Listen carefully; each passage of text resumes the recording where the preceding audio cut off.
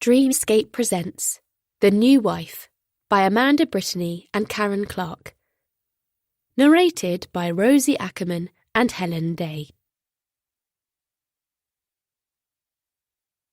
Chapter 1. Nell. The ringing of the phone grated on my nerves, which felt permanently shredded these days. Classic costume and props. Nell speaking. How may I help? It came out without my usual energy and warmth. Where was Saskia? It was gone 9, her usual starting time. It's Sally North from Finlay Productions. My heart dropped. A regular client, Sally didn't sound happy. What's happened? The chairs we ordered have arrived, but they're the wrong ones. We specifically wanted Regency for the ball scene we're shooting today. Blood pulsing in my ears, I brought up the details on my computer and went cold as I realized the order had switched from Regency to Victorian on its way from my brain to my fingers. I'm so sorry. No point making excuses. I must have typed it in wrong. Probably distracted, as I seemed to be more often than not at the moment. It was unlike me to make such a basic mistake, but no one else had access to my computer. I can get them out to you within the hour, I promised, wondering how that was going to happen when one of our drivers had the day off, the other had an important delivery later that morning, and Janine, in charge of costumes, had taken a rare day off to go shopping with her daughter Vicky. Not to mention that I was meeting a prospective client in 20 minutes. The velvet chaise longue isn't here either. What? We can't afford any hold-ups, Nell. Frustration bled into Sally's words. We're on a tight schedule as it is. We're way behind on filming. For a moment, I was frozen by a feeling of helplessness. I wanted to slam down the phone, grab my bag, and walk out of the company I'd been so excited to join 3 years ago. The company where I'd met Oliver, not knowing we would end up married within 6 months, or that we would need marriage counselling 2 years later. I can't apologise enough, Sally. Look, we can probably manage with the chairs, but we really need the chaise longue, preferably before lunchtime. Gratitude washed through me. Sally had every right to be furious, but I'd never messed up on this scale before, so perhaps she was prepared to be lenient. I'll make sure it's there if I have to deliver it myself. Well, it's always nice to see you. Mollified, Sally's tone warmed. I can show you round the set if you like. That's okay. Finally, I smiled. You know I would rather wait until the film hits the screen. I sat back in my chair and tried to relax as my gaze shifted around the cluttered and shabby office I'd once coveted. Sometimes it was hard to believe how far I'd come since my first day, when Oliver Cosgrove showed me around the vast showroom he co-owned, radiating charisma as he talked. In truth, I'd been half in love with Oliver by the end of my interview. My confidence had taken a battering that year, after the wedding planning company I'd worked for folded, followed by my father's death, and a breakup with my then-boyfriend. Somehow, it all came pouring out, and Oliver had listened, his gaze direct and filled with understanding. We used to provide props for weddings, I told him, returning to the pitch I'd planned and rehearsed in my kitchen the night before. I have the skills you're looking for, and I'm keen to learn and progress. I turned 30 last year and want to take charge of my life. Progression had come quickly after that, but at what price? I ended my call, frowning at my computer. Business was better than ever, but my relationship with Oliver had deteriorated. Mainly, I was certain, because of my failure to engage with his grown-up daughters. Ruby, 26, and Poppy, 18, had never even pretended to like me, still referred to me as the new wife. Irritated, I swept my hand through my hair, making a mental note to get my roots done. I almost left my skin when a female voice chimed, Hi, so sorry, the trains were running late, and I wanted to bring you a coffee, but there was a queue. I promise it won't happen again. I looked up with a sigh of relief to see Saskia approaching my desk, silhouetted by the rectangular window behind that looked onto the tree-lined car park. It was unusually cool for late May, and the glass was speckled with rain. She came closer, details emerging like a developing photograph. Brown hair held off a clear-skinned face in a low ponytail, cat-like green eyes behind round glasses, crinkled in a smile, full lips pursed slightly as she held out a cardboard cup of coffee. "Thanks for this." I leaned over and removed the lid before placing the cup on my desk. "You really don't have to buy me a coffee when we have a kitchen here." "It's nice to have a treat, and that coffee machine's a nightmare." Saskia's smile widened, and I couldn't help smiling back. I'd been resistant to the idea that I needed help, but had gone ahead and advertised for an assistant in an attempt to ease my workload.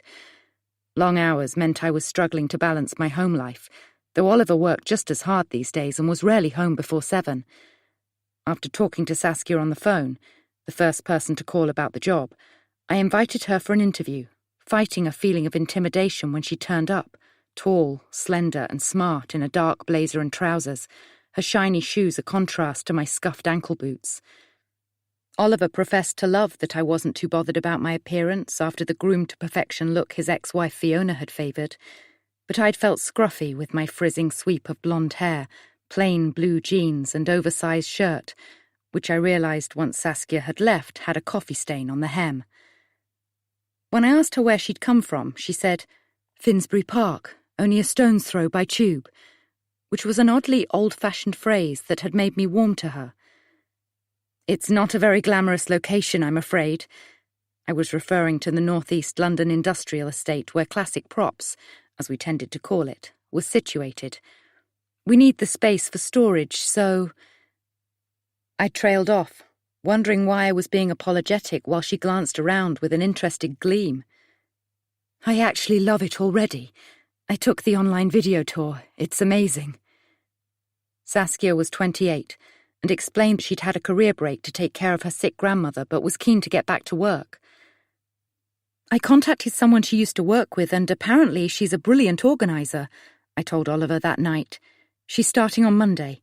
I've cleared it with Mark."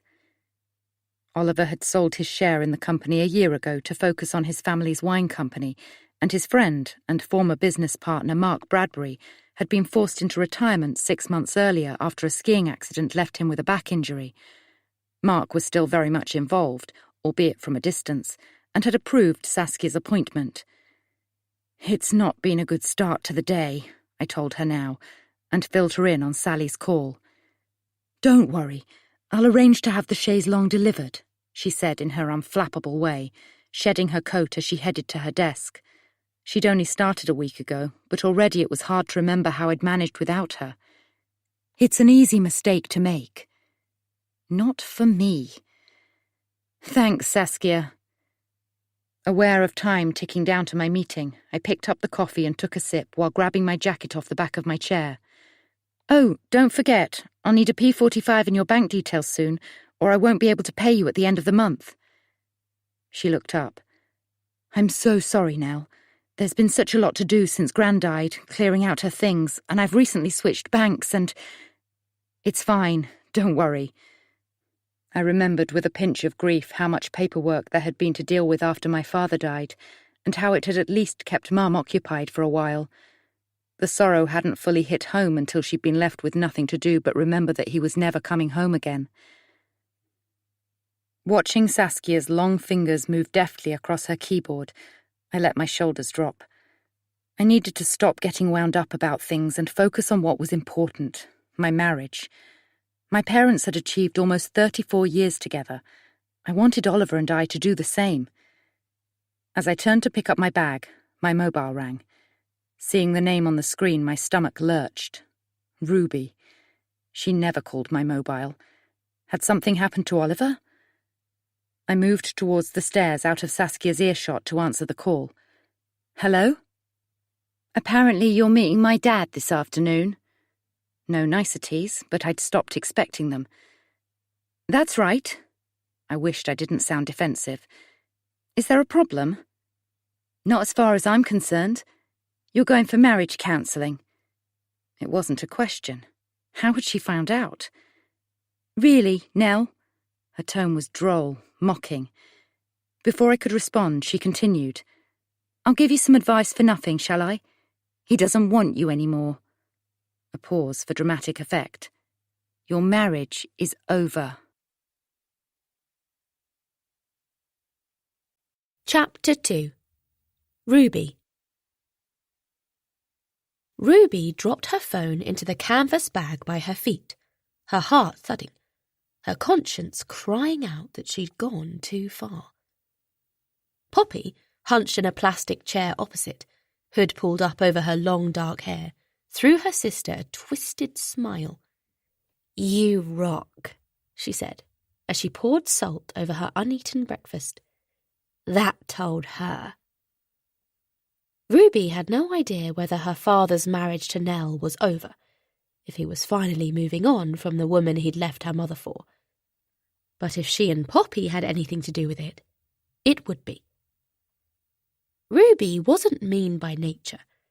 In fact, she considered herself a good person overall. She was the best kind of sister and daughter. She'd proved that by giving up her future for them both. She loved animals, especially dogs, gave to charity if she saw someone jiggling a box outside the supermarket, and had a tattoo of a peace sign on her left shoulder. However, where Nell was concerned, her good person image fell away, like a snake shedding its skin, revealing an inner her who she didn't like that much. Nell brought out something in Ruby she couldn't seem to control, even now after all this time. Some might say she should accept she had a stepmother. It had been nearly 3 years after all. But she couldn't let it go. Not while her mum, Fiona, the real Mrs. Cosgrove, still hadn't got over her father leaving. Not while Ruby still lay awake at night, the trail of destruction her dad left when he walked out whirring around her head. "How's Mum?" she asked Poppy now. Her sister glanced up and paused from streaming more salt onto her congealed scrambled egg. The damage done to her by the breakup, a then vulnerable 15-year-old with issues, had been hard to watch. Ruby worried about her sister constantly. "Still sober most of the time, if that's what you mean. Still going to AA, following the 12 steps. That's good. Yep. She's getting there. Yep." Their mother was nothing like the confident woman she had once been.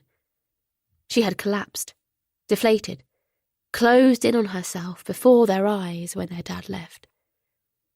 It was the shock of how such a strong woman could be destroyed by a man, their father, that had dumbfounded the girls. But then Fiona had thought Oliver loved her. They all had. And Nell had never paid for any of it. Instead, she'd thrived, climbing the ladder at classic costumes and props after Ruby's father sold out to his partner, Mark. And when Nell left work at the end of each day, she whizzed down the M25 in her silver hybrid Outlander to their perfect house next to the river in Marlow.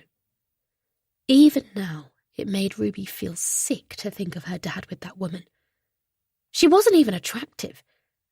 Not in the same way Ruby's mother had been when they were growing up. Fiona had been stunning, wore designer dresses, her hair and makeup immaculate. Now she no longer cared about her appearance. A tap on the cafe window beside Ruby made her jump. She turned to see her father waving goodbye. He was dressed in a crisp white shirt and tailored black trousers, his grey hair styled. Always styled. When Ruby was in her late teens, her friends used to fancy him. "He looks like Rupert Graves," they would say. It made her laugh. He was nothing like the actor as far as she was concerned. He was simply her dad. The three had had breakfast together. He would often come into London to see clients, and always call to see if his daughters wanted to grab breakfast. "Love you," Ruby mouthed. She did. So much. But Nell had stolen him, brainwashed him. Ruby never once blamed her father for the breakup. He would have come home if Nell hadn't stuck her claws in and refused to let go. "Love you too," her dad mouthed back. He moved his dark eyes to Poppy, before waving once more and heading away. His coat draped over his arm, despite the coolness of the day and a slight drizzle of rain. Ruby drained the last of her coffee, her mind drifting back to 10 minutes before, when she'd seen the alert pop up on her father's phone. He'd left his mobile on the table when he'd nipped to the loo, and a reminder had flashed on the screen, 2:30 p.m, first session with Carla, marriage counsellor with Nell. The sight of those words had made Ruby's heart thud, to the point she'd had to take deep breaths when her father sauntered back to the table, in an attempt to control the sudden joy, the hope, the burst of happiness. Would Nell soon be out of the picture? Would her parents get back together? Poppy slouched down in the chair, slammed down the now empty salt pot. "Are we done here?" "Yep." Ruby rose, picked up her bag and looped it over her shoulder. "Let's go." For now, Ruby worked for a catering company owned by her friend Benita. They served takeaways and delivered sandwiches to companies in the area. She'd snapped up the route that included the unit that housed classic costume and props. It was a chance to spy on Nell. She wasn't proud of the fact. Ruby had recently moved out of her childhood home, back to Finsbury Park. She desperately wanted to perform in the West End, a dream that had slipped through her fingers when her parents broke up. At first, when Fiona and Oliver's marriage fell apart, Ruby had buried her head to the pain swirling within the walls of her beautiful childhood home in Richmond-on-Thames. But eventually she'd put her acting career on hold and moved back in, cared for her sister, propped up her fragile mother.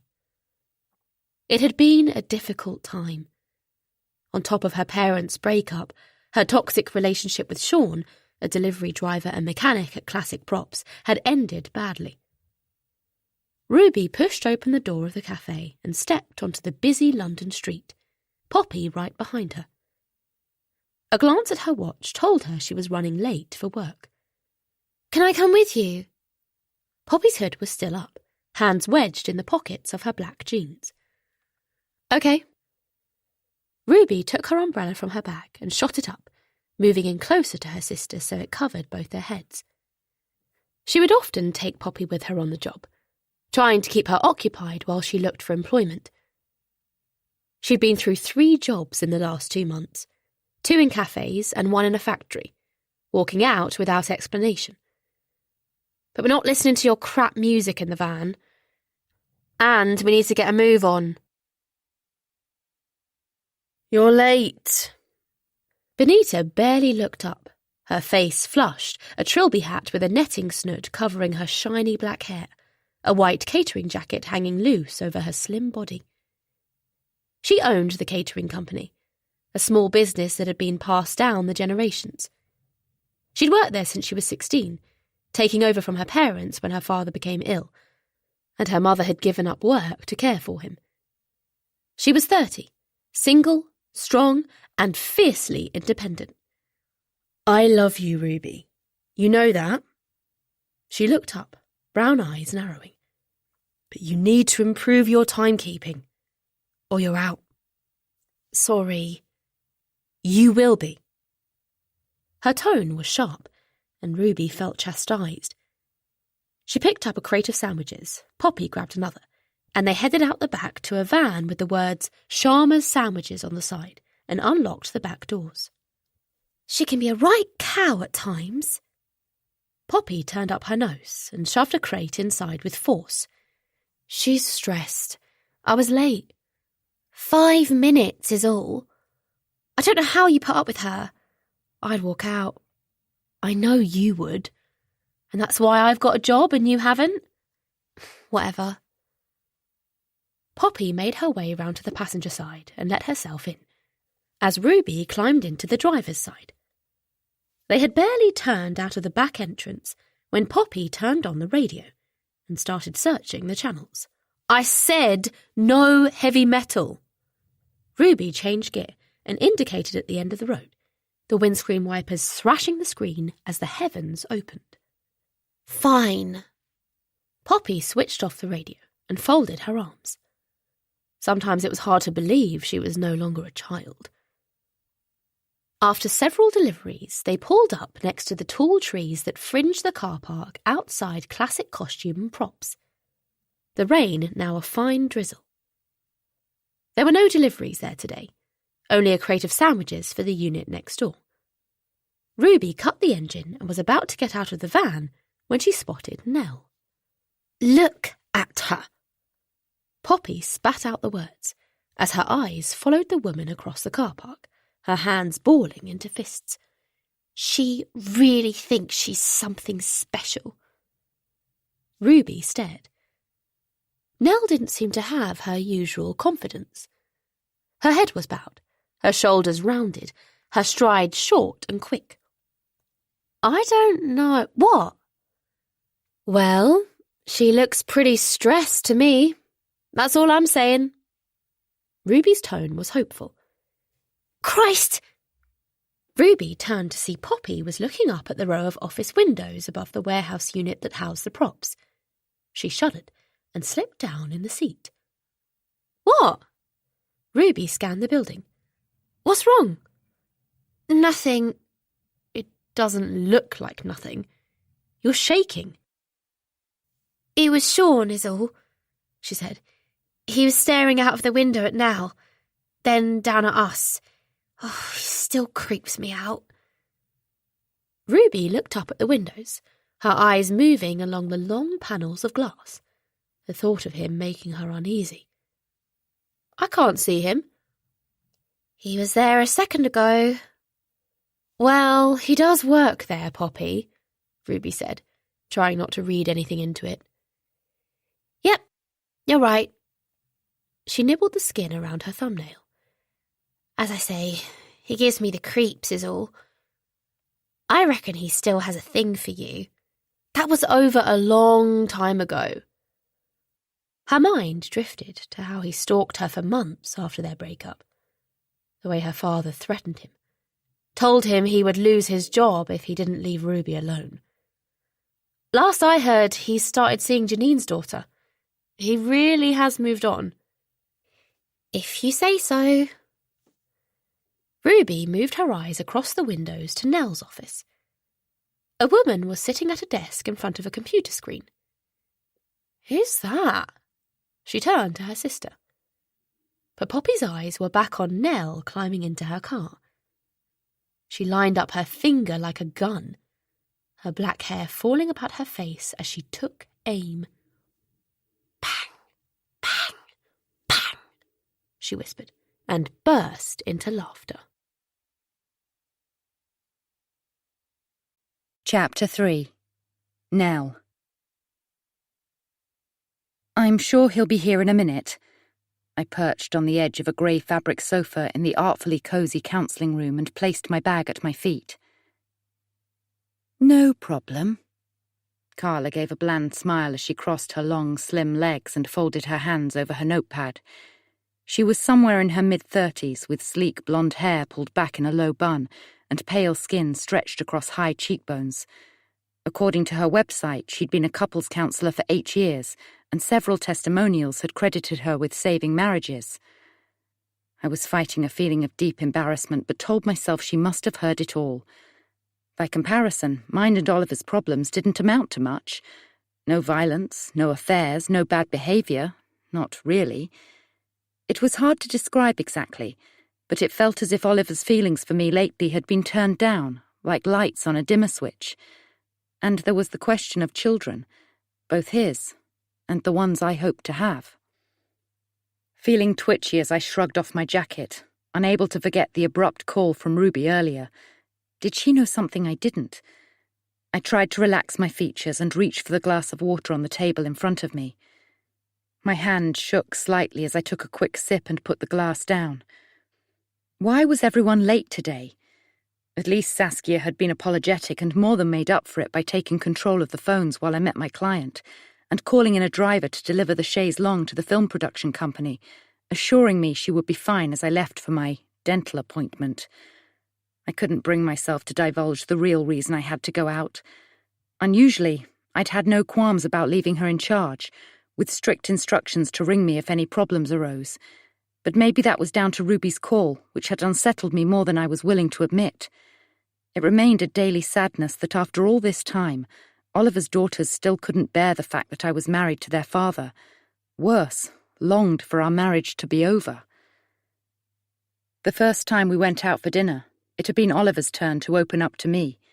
He explained, haltingly, as though loath to paint his wife in a bad light, that during their long marriage, Fiona had always put her job first, and that she drank a lot, blowing hot and cold with him and their daughters to the point where he'd gradually fallen out of love with her.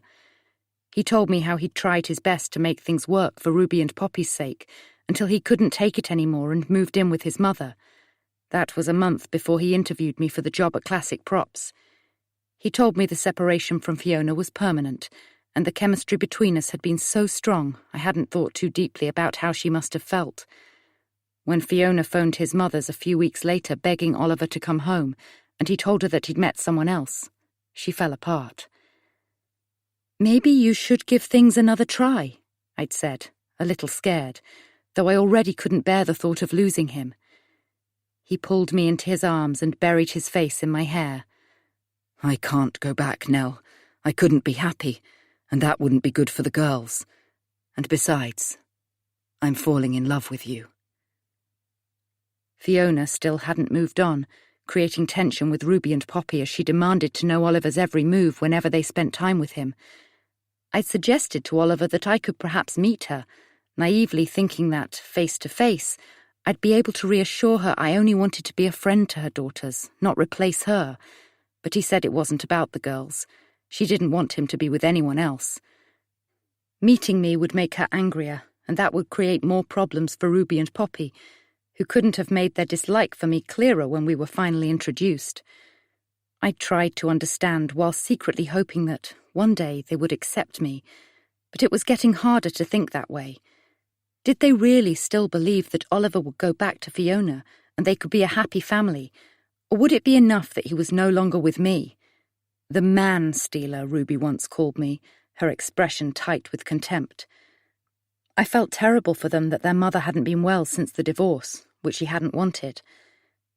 Destroyed, Poppy had dramatically put it, but I wondered sometimes whether Fiona fed off their hatred of me, encouraged it even. I desperately wanted the girls to give me a chance, but how could that happen when they saw me as the cause of their mother's terrible unhappiness? Maybe I should have suggested we all have counselling. Poppy, in particular, would benefit from talking to someone, but as she and Ruby tended to rein in their feelings about me around their father, it looked as though I was being oversensitive if I mentioned anything. No way would they have agreed to family therapy. As Carla glanced discreetly at the wall clock behind me, I rose and crossed to the window. An ancient oak tree dripped rain outside, splashing the puddles beneath. The room was on the second floor of a Georgian house, an 8-minute drive from Finsbury Park, on a quiet residential street. I'd picked it primarily because of its proximity to work, which Oliver had twitched his eyebrows at, commenting that it was ironic, considering work was part of the problem. Still, he'd agreed to make the effort to drive from our home in Marlow, where he ran Cosgrove Wines. As I peered at the street, I noticed the tail lights of a van on the corner, indicating to turn right. It looked like the one that Ruby drove, reminding me that I'd seen it as I left the office and had to stop myself hurrying over and confronting her about the phone call. Ruby worked in catering and had recently started delivering lunches to some of the businesses on the industrial estate. She was obviously keeping an eye on me, perhaps trying to catch me doing something I shouldn't be. She knew the staff at Classic Props from when Oliver had been in charge and she and Poppy used to sometimes drop in. The fact I was now running the business and doing well no doubt fueled their suspicion of me, despite the fact that Oliver was happier in charge of Cosgrove Wines. Where was he? I was about to apologise to Carla again before texting Oliver when I heard footsteps on the stairs. Seconds later, the door flew open, and Oliver came in with a flurry of apologies. An appointment with a client ran over, rubbing a hand over the silver-white hair that made him stand out in a crowd. That, and his height, his intelligent dark eyes, and the mouth that always looked on the verge of smiling. The effect on Carla was briefly electrifying. She got to her feet and stared for a moment, the notepad dropping to the soft grey carpet, her pale lips forming a silent O. Oliver paused, eyes widening slightly, and I suppressed an inner sigh.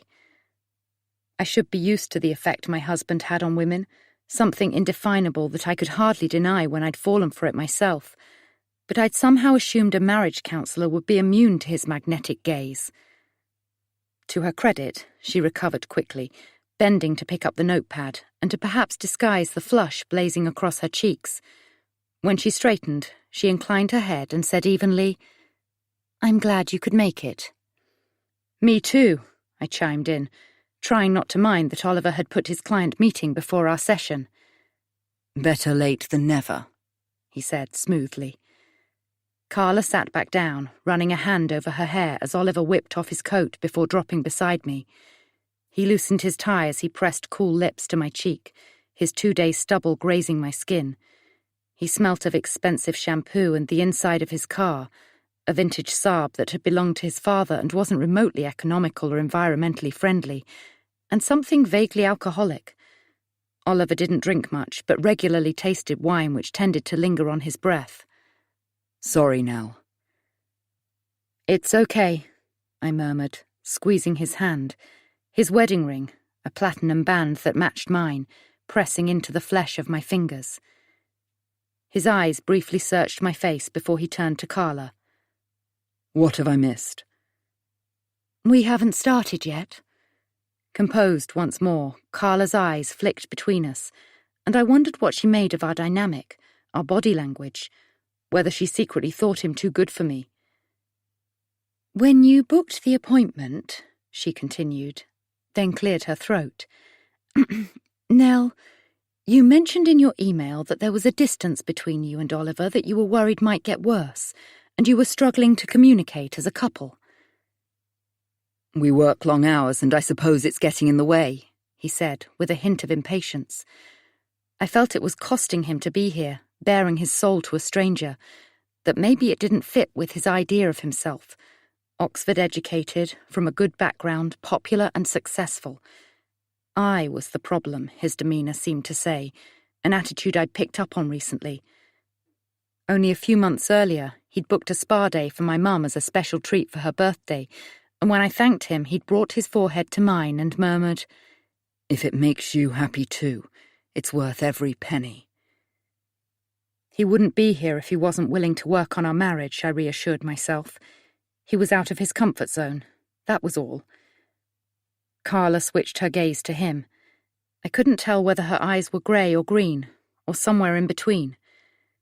"I took over my family's wine importing business quite recently," he continued, and I detected pride in his voice, mixed with something I could never quite decipher. His father had started Cosgrove Wines from his bedroom as a young man and worked up to being one of the best in the country, but although Oliver had been expected to join the company, he'd wanted to make his own way in the world, eventually doing so with Mark, his friend and fellow philosophy and economics student at Oxford, whose father worked in theatre production and would pay his son to source props during the holidays. "I'd had itchy feet for a while at classic props," he went on, more talkative now. Carla scribbled something on her notepad with a gold pen. "I enjoy my work, and know Nell loves her job too." He flashed me an admiring look that warmed my heart. "But sometimes we're like ships that pass in the night." That was a bit strong. "I make an effort to get home in time for dinner most evenings," I protested. If anything, Oliver was the one working harder, sometimes out of the country, leaving me alone in our silent house. "One of the main issues is that his daughters haven't accepted me." I hadn't intended to say it so bluntly, but Ruby's call was still at the front of my mind. Oliver leaned back with a sigh, combing a hand through his hair. He rested one foot on the opposite knee, his brown suede shoe bobbing. "They're doing their best now, but you know that their loyalty lies with their mother." "It's been almost 3 years." I addressed my words to Carla, wondering what it would take to disturb her expression, which looked determinedly serene. "Ruby called me today to tell me Oliver doesn't want me anymore and that our marriage is over." "What?" He jerked forward, shoulders stiffening. "She doesn't even know about..." He waved his hand between us and Carla, who was writing in her notepad again, eyes averted. "About any of this?" "Well, she must have found out." I bent to dig my phone from my bag, hating that we were doing this at all, let alone in front of a virtual stranger. "Look!" Face burning, I showed him the call to my phone from Ruby's number. Before I could react, Oliver had plucked it from my hand and was ringing her. "Hey, Rubes," he said, and even as I felt a prickle of sweat on my upper lip, the room was far too warm. I couldn't help picturing his eldest daughter's surprise at hearing her father's voice on my phone. "What's this about you calling Nell?" He was using the indulgent tone he reserved for his daughters, as though they were younger than their years, something I'd pointed out once and knew I wouldn't again, flooded with guilt and shame when he looked at me with hurt eyes. "They'll always be my little girls, Nell.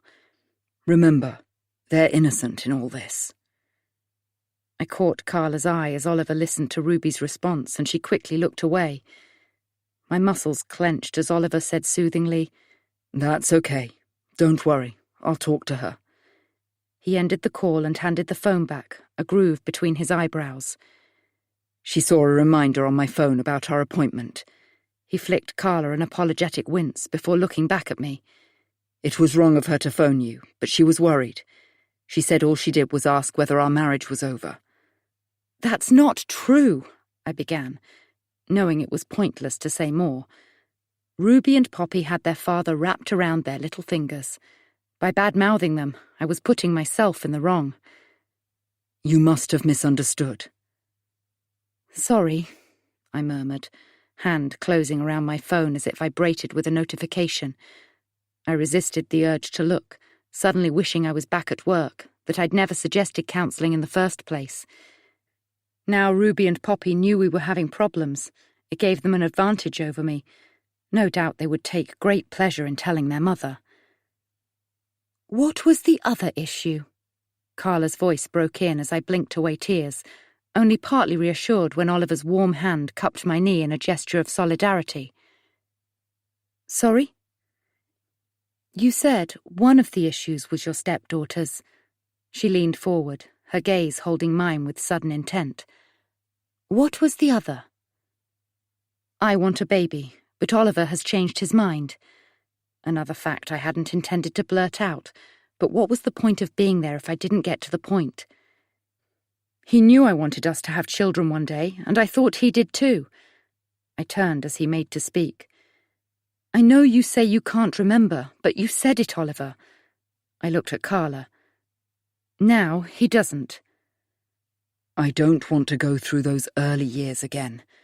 He massaged my knee with strong fingers, his eyes finding mine. Expecting to see frustration, we'd had this conversation several times already, I saw his eyebrows pull into a V of concern. "We have the freedom to do whatever we want. A young family is a massive responsibility." "I want children, Oliver." I'd never been this vocal about it before. Did I want a baby that badly, or was I digging my heels in because he was saying no? Oliver's mouth dropped open, but before he could reply, my phone vibrated again. I wondered whether Saskia was having an emergency at work. "Sorry." I turned the phone over as Oliver sighed and moved his hand away. He exchanged a look with Carla, who was fiddling with the silver chain around her neck. I looked at my phone screen where 2 texts leapt out. They didn't make sense, so I read them again, aware Oliver was leaning over to read them too. "Hey, thanks for the chat the other night. Let's do it again soon. Kiss, kiss. Is it too soon to say I'm madly in L with you? Love heart." "What is it?" Carla's question broke the awful tension spreading through the room. "I usually advise my clients to turn off their phones during our sessions, so there are no—" She stopped as Oliver jumped to his feet and stared at me with something approaching horror. "Who was that?" My phone slipped through my fingers and thudded onto the carpet. "It must be a mistake. I've no idea who sent those messages, but they weren't intended for me." "What's going on?" Carla's tone grew urgent. "What messages?" Oliver's eyes didn't leave my face. No. Are you having an affair? Chapter 4. Ruby. Do you think Nell saw us? Ruby had slipped down low in her seat, wondering what possessed her to go along with Poppy's idea to follow their stepmother. Oh, God, what if she did? I couldn't give a crap. Poppy turned her phone over after glancing at the screen. And neither should you. Ruby stared at the phone in her sister's hands. Who were you texting? When? Just then. Some bloke who follows my Twitch. Nobody you know. Not that it's any of your business. Ruby's mind began working overtime. Had her sister got a boyfriend? It would be a first. She'd never allowed anyone close before. Just be careful, Poppy. There are a lot of weirdos out there. Promise me you won't go meeting up anywhere lonely. Jeez, Ruby, I'm not a kid. Poppy shoved her phone into her hoodie pocket. And I'm not about to arrange any meetups anytime soon. Ruby glanced back up at the window and fired the engine. We need to go before Dad sees us. Can you drop me off home? Poppy slumped down lower in the seat and pulled up her hood. I can't be asked to get the tube. It's hardly dropping you off. Ruby was agitated, her neck still tingling from when Nell looked out at them. It would take me an hour to get to Richmond and back. Benita needs the van. Not to mention she'd wonder why I'd used so much petrol. Then let's drop the van off and pick up your car. Poppy narrowed her eyes, her face morphing into the sullen sister Ruby knew so well. Oh, go on. Mum hasn't seen you for ages. Emotional blackmail was one of Poppy's specialities. I was only there at the weekend. Admittedly, it had only been to pick up some stuff she'd left behind when she moved out. But she'd stayed a while, had coffee with her mum, who had made the conversation all about her dad. He'd taken to dropping in over the last few weeks, checking in on her, he called it. Fixing the guttering, trimming the tall trees that fringed the property. Something he hadn't done in all the years they'd been separated, and, if Ruby's memory served her right, hadn't done much of when they were together. I keep wondering when he's going to realise he should never have married that woman, her mum had said. And Ruby had wanted to add, and realise he still loves you. But she hadn't voiced those words, however much she wanted them to be true. After all, her dad must have loved her mum once, and he'd never given a clear reason why he left, simply saying that he'd tried his best but couldn't stay. And now her dad and Nell were going to counselling. Maybe there was a chance for her parents, especially if she and Poppy helped the process along, gave things a little nudge in the right direction. After chatting with her mum, Ruby had made her way upstairs to Poppy's room, a dimly lit space with posters of horror films pinned to black walls. Her sister was sitting at her desk, streaming herself playing The Evil Within 2 on Twitch. That looks creepy. Ruby shuddered as her sister's online character moved around an old house and someone crept up on her with a knife. I'm just pausing the session for a moment, guys, Poppy said to the screen. Back in 2, and we can kick butt some more. She turned on her swivel chair to face Ruby. I've got 200 followers and 60 subscribers. Pretty good, right? Ruby nodded. She wasn't into gaming. Never had been. Or Twitch. In fact, she barely used social media. Had closed her Facebook profile down after Sean posted a stream of lovesick messages on her newsfeed 3 months ago, saying they were meant to be together and he would never give up. After a brief chat, Poppy had spun her chair back towards the screen and continued the session. A few minutes of watching her sister was enough. Ruby left the room and headed into her childhood bedroom. It was packed up with the final things she needed for her flat in Finsbury Park. Tears filled her eyes. Her childhood had been a happy one. Her friends were envious that her parents seemed like the perfect couple. They had been tactile, affectionate.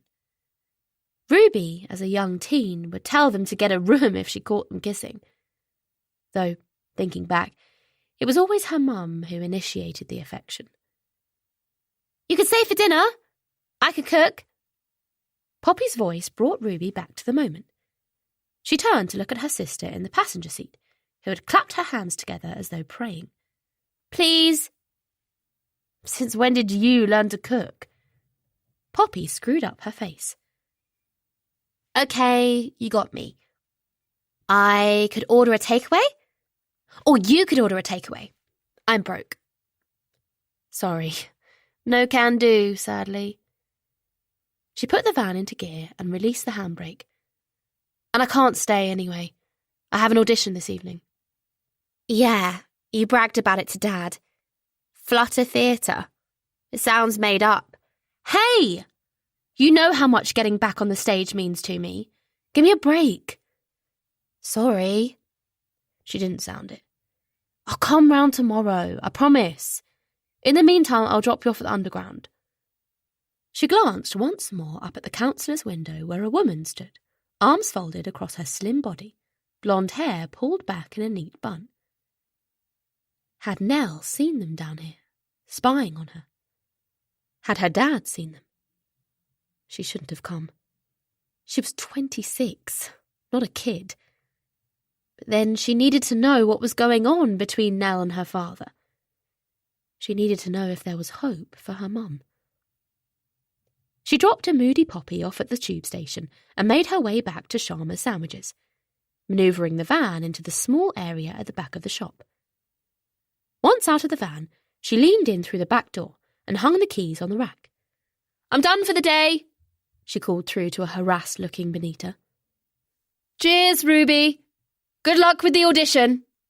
I hope your heart isn't fluttering too much. Did you see what I did there?" "I did," she smiled. "And thanks." Ruby's flat was round the corner from Sharma's Sandwiches. A bit of a dive, but all she could afford to rent right now. She needed to get out from under her mum's roof, as much for Poppy's sake as her own. Her sister had become reliant on her, which was fair enough at first. But Poppy was 18 now, needed to find her own way. Ruby would always be there for her sister, but she wanted to start living her own life again. Could no longer be her constant support. "Hey, Rubes." It was the bloke from the top floor, heading down the stairs towards her, humming "Red, red wine" under his breath. The lift hadn't worked since she arrived, despite the landlord promising it would be fixed soon when she signed the lease. "How are you doing, girl?" "All good," she said. "You?" "Always good. Sun is shining, and I've got a nice piece of haddock and a bowl of Stella for me dinner. Life is a blessing sent from God." He smiled, showing a gap in his white teeth. "I see you got an admirer, girl," he went on as he passed. "Sorry?" She turned to watch him disappear onto the next flight of stairs. "The chocolate's on your doorstep," he called, not looking back. "I hope you'll save me one." Ruby raced up the remaining stairs and along the corridor towards her flat. A gift hamper from Hotel Chocolat, her favourites, was on the doorstep, a card attached. She crouched down, scanned the words on the card. "I hope one day we'll be together again, Ruby. I'll never stop loving you. Sean, kiss." Her heart sank. Sean. He must have heard she'd moved out, now lived alone. How the hell did he know where her flat was? She rose, looked about her, shuddered at the idea of him watching her. She thought he was out of her life, that he was seeing Janine's daughter. But it looked as though Sean hadn't moved on at all. Chapter 5. Nell. It was good to be back in my car, driving to work. My heart raced as I turned the corner, Carla's parting words a sympathetic echo in my head. If you want to come on your own, you can. Marriage counselling isn't only for couples. Oliver had left by then, saying he needed time to clear his head, leaving me in a state of frustrated disbelief that he thought for a minute those texts were meant for me. Would I be here, trying to fix our marriage, if I had a secret lover? I'd said, heart thumping with shock. They were probably intended for someone with a number similar to mine. I'd held the phone under his nose. No mention of my name. As he took my phone and scoured the messages, he'd seemed to deflate, his features twisting with remorse. I'm sorry, Nell. I don't know. It's odd, that's all. I mean, how likely is it that someone got the number wrong when they're obviously this keen? I shook my head, baffled at the unwelcome intrusion. How likely is it that anyone would send me a message like this? I took the phone back and quickly typed, "Who is this?" before turning to Carla, mortified that she was caught up in this unlikely scenario, but her eyes were fixed on Oliver's face. I would never cheat on my husband, I said, as if appealing to a jury. I take my marriage vows very seriously. When Carla didn't respond, Oliver subsided. I believe you, he said. Let's pretend this never happened. Actually, Oliver, Carla had said, head cocked, I'd like to explore why you thought Nell might have been seeing someone else. Those texts. Oliver raised a hand before she could comment. Look, can we do this another time? He swung a sad look between us. I'm sorry, Nell. I need some air. You can't go now. Stunned, I reached for his hand. We've hardly started. Please, Nell. He seemed to struggle with himself before getting to his feet and reaching for his jacket. I'll see you at home. He pressed a kiss on my forehead, and then he was gone, leaving me to apologize to Carla, who couldn't quite maintain her impartial expression as I blinked away tears and gathered my things, checking my phone for a reply. There wasn't one, which had made me wonder whether it hadn't been a mistake after all. Could Ruby have sent the text to stir up trouble? That was when Carla suggested I come back to see her on my own, obviously believing our marriage was in real trouble and that it was somehow my fault. Heading back to Classic Props, I trembled. I hadn't even got on to the subject of my stepdaughters or their mother. I knew Oliver had been going round to see Fiona at their former family home in Richmond lately to help out with this and that. I thought I knew why. He was hoping she would put their large house on the market and wanted it to be in a good state. She hadn't bothered much with it since he left, but didn't want his daughters to know yet, worried they'd be upset about losing their family home. I was certain that he still worried Fiona might try to harm herself, and the impact that would have on Ruby and Poppy, and, deep down, I was too. She'd taken an overdose when she heard we were getting married. It turned out she hadn't taken anywhere near enough tablets to end her life, but it had been a shock all the same when we found out later, and I knew that in spite of everything, Oliver felt guilty. If I'd known the day I met him that Oliver hadn't long been separated from his wife, and of the effect our relationship would have on her and his daughters, would I have stepped away? I knew I wouldn't, my attraction to him too strong. I recalled how we'd talked for hours in the corner booth of that warmly lit restaurant, where Oliver had told me about his marriage and his strained relationship with his daughters, and how, later, his eyes hadn't left my face as we moved on to other topics, how he'd made me laugh properly for the first time in ages, and the ache of missing my father began to ease. We'd spent the night together at my flat, kissing for what felt like hours, and the next morning he abandoned making breakfast to help my neighbour put out her bins in the rain. I'd liked being with a man who was older, a grown-up who wore a tie and drove a vintage car and was as comfortable discussing the plot of a romantic film as he was the characteristics of a good wine. He wasn't old enough to be a father figure, despite my mother's concerns, but mature and comfortable in his own skin. I could tell he liked who he was in my eyes, and in turn that made me feel confident, more certain that he was someone I could be happy with for a long time. "Are you sure you're doing the right thing?" my mother had asked a couple of days before the wedding. Maybe you should give it a bit longer. She liked Oliver, but hated that his daughters wouldn't accept me and worried about the age gap. Being married is about more than the wedding day. I'd known that, of course, and squashed any doubts Mum's words had raised, convincing myself that everything would work out. Neither Oliver nor I wanted an extravagant wedding, especially as Ruby and Poppy had declined to attend, settling for a register office ceremony on a sunny day in June, with 2 witnesses, my mother and his, a pairing neither enjoyed, before flying to Denmark on our honeymoon, where we'd explored the canals of Copenhagen and the ancient Viking territory of the Faroe Islands, feasting our eyes on cascading waterfalls and fairy tale castles. Happiness had replaced the sadness of the past year, my mind and heart filled with bright new memories. But apart from a romantic weekend in Venice on our first anniversary, we hadn't been away since. Maybe, instead of counselling, we should have gone on holiday. Even as I thought it, the idea slipped away. We had too many commitments between us, and I had a feeling that far from leaving our worries behind, they would simply follow us, lingering like a bad smell. Better to get to the root of the problems with Carla's help and work them out. If only those weird texts hadn't turned up. Mistake or not, they'd ruined our first session. Fresh apprehension surged as I parked in my usual spot outside the warehouse. Despite my earlier confidence, Saskia hadn't been at the company long, and it was the first time I'd left her in charge.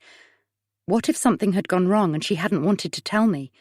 Heart tripping, I got out of the car and hurried towards the building, almost bumping into Sean coming out. "Hi." I fixed a smile in place, never quite myself around him. "Did the delivery go okay?" He nodded, and a strand of dark blonde hair fell across his forehead. "All done. Delivery form signed and in the office." "Great. Thank you." "No problem." He released a flicker of a smile that didn't reach his pale green eyes.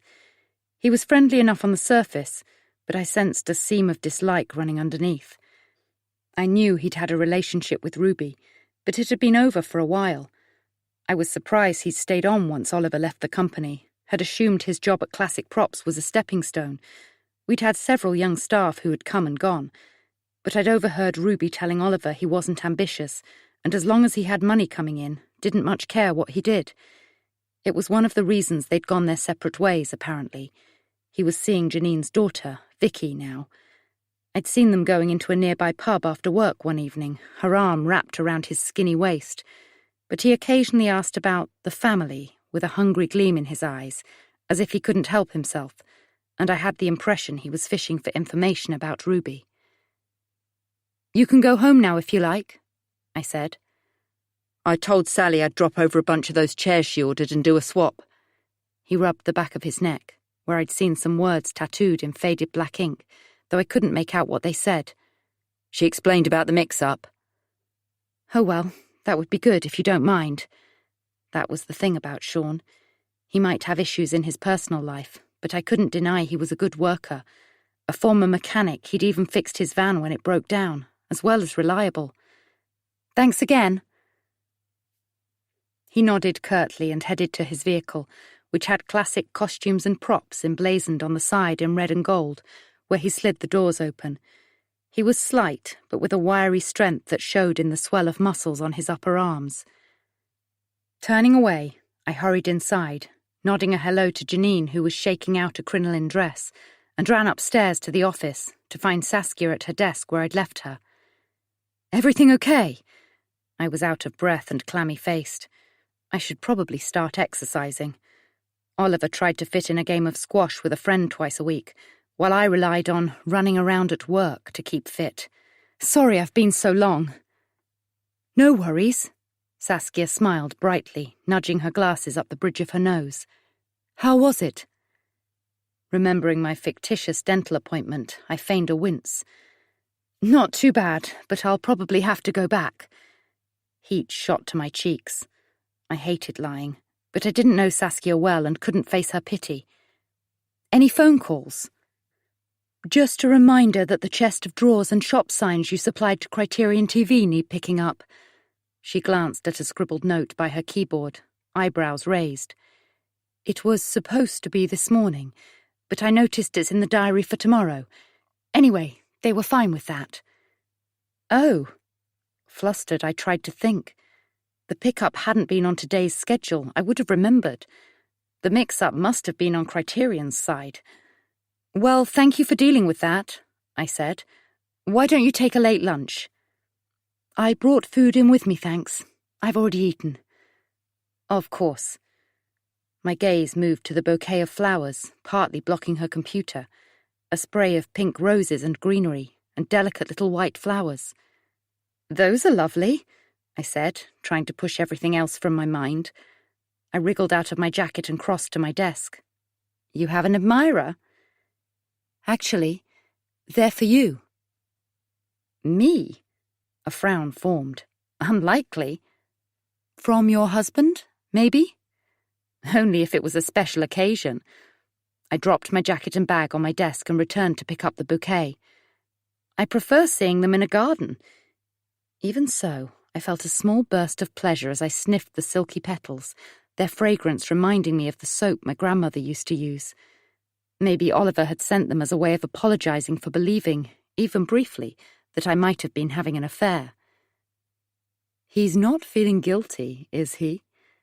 Saskia watched as I drew out a small envelope with my name printed on the front. The last time my boyfriend brought me flowers, it was because he'd forgotten my birthday. You forgave him? Yes, because he'd tucked a ring inside the flowers and asked me to marry him. Saskia's voice radiated happiness, and a dreamy smile illuminated her face. I glanced at the rose-gold diamond ring on her left hand. That's nice, I said, thinking it sounded a bit unimaginative. But what did I know? Oliver hadn't proposed as such, but had looked into my eyes across the table in my kitchen one evening. We'd been seeing each other for about 3 months, and he'd practically moved in, desperate to escape his mother's house, and said, I can't wait to marry you, Nell. To me, it had been perfect. There must be lots of vases in the warehouse, Saskia was saying as I took out the card inside the envelope. I can go and find one if you like. I didn't answer, as I read the simple message printed in black font inside the card. I love you. Kiss, kiss. Hang on. Don't tell me it's someone's birthday. I spun round as Oliver materialized, his hair ruffled by the wind outside. He was smiling, ridiculously handsome in the shabby office. Thanks so much for these. I waved the card, hoping he'd come to tell me he knew I hadn't been the intended recipient of those silly texts. It was thoughtful of you. I thought it was about time I met your new recruit. His smile had dimmed as he took in the flowers dangling from my hand. I didn't send you those. What? Mindful of how he'd reacted to the phone messages, I shook my head. Are you sure? I said stupidly. Nobody else would send me flowers. Maybe they are from my boyfriend, Saskia butted in, as if sensing a change in the atmosphere. He's romantic like that, always leaving little gifts for me, and of course he knows I work here. I looked at her doubtfully. Do you think? Seeming to pick up on my desperation, Saskia nodded. They'll be from Alex, she said with conviction. They're my favourite roses. Lucky you. Oliver seemed to take her words at face value. Maybe you should go and put them in water. I'll do that. She stood up, seeming suddenly shy as she glanced at him through her lashes. The Oliver effect. I felt a bit sorry for her. He's only human, I wanted to say. Flawed, like the rest of us. Nice to finally meet you, Mr. Cosgrove. Please, call me Oliver. He strode forward to shake her hand. Her smile was small and cool, and she didn't meet his eyes. How is it going so far? Early days, but fine. She glanced at me with an expression I interpreted as help. Taking her cue, I stepped forward and handed her the flowers. Would you put them in the sink in the kitchen, please? She took them and nodded, rushing away without a backward glance, seeming less assured than she had before Oliver turned up. For a second, I thought he was going to challenge me about the flowers, link them with the texts, but then he shook his head. Sorry I disappeared like that. He reached for my hands. I'm not exactly covering myself in glory at the moment. I'm glad you're here. I let him kiss me, trying not to think about whether the bouquet really had been intended for me. And I'm pleased you've met Saskia. She's been a godsend. It will make such a difference to my workload. I'll be able to come home earlier and things will get better. I know they will. Great. His enthusiasm sounded forced. Didn't he want me home earlier? I'll make more of an effort too. Listen, I said impulsively, why don't you invite the girls round for dinner tomorrow evening? He gave me a narrow look. Are you sure? It'll be good, I said brightly. I'll cook my special curry, let them see another side to me. A side that would look like I was competing with their mother, no doubt. Even so, it was about time. Will you invite them for me? After a brief hesitation, he nodded and switched on a smile. Thanks, Nell. He leaned in and pressed a kiss on my cheek. I'll text Ruby now. She'll persuade Poppy. She listens to her sister. Okay. He turned to leave, and I watched him go, already regretting the invitation. Oliver's daughters hated me, and I had a feeling that no amount of chicken curry was going to change that. Chapter 6. Ruby. Hi, Ruby. I'm afraid we found someone in this afternoon's auditions for the part. Letting you know as we didn't want to waste your time. Best wishes, Sarah, Flutter Theatre Company. Ruby slumped down on her bed, flopped her head against the pillow, and closed her eyes. It was only a small role with a tiny theatre company on a London back street, and yet she couldn't even get as far as the auditioning process. Tears stung her eyes. Was she even capable of getting back on the stage? Despite sticking to a strict exercising regime over the past few years, Ruby knew she was no longer as flexible and fit as she once was. Did she need to rethink her future? Abandon her dream? A tear escaped, rolled cold against her skin and into her hair. Memories swirled. She'd worked so hard since she was a child, her parents always so proud of her. At first, from the age of 7, she'd attended a weekend performing arts academy, joining full-time when she left school. It had been gruelling, but she'd loved every moment, getting a BA with honours in musical theatre by the time she was 21. When she then moved out of her childhood home, she'd landed some minor parts in big productions and things had looked promising. By the time she was 23, she'd had callbacks for big parts. It was only a matter of time before one of those big roles would be hers. But then everything had gone so wrong, and she'd returned home. She dragged herself up and swung her legs round the bed, wiped away the tears. It was old news that this was Nell's fault, but it was.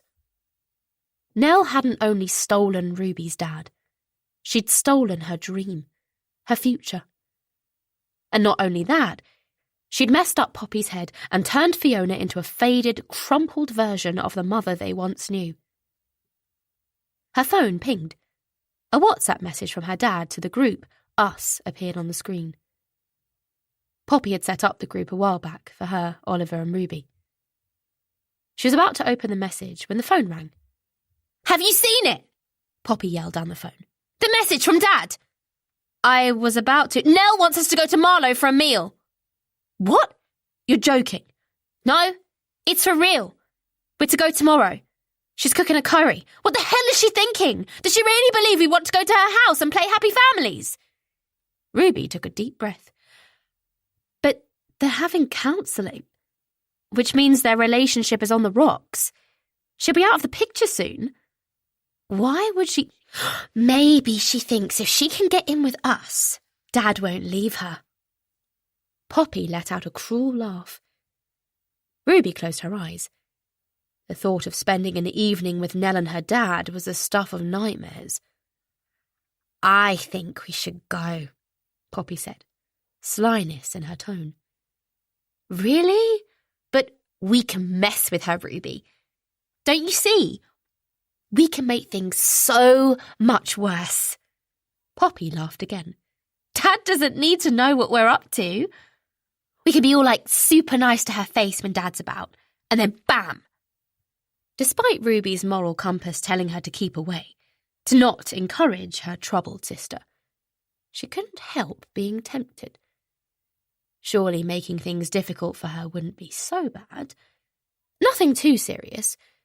Just a few games to tip the marriage fully into the danger zone. She wouldn't go too far. Wouldn't let Poppy get out of hand. Okay. Great. Let's tell Dad we'll be there. Shall I message him? Okay. Brilliant. So are you heading to your audition now?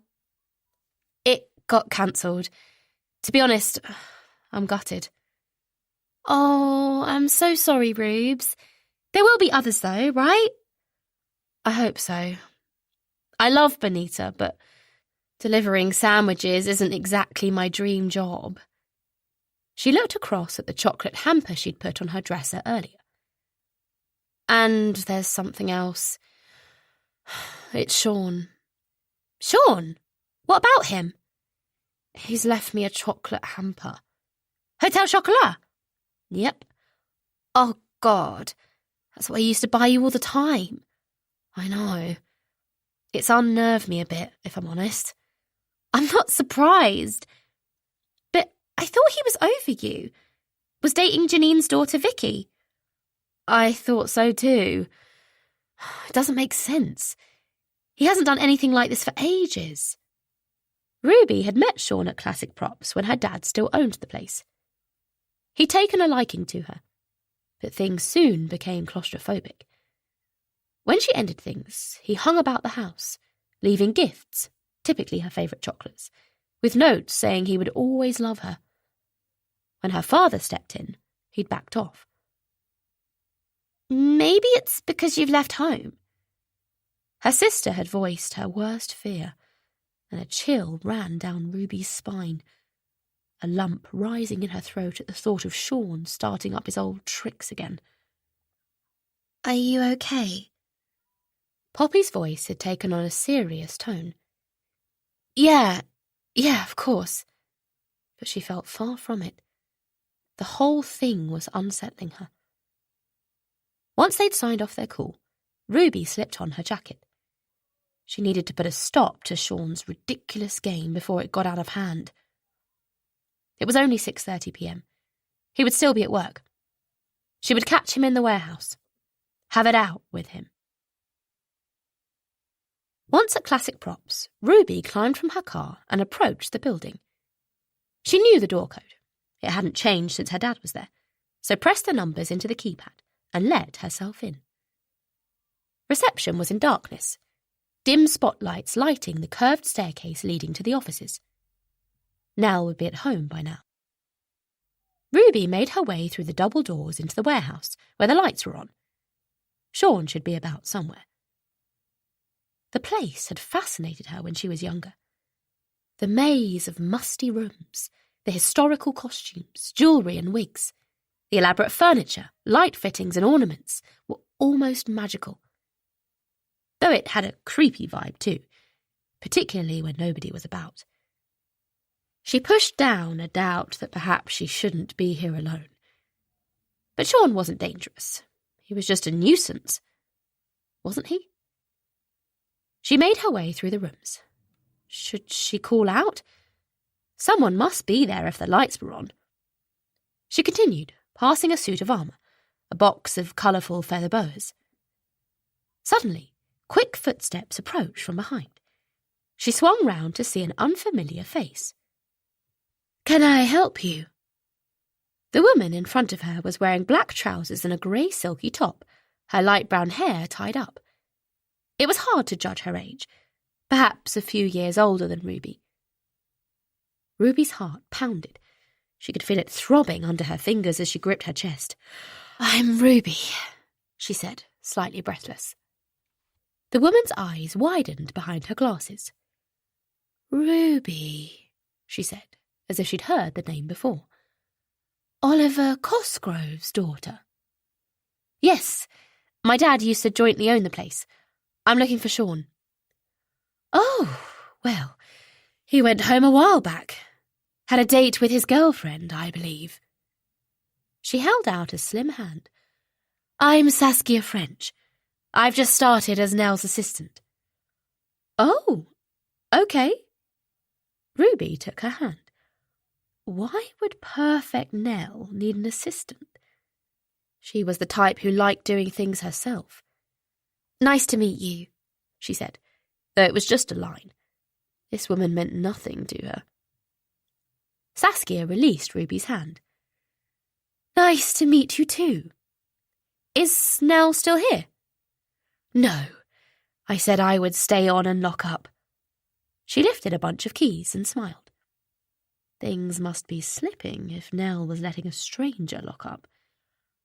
Right. Ruby felt suddenly awkward. The woman seemed to be drinking her in, wouldn't avert her stare. Well, I'll leave you to it then. As Ruby headed for the exit, she knew she would still have to face Sean sooner or later.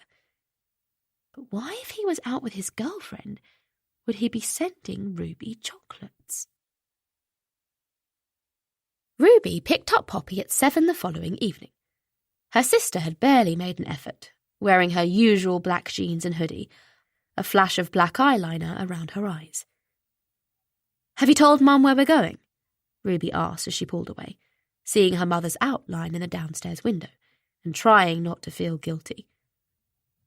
They weren't going to Marlow to try to bond with Nell, like their fathers seemed to want, but rather to damage their relationship further, if possible. But she didn't want to tell her mother that. It would only get her hopes up. I thought it best she didn't know, Poppy sniffed. You know what she's like. Agreed. The memory flashed up of how her mum was the last time she saw her. Obsessed with their father, still refusing to meet up with her friends. In fact, most of her friends had disappeared. Tired of her talking non-stop about Oliver. Tired of her refusal to go out, move on. A few had stayed around, saying they were there if needed, though Fiona hadn't called them. And the sociable set her parents were once part of were getting on with their lives without her. Dad and Nell will be history soon, and things will be as they should be, Poppy went on. Dad will move back and... Ruby glanced at her sister. And what? Nothing. Just things will be good again. You know, like they once were. Ruby placed a hand on her sister's arm, not sure she could fully remember how things had been between her parents after she'd left home. I really hope so. It was a 45-minute drive from Richmond-on-Thames to Marlow, and they spent most of the journey listening to George Ezra, barely speaking until they pulled up outside Nell and Oliver's house, overlooking the river. Here we are, then. Ruby pulled on the handbrake and stared out at the bay-fronted window ablaze with amber light. She'd seen the house before, drove down to look where her father had set up home with his new wife.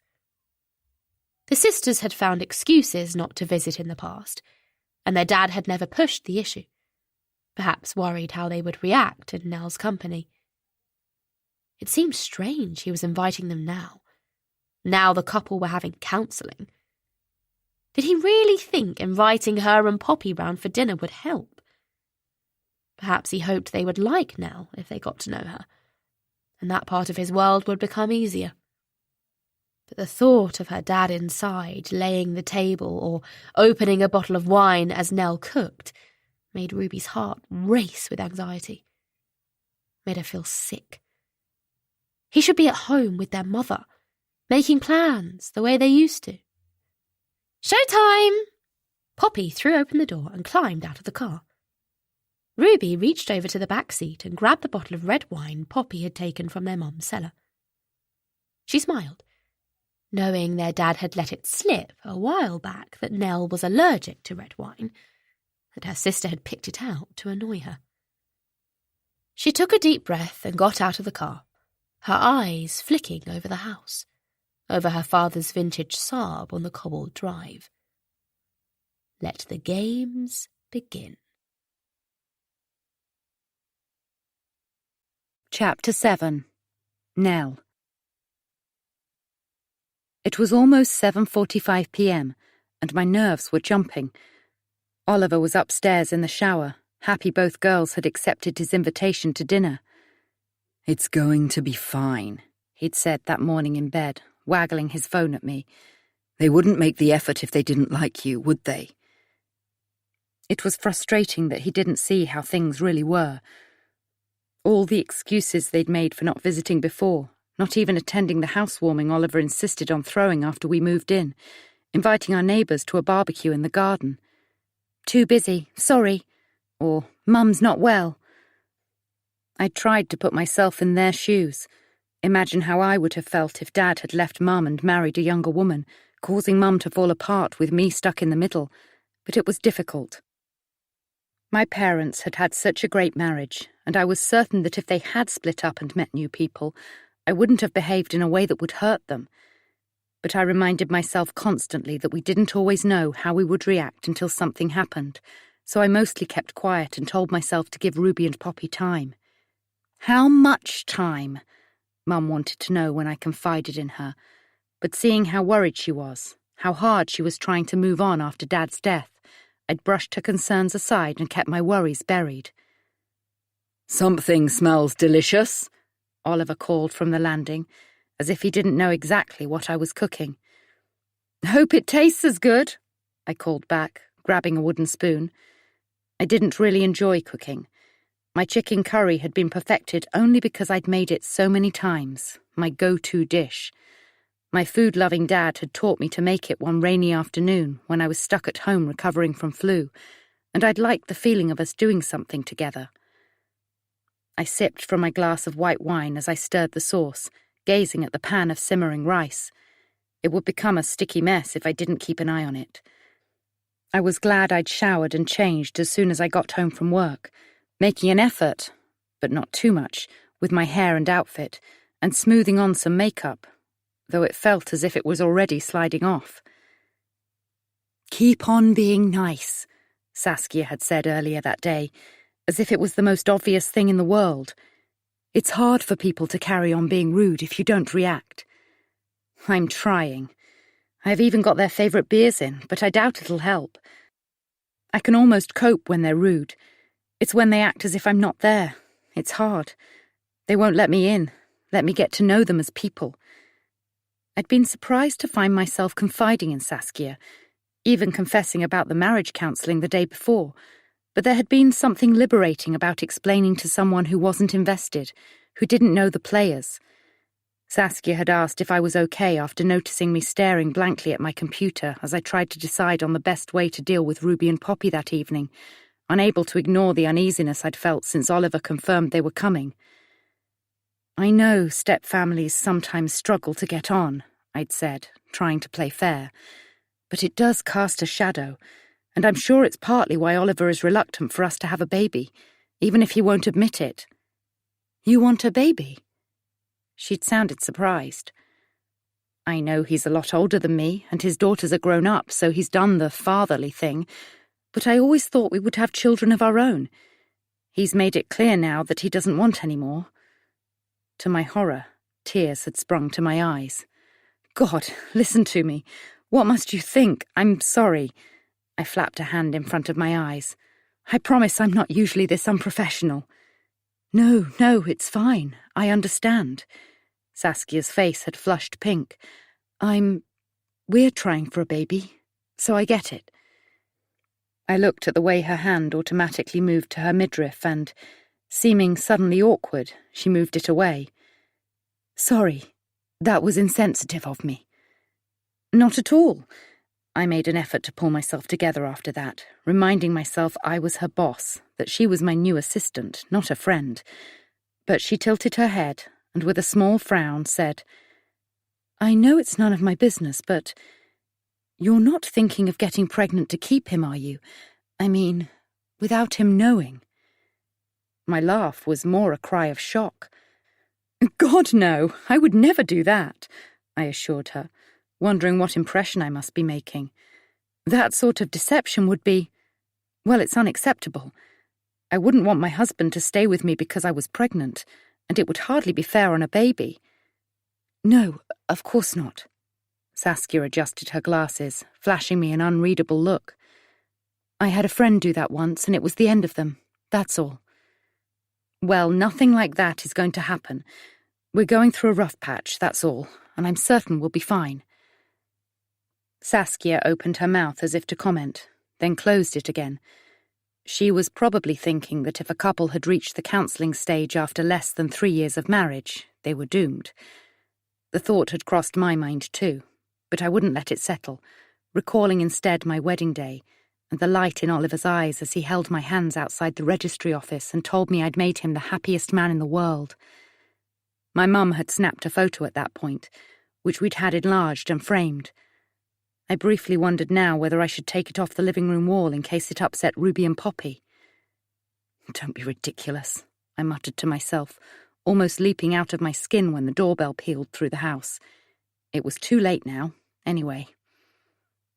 Oliver tripped lightly downstairs to answer the door, flinging me a smile as he passed the kitchen. My heart thundered as though his daughters were police officers about to arrest me. "Hey, gorgeous girls," he greeted them, his voice warm with affection. I realised I'd been hoping they wouldn't turn up and, chiding myself, reached for my half-empty wineglass, then put it down. I'd already drunk more than usual for Dutch courage. I couldn't afford to make a fool of myself. It was a good sign his daughters were here, that they hadn't cried off at the last minute. Despite my misgivings, I was going to make the most of it, turn things around. Not let them get to me, as Saskia had suggested. Funny how neither of us had mentioned the flowers turning up at the office. Perhaps she hadn't wanted to risk upsetting me. They were still in the sink when I'd turned up for work that morning, already wilting, so I knew they couldn't have been from her fiancé, or she would have taken them home, and I didn't want to think about what that meant, so I dropped them in the wheelie bin outside and pushed them from my mind. As the girls murmured something I couldn't hear that made Oliver laugh, I took a deep breath and turned down the heat under the pans. I wished my hands would stop trembling. I was a grown woman, for God's sake. About to leave the kitchen, I paused, catching a movement to the side of the double doors that opened onto the patio, as if someone had slipped out of sight. But that was silly. To get round the back of the house, they would need to come round the side and through the tall wooden gate we kept locked from the inside. Either that or sneak up the long garden that led from the river or climb over our neighbour's wall. Surely I would have noticed. I gasped as something slid into sight. A pair of startled green eyes looked in at me, surrounded by shiny black fur. A cat. I'd seen it before, stalking birds in the garden, but didn't know who it belonged to. I let out a long breath, shaking my head. "Would you like a drink?" Oliver was saying, his voice coming closer. In a nervous rush, I hurried to the fridge and flung open the door, reaching for the pack of beers he'd put there for the girls. "They love this stuff," he'd said with a trace of disapproval. He only ever drank wine or whiskey, which they weren't fans of. Neither was I. Oliver had been disappointed to discover I was allergic to the tannins in red wine and never touched the stuff. The beer wasn't in the fridge. I turned to see Oliver entering the kitchen, adopting what I hoped was a look of friendly expectancy in case Ruby and Poppy had followed, but he was alone. "I thought we had some beers." "We did." He came closer and peered past me, his aftershave competing with the cooking smells in the kitchen. "That's weird." He scanned the empty shelf, smile melting into a frown. "Did you move them?" "Why would I do that?" "Well, I don't know."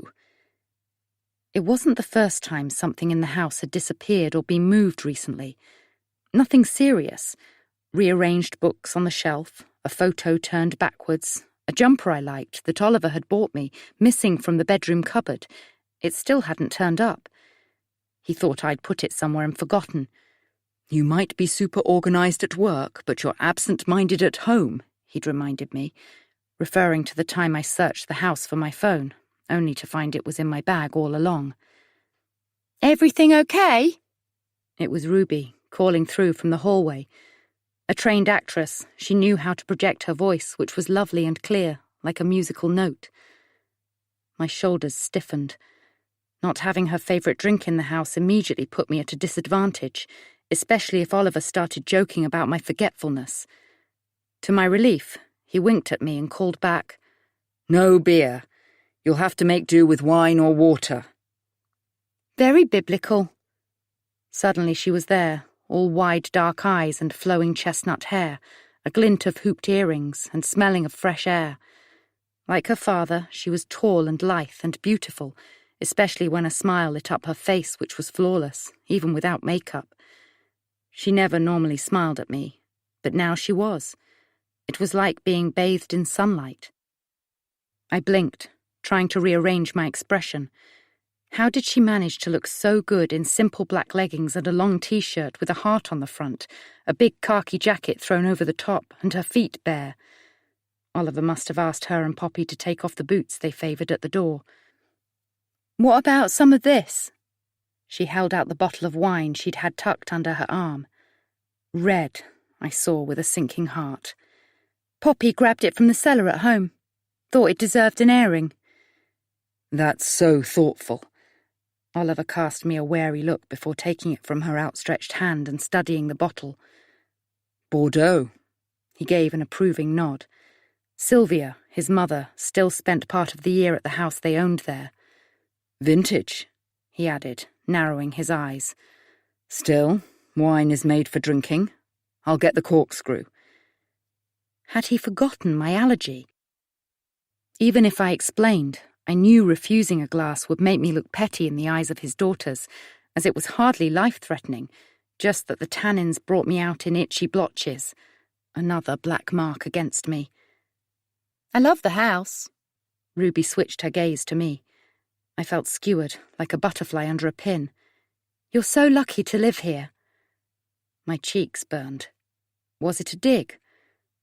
I knew how lucky I was. Growing up in a nice but ordinary street in Aylesbury, Marlow had been somewhere we visited during school holidays, feeding the ducks on the river and eating ice cream, while my parents admired the period properties on the opposite side of the Thames.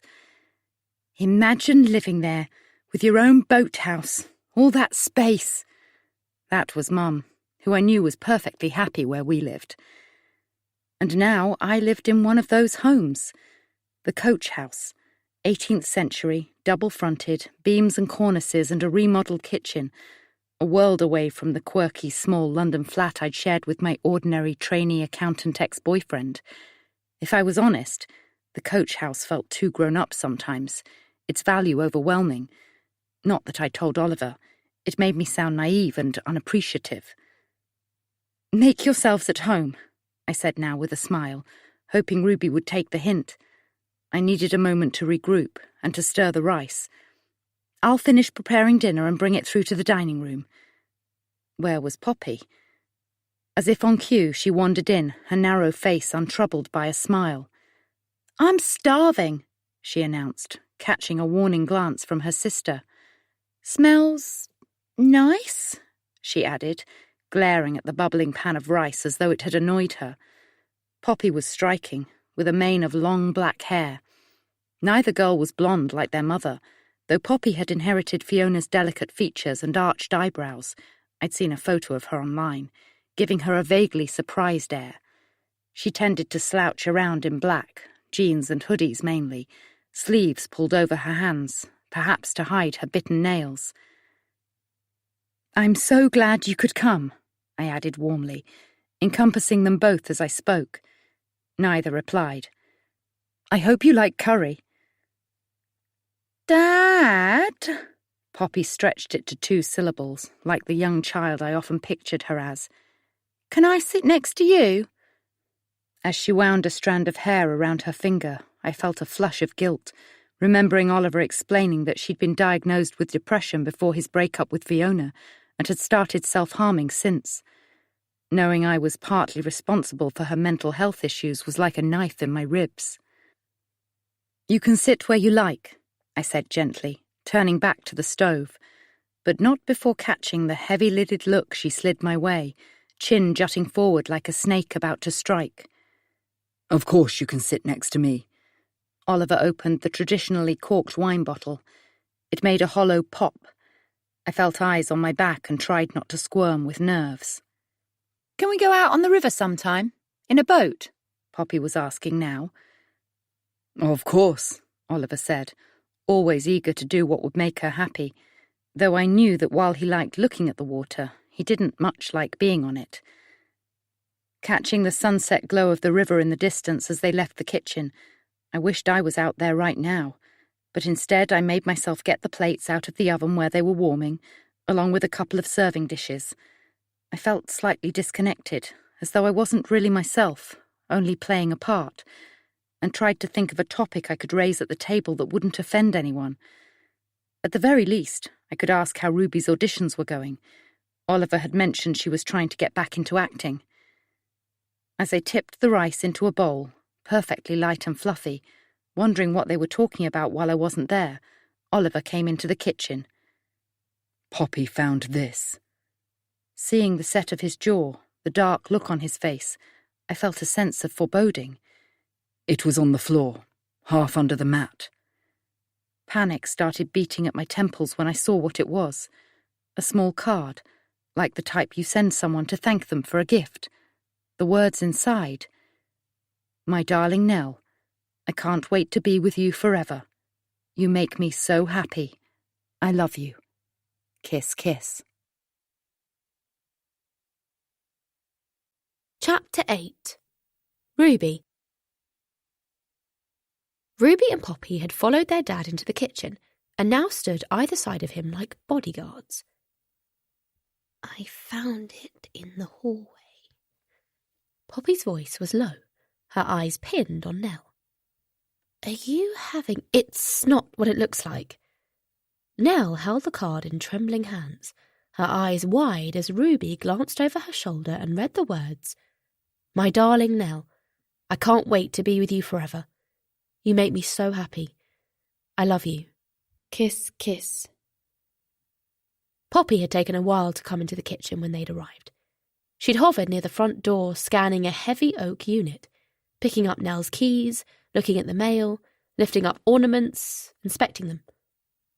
Ruby had seen her slip something into her pocket, but she hadn't noticed her picking up the card. Now Poppy's arms were folded tightly across her chest, face pale, jaw set tense. The sudden chime of the doorbell sent Nell scurrying from the kitchen, head down like a scolded puppy. What's going on, Dad? Ruby turned to face Oliver. Is Nell... No, he said, as if he'd known exactly what Ruby was going to ask. He shook his head several times, as though this was all too much.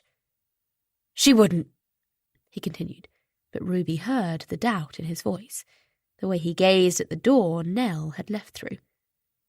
Ruby couldn't help a burst of hope. She hated the thought of her dad unhappy. But if he broke up with Nell, he might come back to her mother. Do you want us to go? Ruby touched his arm, and his eyes sprang open. Maybe it's for the best. He rubbed his hand across his chin. Nell and I will need to talk. That much is obvious. A noise in the hallway made the three of them turn in unison. Ruby recognised the woman standing next to Nell.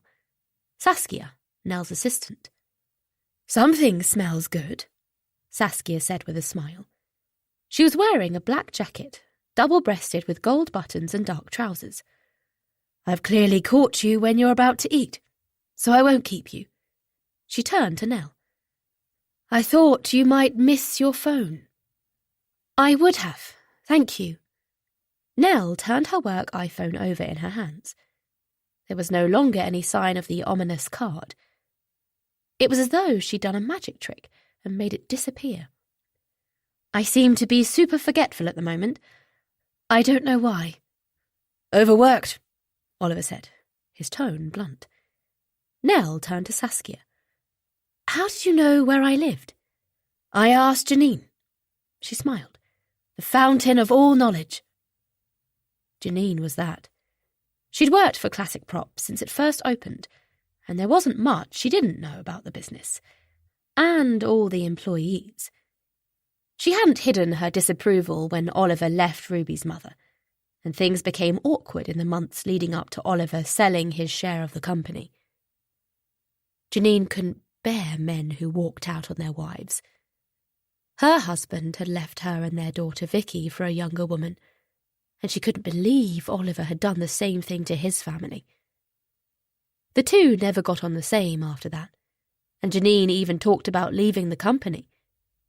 But when Oliver sold up, Janine stayed, seeming to accept Nell as more a victim of a philandering man than a deliberate marriage wrecker. There was an awkward silence for a few moments before Saskia shrugged. "Well, I'd better head off. Leave you guys in peace." "No, stay! Have a glass of wine!" Nell rushed to get the bottle of red that the girls had brought with them and splashed it into a glass, sploshing some over the worktop. "Hey, careful," Poppy said. "That's expensive stuff." Hand still shaking, Nell pushed the glass towards Saskia, who took it, her eyes widening. Did Nell really think bringing Saskia into the house, forcing her to stay, was going to diffuse things? "So," Nell went on, high-pitched, slightly manic, "you've already met my husband Oliver, and these two beautiful girls are Ruby and Poppy, my stepdaughters." Saskia took a sip of her drink and undid a couple of buttons on her jacket. "Nice to meet you, Poppy." Poppy didn't respond, simply narrowed her eyes and grunted. "And I've already met Ruby," Saskia said. Oliver and Nell darted Ruby a look. "Only briefly," Saskia added. Ruby's heart hammered against her chest. "I was on my sandwich rounds," she said, hoping this woman would realise she shouldn't have been inside the Classic Props warehouse and take pity on her. Saskia stared at her for a few moments. "Yes, that's right." She threw Nell a smile. "Listen, why not go through to the lounge while I serve up?" Beads of perspiration appeared on Nell's upper lip. The kitchen was far too hot. "There's plenty here to feed an army." "You really must stay, Saskia." Oliver looked at Nell, then Saskia. "Yes, why not?" He sounded resigned, shrugged. "The more the merrier." Ruby furrowed her forehead. Did he want to put off the moment when he had to confront Nell?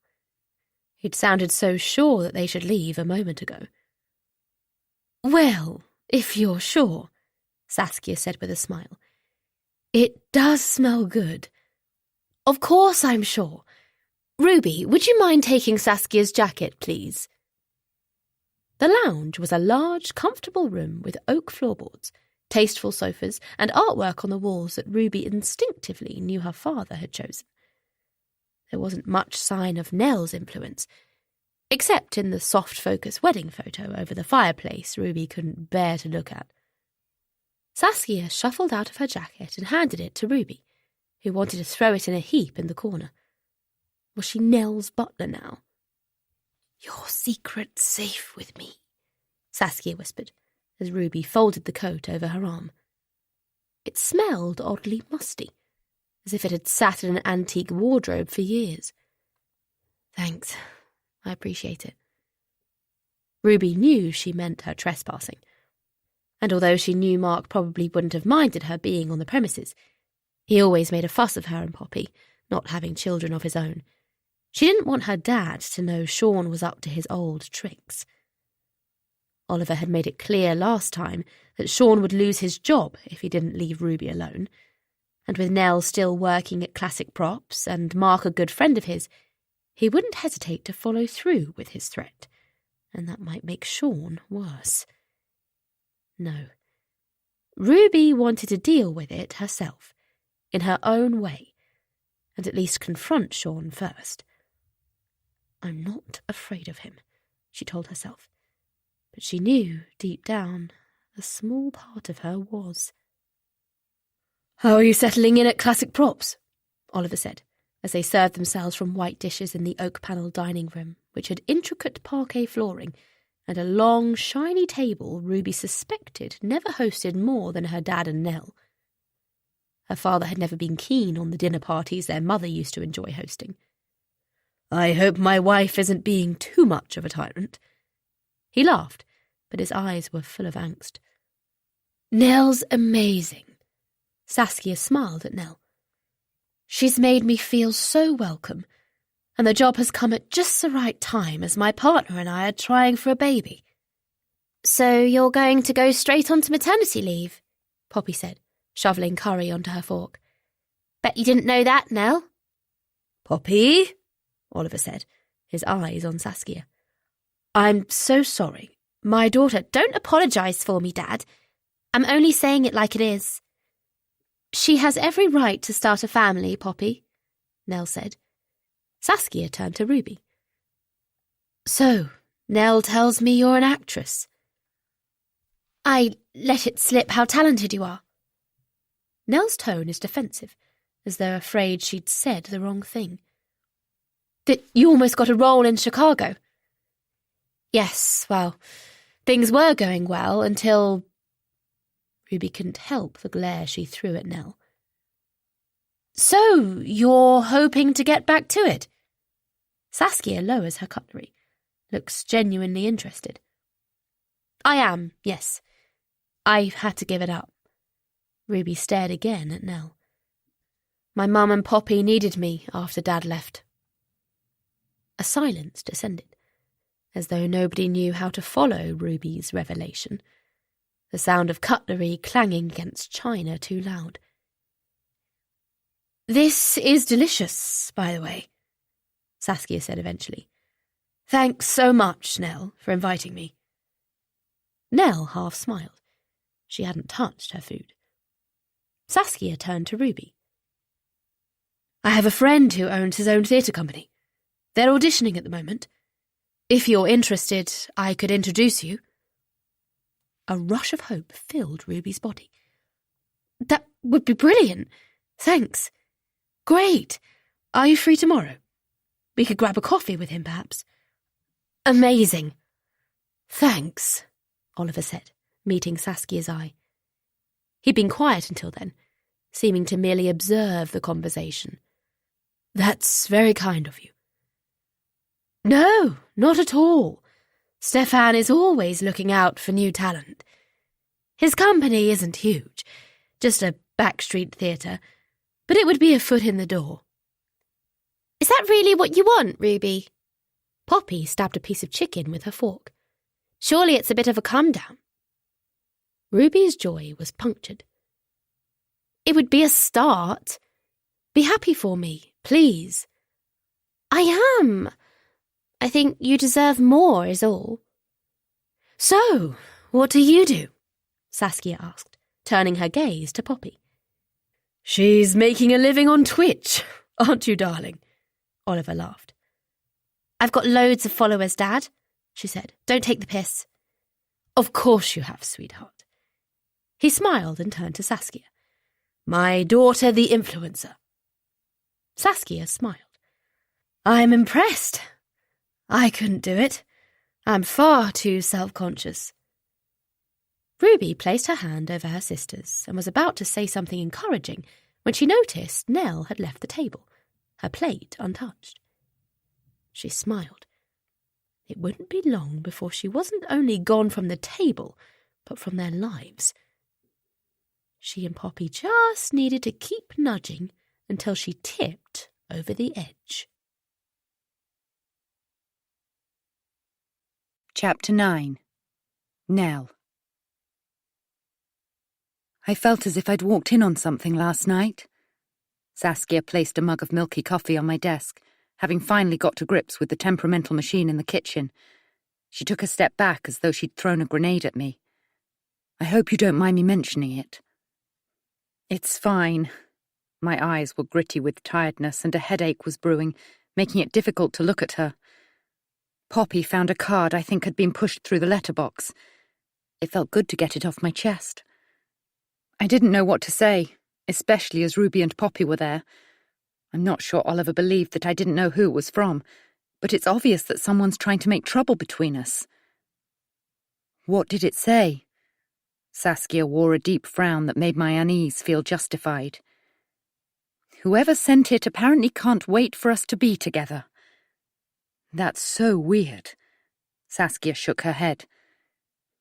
Could it be Oliver's ex, do you think?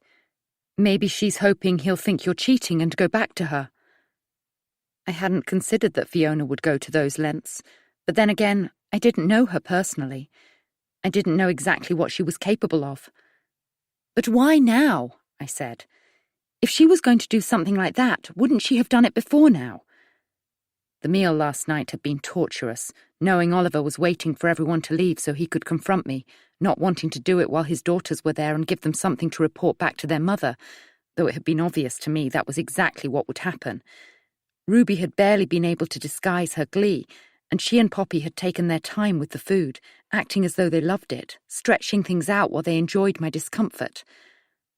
I wasn't that good an actress and could barely force down a mouthful. I'd left the room at one point, certain I was going to be sick, feeling the burn of Oliver's eyes on my back. Who had sent the card, and how hadn't I seen it sooner?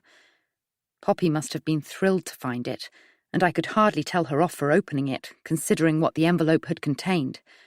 Like the card with the flowers, it was impossible from the writing to guess who had sent it. Saskia had held things together in the end, making small talk, offering Ruby the chance of an audition through a friend of hers, though Poppy's eyes had darkened further at that. She was deeply attached to her sister, who seemed able to keep her anchored and didn't like her attention being elsewhere. Once they'd all left, Saskia squeezing my arm at the door as Poppy hugged her father, throwing me a knife-like stare over his shoulder, Ruby jittering her keys in her hand, Oliver had announced he was tired and was going to bed. I honestly don't know who that card is from, I told him, following him up to our bedroom. I don't know what's going on, but I promise I'm not seeing someone else. I want to believe you, of course I do. He bent to take off his socks. I know you're not a deceitful person. He was right about that. I was a terrible liar, which made the whole thing all the more ridiculous. As I reached for him, he leaned back, his brow pinched. Does the age gap bother you? What? I stared. Oliver, how can you think that? I'm not. You might want a younger man. It wasn't the first time he'd referenced our age difference, but in the past it had been a joke, said with a smile that meant he knew it wasn't an issue. Insecurity wasn't one of Oliver's traits. I can't believe you're serious. What would you think if it was the other way round and someone was messaging me and sending cards declaring their love? I would think there had to be another explanation. A week or so ago, someone had called Oliver's mobile while he was in the shower, a name I hadn't recognised. Who's Birdie? I'd asked when he came out, a towel looped around his waist, his body taut and toned from years of playing squash. For a split second, a look had crossed his face that I hadn't been able to read, and a chill passed through me. John Bird. He's an old contact of my father's, a wine producer in Italy. He grimaced as he ruffled his hair with his hands. He wants to know when I'm flying out to sample their new range, but I've been putting it off. The look had made sense. He hated talking about his father, who had given Oliver a hard time growing up, always finding fault. Sorry, I'd said, banishing a fleeting image of a young blonde woman secretly calling my husband. I hadn't questioned him further, hadn't doubted for a second that he was being truthful, and I didn't want him doubting me. My darling Nell, I can't wait to be with you forever. I supposed it was a miracle that he wasn't tearing the house down, demanding to know who this person was. I think someone's trying to make trouble, I told him once his socks were off and he was unbuttoning his shirt. He gave me a puzzled look. Who would do that? I longed to say I could think of 3 people, your daughters and your ex-wife, but I couldn't bring myself to voice it. He desperately wanted to believe that Fiona was getting close to accepting he was never going back, and that his daughters wanted him to be happy, even if they didn't do a very good job of showing it. For a second, I thought of Sean and the look on his face when I bumped into him outside the warehouse. What if he thought that driving a wedge between Oliver and me, even breaking us up, would win him brownie points with Ruby, perhaps win her back? But again, Saying it aloud would make me sound paranoid, and Sean had moved on with Janine's daughter. "I don't know," I said, lamely. "I believe you, Nell. Of course I do." Oliver held out a hand, but let it fall before I could react. "Let's sleep on it," he said, turning his back once I'd climbed into bed, his breath deepening into sleep while I stared at the outline of our bedroom furniture, too upset to close my eyes. I'd drifted off as daylight crept round the curtains, and when I woke and rolled over, Oliver's side of the bed was empty, a trace of his scent on the pillow. "Why don't I call the florists and find out who sent those flowers?" Saskia's voice, touchingly eager to help, landed me back in the moment. I shook my head. "Thanks for offering, but I doubt they'll have given a name, or that the florists will give out any information." I dredged up a smile, realizing I'd forgotten to brush my teeth before leaving home. "Oh, and thanks again for returning my phone last night. I can't believe I didn't realize it was missing." "No worries." The sympathy in Saskia's soft green eyes was hard to look at. "You've obviously got a lot on your plate at the moment." "Do you think I'm having an affair?" I wasn't sure why it mattered what Saskia thought, but it was too late to take back the question. "No." Her instant response was so genuine I felt the fizz of tears. If only Oliver was as certain. Despite his reassurances that he believed me, I wasn't sure he meant it. "I mean, you don't seem the type, and it's obvious you love your husband." She lowered her gaze. "I think you have an admirer, that's all, though it is a bit creepy if I'm honest, declaring feelings like that when you don't even know who it is." "More like a stalker, you mean?" Goosebumps flashed up my arms. I hadn't thought of that. Instinctively I glanced around, as if whoever it was might reveal themselves, mentally scrolling again through all the men I knew. It would be a man, I was certain. Men generally tended to think all women appreciated flowers. Maybe it was someone I'd spoken to in passing, a client even, that I'd been nice to, and they'd taken it to mean something more. But they would have to be unstable to read anything into a friendly conversation, which meant whoever it was could be dangerous. I suddenly longed to call my mum and tell her what was happening, let her reassure me and talk me down, tell me I was being silly, and if I wasn't, that she would protect me, as she'd always tried to do. But Mum was still getting her life back on track, reconnecting with friends, starting to go out again. I couldn't bear to worry her. "I'm sorry I dragged you into this," I said to Saskia, who shook her head, a tendril of hair drifting around her face. She was wearing another smart outfit, a cream shirt buttoned up to her throat. "No need to apologize." "Thank you for being kind to Ruby," I added, recalling the offer Saskia had made. "She's desperate to get back to acting." "No problem. She and her sister seem—" She nudged her glasses with her forefinger, appearing to struggle to find the right words. "A bit troubled," she finished, frown deepening. "I'd have thought they would have a stronger bond, but they don't even seem to like each other much." "Ruby's more the protector," I said, feeling an urge to defend her. "It's a lot of responsibility." Saskia nodded as though she understood. "But you can see what I mean now about them not liking me being married to their dad," I added wryly. "Last night was the first time they'd been round for dinner, and of course it had to go wrong. They obviously enjoyed the food, and I'm sure the more they see you and their father as a unit, they'll grow to accept it." I wished I had her confidence. "How long have you and Alex been together?" Unfazed by the change of topic, she said, 4 years, a smile tilting her lips as she moved back to her desk. "Don't forget the Mary Queen of Scots-style dress for the Bankside Theatre has to be delivered tomorrow." Saskia was looking at her computer now, and I was embarrassed and grateful at her attempt to put things back on a business-like footing. "Couldn't they pick it up if it's only the one outfit?" "It's our responsibility. We're the ones with insurance if anything happens to it on the way." Despite the tightening tension in my stomach, I was determined to concentrate on work, at least for now. Oliver was meeting a customer in Dorset and wouldn't be home until late. There was nothing I could do but carry on as normal. If I could only untangle my thoughts and forget that he'd left for work without a word. Oh, and a woman called. Saskia's head was bent low to read a note, hair gleaming with a hint of gold as sunlight streamed through the window. The recent rainfall had given way to a burst of summery weather. Fiona, Saskia continued, seeming not to notice me freeze in my seat. She wanted to speak to you. I said you'd call her back when you got in. Fiona, I echoed, aware of my uneven breathing. Why was Oliver's ex-wife calling me at work? Why was she calling me at all? She didn't give her surname, only a number.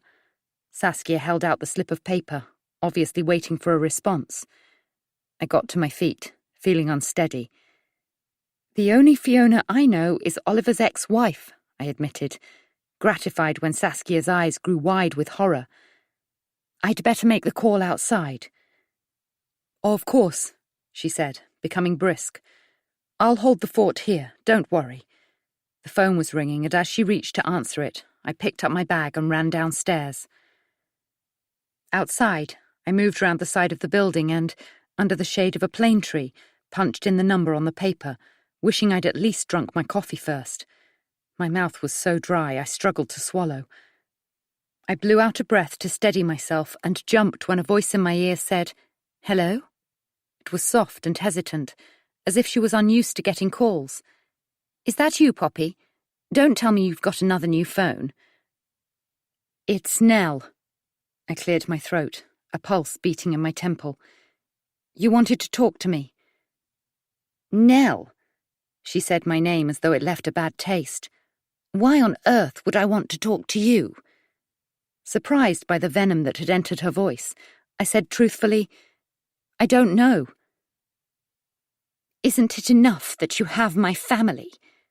Oh God, she sounded as though she was about to cry. "I suppose you're not happy about Ollie coming around here, doing little jobs, but he offered." Her vowels were clipped. "I didn't ask him." "You called my office." I wondered whether she'd been drinking. Oliver told me once that she had a habit of adding whiskey to her coffee. No point taking issue with her comment about Oliver doing odd jobs for her. Ollie. He hated his name being shortened. "What did you want to say to me, Fiona?" Maybe we could have it out, once and for all. Maybe I should have insisted on meeting her 3 years ago. "I've nothing to say to you at all," she snapped. "I'm working this morning and you dragged me away from a client." She was an interior designer, or had been before her breakdown. I hadn't been able to resist looking her up, curious to see what she looked like, but didn't glean much from the photo on her website. Straight, blonde, shoulder-length hair, high-arched brows, good bone structure, and a bland smile that barely crinkled her light blue eyes. A well-preserved 47, 2 years younger than Oliver. She was the daughter of a friend of his father's, and they'd known each other since their teens. Married too young, according to Oliver. I didn't know what love was, not really, but our daughters filled the void between us for years. "I don't know what game you're playing. I don't play games." Tiredness stripped away good manners. "You left a message. I'm calling you back. That's all there is to it. I'm not interested in making life difficult for you or your daughters and would appreciate—" "Leave my girls out of this," she practically snarled. "You have no idea of the damage you've done, have you? Your marriage was over when I met Oliver, but I'm sorry for everything you've been through." I desperately didn't want to be having this conversation, especially now when my own marriage felt fragile. "Wouldn't it be better for you and your daughters to try to move on with your life?" "Our marriage was over, was it?" She huffed out a high-pitched laugh. "It wouldn't have been if you hadn't turned up. He would have come back to me. I would have forgiven him." Tears pushed behind my eyes. "Look, Fiona, if you called me for a reason, tell me what it is. I'm working too." "Of course you are. I bet Ollie loves that you're doing so well there," she said. "Your office," she sniffed. "That's my husband's office, at the company he helped create and probably regrets leaving. You must know how competitive he is, or haven't you figured it out yet?" She paused, but I had no idea what I was supposed to say. Cosgrove wines was only ever a hobby, but I suppose you persuaded him to take the reins full-time?" Before I could react, she continued in a brighter tone. "Still, I gather you're having relationship counselling, which doesn't bode well for your future." So Ruby had told her. "Look, whatever you've heard, our marriage—" The line had gone dead. Fiona had hung up. All I could hear was the uneven thump of my heart in my ears. What was that all about? I shook my head, as if to dislodge the conversation. Why had she denied calling me? My stomach twisted as I imagined her telling Ruby, who would no doubt tell Oliver. "Why did Nell call Mum this morning? It really upset her." Should I tell him first? I tried his number, but it went to voicemail, and I didn't want to leave a message. About to head back inside, I paused, spotting a Twitter notification on my phone screen. Sometimes companies credited us, linking to our account after a successful show or production to thank us for the props. It was good publicity. Still shaky, a sourness in my throat, I opened the app and felt my colour drain. The post at the top of our Twitter page read, "Do not use this company, @ClassicProps, @Nell Cosgrove." The poster was named @Wellwisher123, no profile photo or followers, and above 2 images captioned, "What we ordered, what we got," displaying the mix-up with the Regency chairs, were the words, "Lost a day's shooting, thanks to these losers. #bad service." A quick check of our Facebook page showed they'd posted there too. Just when I thought the day couldn't get any worse. Chapter 10. Ruby. Ruby had arranged to meet Saskia and Stefan at 3 p.m. at a coffee shop just off Leicester Square. As she headed through the throng of Londoners, past the bronze statue of Mary Poppins, her mind drifted to the night before. The sisters and Saskia had spilled out of the house after the embarrassing evening and into the cool air. Their father had kissed each of his daughter's cheeks before closing the door, a troubled look on his face. Saskia hadn't wasted a moment chatting to Ruby about her hopes of getting back on the stage, as a bored-looking Poppy had fiddled with her phone. Once in the car and heading back to Richmond, Ruby's head had spun with excitement. "If we can find out who sent those flowers to Nell and that card," Poppy said, her fingers dancing on her phone screen, "we would know who Nell is having an affair with, and then we can break her and Dad up once and for all." Ruby had come down with a thump. "You really think she's having an affair? Don't you?" Ruby pulled up at a red light and looked at her sister. "What did you take?" "What are you talking about?" Her eyes were dark, heavy as though she hadn't been sleeping, her shoulders hunched into her hoodie. "I saw you, Poppy. You took something from the cabinet in Dad's hallway." "Okay. A key, if you must know." She pulled it from her pocket, laid it on her outstretched palm. A horn from a car behind made Ruby jump. The lights had turned green. She pulled away with a roar of the engine. Poppy shoved the key back into her pocket. "It's to the back door of their house. You never know when it might come in handy." "You need to take it back," Ruby said, indicating and turning a corner. "No can do, I'm afraid." She paused for a moment. "Ruby, if you want Dad to come back to Mum, we have to do what it takes. No holds barred. You do get that, right? We've waited long enough." "I don't know, Poppy." Ruby sighed. Her sister was volatile, and she was beginning to fear things were getting out of hand. "Dad's been coming round to see Mum lately. Nell's clearly having an affair, and they're going to marriage guidance.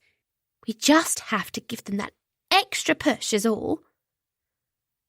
"I guess so," Ruby had said, but she wasn't sure she meant it. Now Ruby headed down Lisle Street, a strange sense of unease washing over her. She stopped, turned quickly to see a face in the crowd she recognised.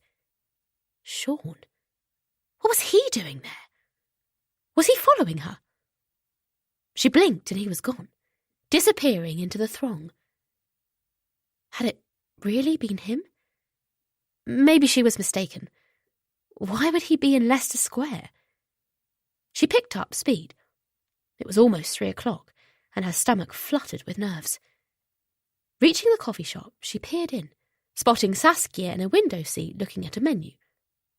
Ruby pushed the door open and was greeted by the aroma of coffee and pastries. "Hey!" Saskia looked up and threw her a wide smile. "Great! You made it!" "Of course!" She slipped off her jacket, hung it on the back of the chair, and sat down opposite Saskia. "I wouldn't miss this for the world."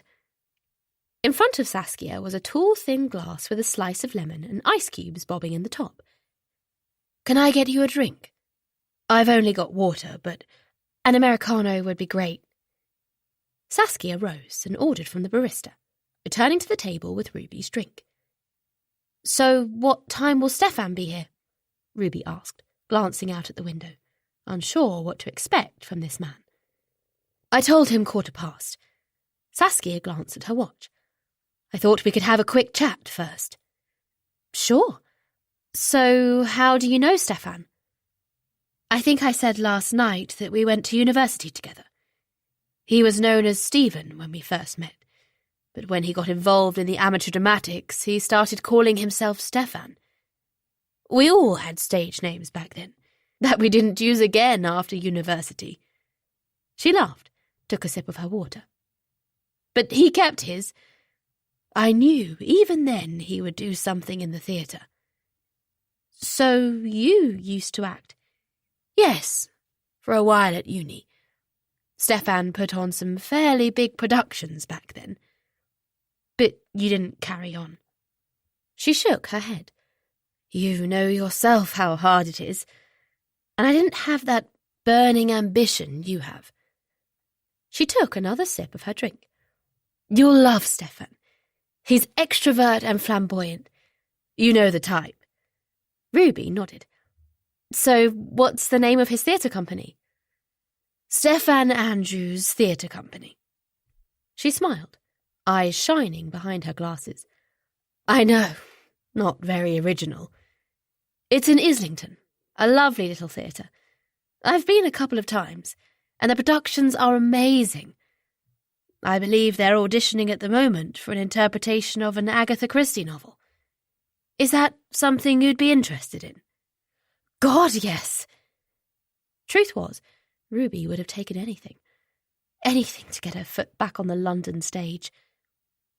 She took a large gulp of her coffee, lubricating her dry throat. "I left Nell in a bit of a state," Saskia said, her voice reduced to a whisper. "If I hadn't been meeting you, I would have stayed. I felt quite sorry for her. She was almost in tears." Ruby widened her eyes. "About last night?" Saskia shook her head. "No, someone's put some awful reviews on social media." "About classic props?" Saskia nodded. She was so upset. I really felt for her, as the jibe seemed to imply she'd got something wrong. "Don't feel sorry for her, Saskia." Ruby sometimes shocked herself how cruel she sounded. But this was Nell. Nell, who'd ruined everything. She's brought it all on herself. "I can tell you and Nell have a long way to go before you call a truce. But I think she'd love to make things work with you, and—" Saskia's eyes drifted to the window, her forehead furrowing. "Is that Sean from Classics?" Ruby spun round in her chair to see Sean approaching the restaurant with long, confident strides, his legs encased in narrow jeans, ripped at the knee. He lifted his hand in a wave. "Crap! What's he doing here?" Saskia moved her eyes from the window, focused them on Ruby. "What's wrong? Are you okay?" Ruby shuddered as the door was flung open. "Sean's my ex," she whispered. "Things didn't end well between us." Suddenly he was by the table, pressing his body up against it. His close proximity, The familiar scent of his aftershave sent a chill down Ruby's back. "So what's this about?" he said, looking at Saskia. "Sorry." He moved his gaze to Ruby, who had slipped down in her seat, as though the action would make her invisible. "Hey, Ruby, how are things?" Her mind drifted to the chocolates left outside her flat. She opened her mouth and closed it again. Now wasn't the time. Sean's eyes returned to Saskia. "Reception said you wanted to see me. Something about an urgent delivery?" He sounded so plausible, so friendly. Saskia shook her head. "I don't know anything about that. Someone must have made a mistake." He looked back at Ruby, then to Saskia. "Reception said you'd called, that you needed me to take a tiara to Bransfield Productions urgently for filming late this afternoon, to collect it from here." "I know nothing about it, Sean." Saskia sounded irritated. "As I say, there must be some sort of mistake." Sean's pale green eyes fixed on Ruby for some moments. Eyes she'd once found attractive, but now felt invasive. "Oh, I could murder a coffee," he said.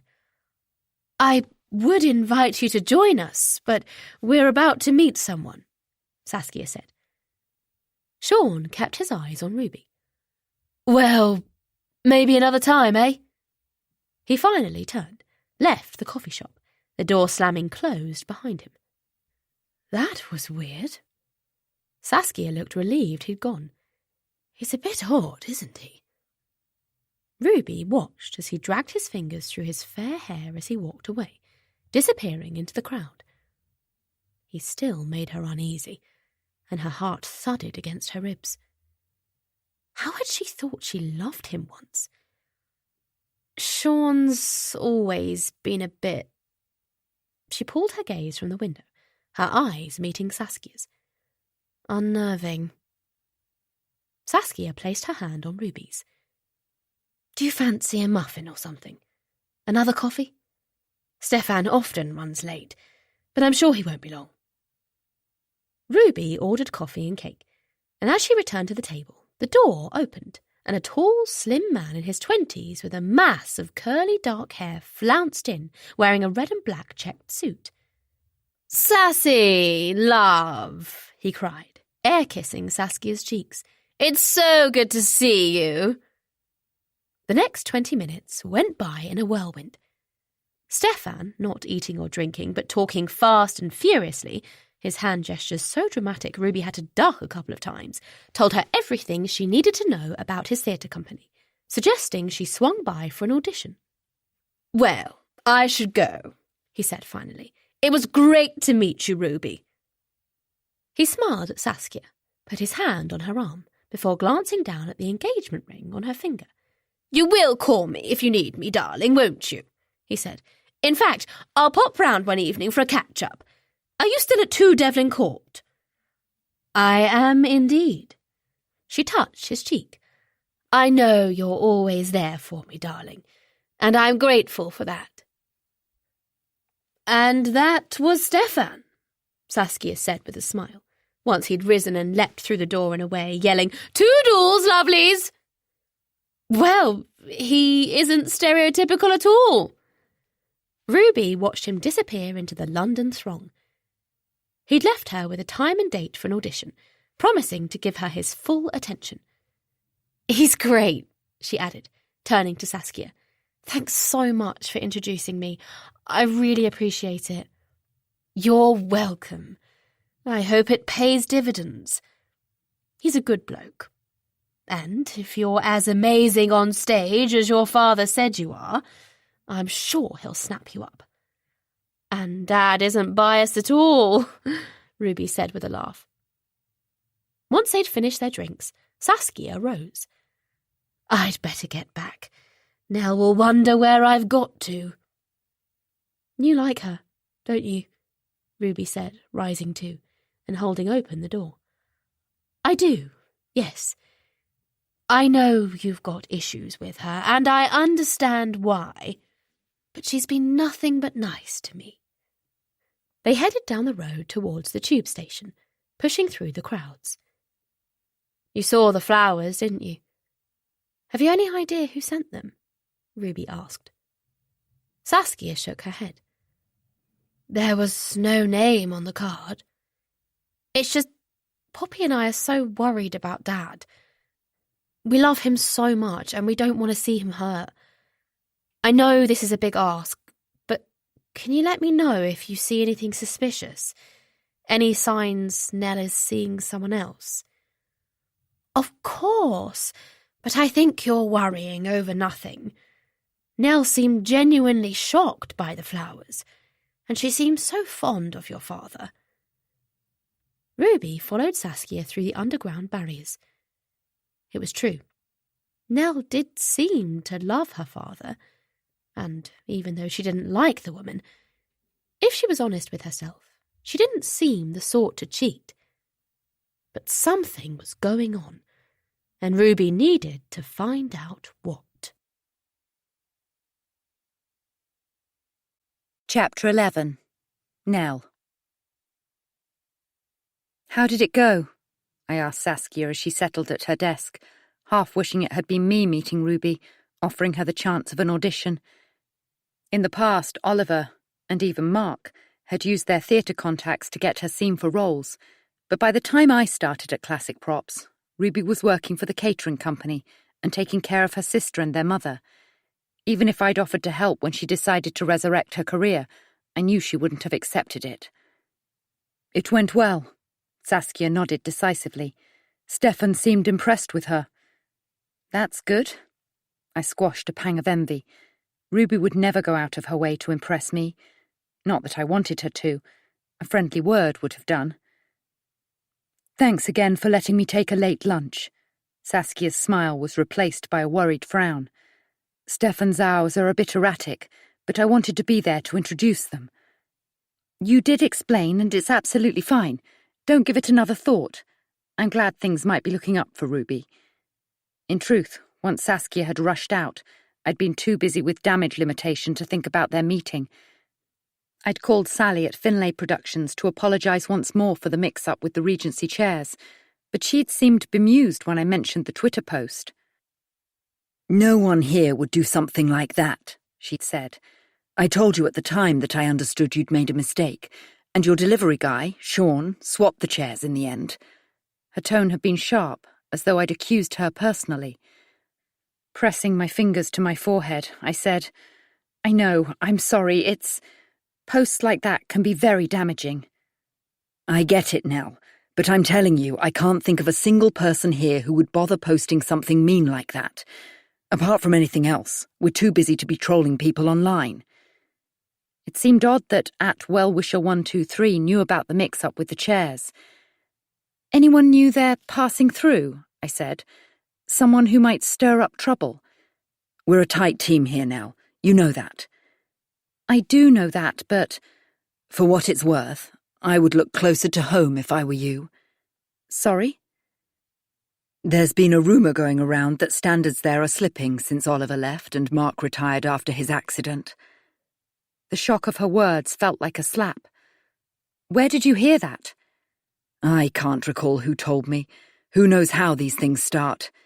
Impatience leached into her voice. Look, I don't pay attention to that sort of thing. You've never let us down before, at least. Not until the other day. The words had hovered, all the more powerful for remaining unsaid. Glancing through the window, I'd watched Sean push something in the back pocket of his jeans before leaping into his van. So, you think that whoever started the rumour might have put up the posts? Ruby's face slid into my mind. She was harder to read than Poppy, whose attitude was as subtle as a brick, but she clearly wanted me out of their lives for good. Was this a way of showing me in a bad light? An attempt to make Oliver see he'd misjudged me, that without Mark at the helm of Classic Props, I was in danger of ruining the company they'd built together. He might no longer work here, but Oliver still saw it as his and Mark's brainchild. The only silver lining I could find was that Oliver didn't know about the social media posts, and I intended to keep it that way. After apologising to Sally once more, wishing I hadn't called in the first place, worried they might not use us anymore, I called a quick meeting to tell the staff what had happened, reassured by their shock and outrage, apart from Sean, who was presumably out on a job, though I couldn't think what it was. "We've got your back, Nell. Don't worry," Janine had said, still clutching a pair of silky knickerbockers she'd been repairing, her heartfelt response eliciting nods of agreement from the others. "We'll keep our ear to the ground and let you know if we hear anything." I'd sometimes wondered where Janine's loyalties lay. She clearly disapproved of Oliver leaving his family and, by association, I'd assumed she disliked me, despite her friendly veneer. But it struck me then that her loyalty was to the company, and to Mark, who had employed her in the first place. I looked at Saskia and wondered how I was supposed to take a step back from work with all this going on. As if reading my mind, she said, "I'll try and get those posts taken down." "I don't think it's possible. It's the first thing I thought of." "Of course." Her cheeks glowed red. "I wasn't insinuating." "It's fine," I cut in. "I'm sorry. It's just, this is the last thing I need." She nodded briskly, fingers tapping her keyboard as she logged into her computer. "It's probably best to ignore it all and hope not too many—" "Oh." Saskia's face slackened. "What is it?" She swallowed hard. "Tell me." She hesitated, absently picking up a pen. "A few people have piled in with comments, that's all, and they sound quite personal. Someone's mentioned that you used to work for—" Saskia leaned closer to the screen, the brightness blanking her eyes. "Indigo Weddings?" Her eyebrows formed a question. "It says here they went bust after a wedding day disaster. They've tagged you and the owner, the previous owner, I should say. Indigo Weeks?" Uneasiness slid through my stomach. "It didn't go bust after a disaster." My throat strained around the words as bad memories resurfaced. "Indigo was pregnant with severe morning sickness at the time, the sort where you end up in hospital. I took over that day for her and everything was fine, but the bride didn't understand. She was a bit of a diva, if I'm honest, said it was unprofessional. She wanted Indigo in charge, not me. Anyway, Indigo lost confidence after that and decided to fold the company. It had been a wrench, losing a job I'd loved. Indigo and I had been friends as well as co-workers, but although we stayed in touch, it had been awkward. She felt bad I was out of work, because of her, as she put it. Soon she was wrapped up in motherhood while I was dealing with my father's death and breakup with my then-boyfriend. Then I applied for the job at Classic Props and met and married Oliver, who I still hadn't introduced to Indigo. It felt like a lifetime ago.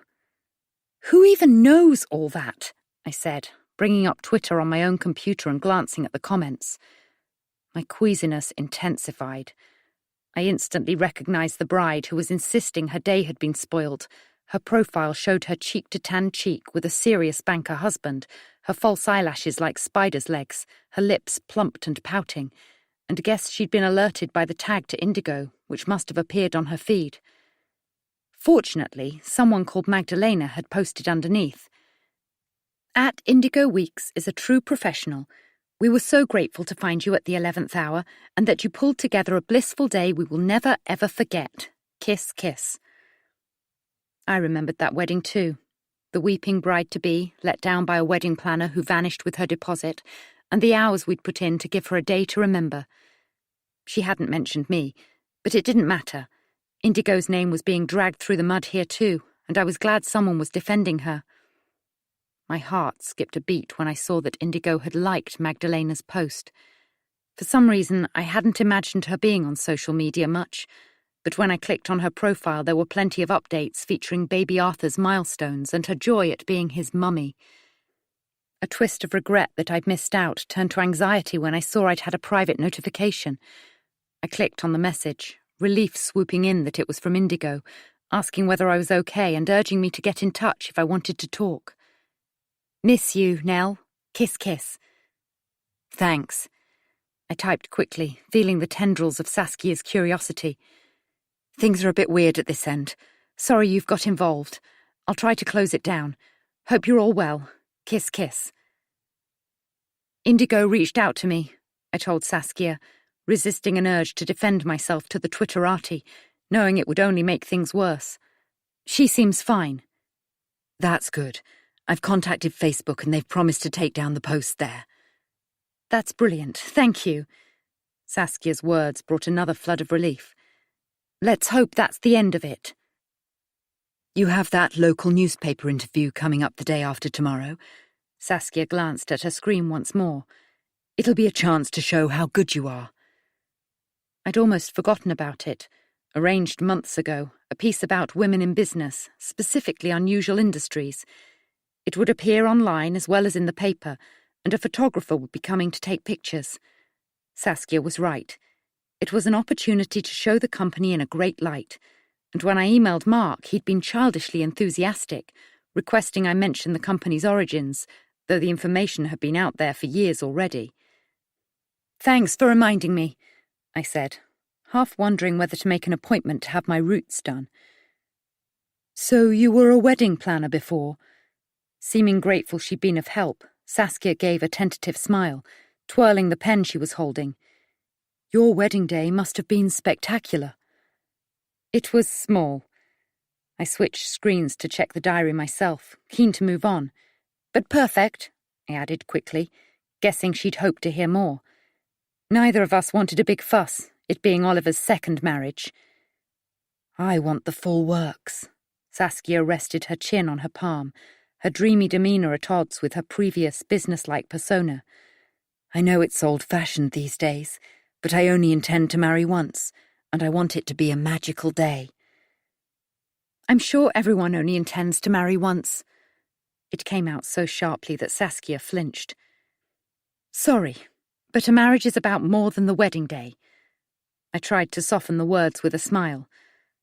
When Oliver had said it should just be the two of us, no fuss, no worry, no stress, I joked, that's what wedding planners are for. I could plan a special day for us in my sleep, with all the trimmings. It wouldn't have to be stressful. I want our focus to be on us and our future, not on whether someone's auntie is going to be furious at being left out, or whether the bridesmaids are happy with their dresses. You and me, Nell. We don't need anyone else. I knew it was really because his daughters refused to be there, a fact I was upset but not surprised by, considering their opinion of me, though I'd hoped they would make the effort for Oliver's sake. It suited me anyway because my father couldn't walk me down the aisle. I paused, the grief I'd felt pulling at my chest as I remembered Mum's bittersweet tears and the absence of Dad at her side. It's only a piece of paper at the end of the day. I suppose. Saskia sounded oddly disapproving, and I stifled a twinge of guilt. Did Ruby say anything about me this afternoon? I hated myself for asking. I didn't tell her about the phone call you got from her mother, Saskia said quickly. So she'd guessed that it was that Fiona, probably from the look on my face when I returned to the office afterwards, though apart from offering a sympathetic wince, she hadn't probed for details. I decided not to mention it to Oliver and deal with the fallout when Fiona told him herself, which she undoubtedly would. And no, Ruby didn't say anything. It was clear from her tone that Saskia was lying. I mean... She pursed her lips and shook her head. No, it's nothing. Just say it, Saskia. She blinked a couple of times at my tone. Look, it's obvious that Ruby doesn't trust you, especially after your husband found that card. She asked me to keep an eye out for, you know. She lowered her voice, her gaze miserable. For signs you're having an affair. Oh, no. My chest felt tight. I'm going to have to speak to Oliver. Saskia shook her head, strands floating from the clip holding her hair back. I've no intention of spying on you and reporting back now. I don't think you should say anything to your husband. That's what she wants, don't you see? To cause trouble. I had to admit she was right. By bringing up Ruby's request to spy on me, I would be playing into her hands. Even if Saskia backed me up, Oliver might take Ruby's side if she denied it, which she would. What with the flowers and the texts, the card and the marriage counselling, and now the sense that even at work things were getting away from me, I let out a groan and slumped in my chair. It felt as if my life was collapsing in on itself. If it will help, I'll tell her that nothing's going on. Saskia's voice was gentle. In fact, I'm going to do my best to get her on side, to see you for the lovely person you are. You don't have to do that, I said. I appreciate it, believe me, but that's not what you're here for. I'm here to help, aren't I? Yes, and I'm lucky to have you. I was overwhelmed with gratitude that here, at least, people were on my side. But how had it come to this? Oh, by the way, do you know what Sean's up to? I saw him going out earlier, but he didn't say where. Actually, he turned up at the restaurant. Frowning slightly, Saskia smoothed a strand of hair off her face. He said reception called, told him I needed to speak to him about a job. Really? That didn't make sense. I rose to my feet, peered outside and saw that the van was back. I'll have a word with him. I need to sort out that costume for the theatre drop anyway. Grateful to have something to do, I made my way down to the warehouse, past stands of period furniture, old fireplaces and lamps, Persian rugs and shelves of old books, to where the period costumes were kept in boxes, wrapped in acid-free tissue paper, only a couple, a velvet royal blue waistcoat and tuxedo and a ruffled dusky pink ball gown, displayed on tailor's dummies. I never tired of walking around the place, of the slightly musty smell, of seeing the displays, bygones from a former age, waiting to be used once more, be brought to life. At first, I used to accompany Oliver when he scoured antique shops for finds, learning what to look for and how much to pay, and spent long evenings searching eBay too. Lately, I hadn't had as much enthusiasm for it, concerned that the time it took was time not spent on my marriage, or with Oliver, worried that now it was no longer a pastime we shared, it was driving us apart. I should train Saskia, if Mark agreed, yet the thought made me itchy and somehow resentful, like a child forced to give up its favourite toy. I'm happy the company is in good hands, Oliver had said when he left, but sometimes I caught his expression when I came home filled with enthusiasm about a new contact, or an antique fair I'd heard about and couldn't wait to visit, as though he missed that side of things. Yet when I suggested he come with me, he always declined. The wine business needed him full-time. Have you come for the Mary Queen of Scots dress? Janine materialised from behind her antique desk. As well as looking after the costumes, sometimes altering them to a specific fit on her sewing machine, she manned the old-fashioned till for passing trade, hiring outfits for upscale fancy dress parties and events.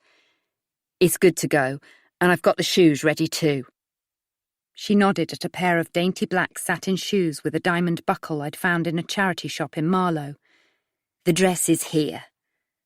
She lifted the box carefully, as respectful as if it was a living thing. Remembering she suffered from lower back pain, though the box wasn't heavy, I took it from her. Have you seen Sean, by the way? Her slim face puckered with worry. He came back in a foul mood from wherever he'd been and said he was going home. I nodded, careful not to engage in gossip, mindful that he was dating Janine's daughter. I wish he'd told me first. I said he should, but he's a bit of a law unto himself. She frowned. I wondered whether she felt as uneasy around him as I did, and worried about him seeing Vicky. Then again, maybe he was different around her. Not to worry. I lifted the box lid to check it was the right garment inside, though Janine would never get it wrong, and felt my legs weaken. What is it? Janine's voice seemed to come from a distant corner. Then her grey-haired head bobbed into view. Oh, my God! She reeled back, crashing into the desk. Is it blood? I couldn't find my voice. My arms felt nerveless, and the box slid to the ground, spilling its contents. Not blood, but rusty red paint, mixed with scraps of ruined fabric. The dress had been shredded. Chapter 12. Ruby. I'm so pleased for you, Rubes, Poppy said, as they climbed the concrete steps towards Ruby's apartment, passing the man from the floor above, who tapped his forehead with 2 fingers in a salute and smiled, showing the gap in his teeth. Poppy had been waiting for Ruby when she got home from having coffee with Saskia. She was sitting on the concrete floor, leaning against the front door, hood up, legs sprawled out in front of her, claiming she was desperate to hear how it had gone with Stefan. They talked for a while, before Poppy insisted she was starving, so they'd headed out to the fish and chip shop. Now Ruby pushed her key in the front door, aware her sister's tone had changed since the night before at their dad's house, from grumpy to upbeat, supportive sister. Picking up a parcel addressed to her that was propped against the brickwork, Ruby opened the door and stepped inside. She still wasn't used to the cramped flat, after living in her mum's spacious house, or the slight aroma she couldn't quite put her finger on. The hallway was a small square area with doors leading off to her bedroom, the kitchen, and a lounge diner where there was barely room to swing a tiny kitten. But it was her independence, her step in the right direction, her escape from the claustrophobic years spent with her mum and sister. And it felt good to be doing it alone after saving up while living at home. She knew her mum would have helped out, but she was glad she didn't have to ask. She was equally aware that her father wouldn't have offered financial support, always believing his daughters should fend for themselves. "I want a front row seat to your first performance." Poppy followed her in, unzipping her hoodie. "Thanks." Ruby clasped the wrapped fish and chips against her chest like a hot water bottle, the parcel dangling in her free hand. "But, as I said earlier, nothing's definite yet." "Yes, but you're amazing. You'll get the part." "What is the role, by the way?" Surprised by Poppy's keen interest, she turned and stared at her sister, who was taking off her hoodie and hanging it up by the door. "So what's with all the praise?" She narrowed her eyes. "What are you after?" "Nothing. Honestly." Poppy smiled, touched Ruby's arm. "I guess I feel bad for being an arse last night, so gave myself a talking to, and I'm now a super lovely sister." "That's very grown up of you, and quite out of character." "I am a grown-up, in case you hadn't noticed." Poppy laughed, scooping her hair behind her ears. "Most of the time." As Ruby turned, her eyes glanced over a dark stain on the cuff of Poppy's sweatshirt. "I'm bloody starving," Poppy said, not seeming to register where Ruby's eyes had landed, and pushing past her into the kitchen. Ruby followed, unwrapped the fish and chips, and took cutlery from a drawer, 2 plates from the cupboard. She wanted to mention the stain, but held back. "God, this smells good." Poppy sprinkled on salt and vinegar, popping a chip into her mouth. "Got any ketchup?" She unscrewed the lid of a litre of bottle of cola and splashed the dark, fizzy liquid into 2 glasses she'd upturned from the drainer. "I can't wait to tuck in." Once they'd eaten, they flopped on the sofa. It had been there when Ruby arrived. In fact, the whole place came fully furnished, though most of the stuff was dated and worn. The only thing she had invested in was a new mattress, and she was still paying for it monthly. "I've been thinking about the key you took." Poppy shuffled up in her seat and darted Ruby a quick look, her eyes bright. "Yeah, me too. The thing is, I'm still not sure you should have it. Dad would be gutted if he knew. Maybe we should take it back.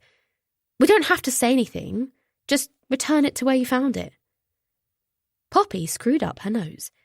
"God's sake, Ruby, you're such a chicken. If we can go through Nell's things while she's out, we might prove to Dad she's having an affair." Ruby stared at her sister for several moments. Her pupils were dilated, her eyebrows red and patchy. It was obvious she'd been tugging at them, something she did when she was stressed or anxious. "It's not about courage. I'm quite capable of going into the house while Dad and Nell are at work. It's not like Dad would report us to the police if he found us." "Exactly, but that's just it. It's like I said, I worry more that Dad would be upset if he caught us in there.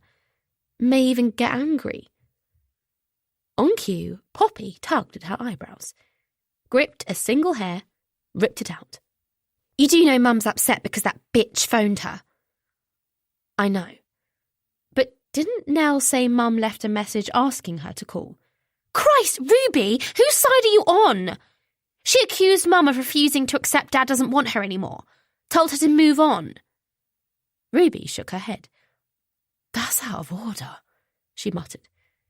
But however much she loved her mum, she couldn't imagine Nell being so unkind. Too right it is, Poppy said. Just give it some thought, because I'm going in that house with or without you. She drew her legs up, cradled her knees. Ruby stared at her sister for a long moment, her battered eyebrows, her pale complexion, and the dark stain on her cuff. Poppy had drifted off the rails even before Dad left.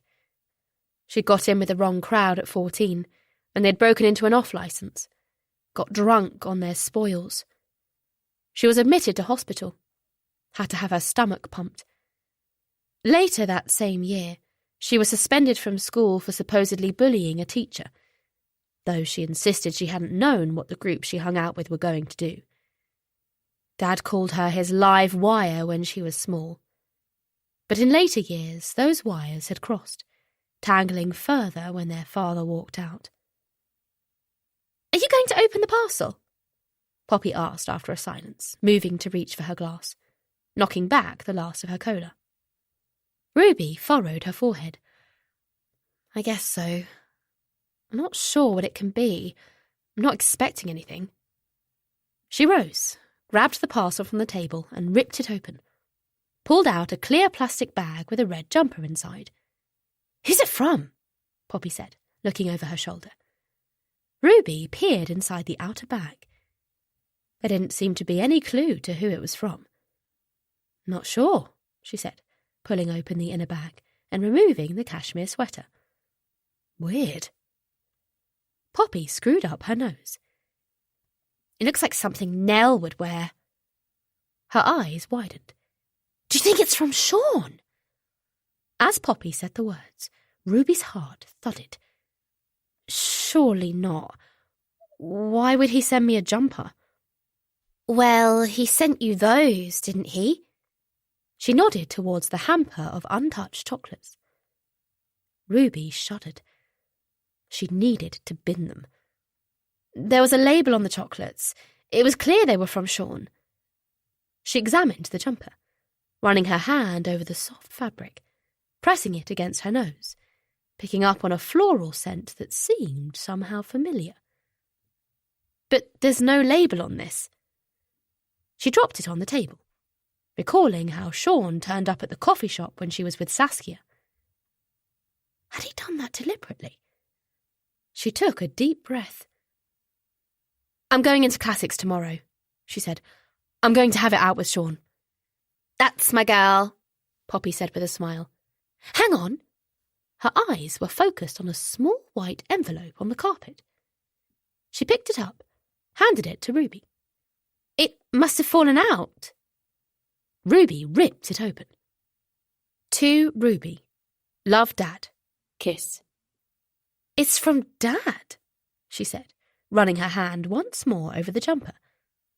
It's not like him to send me gifts, especially clothes.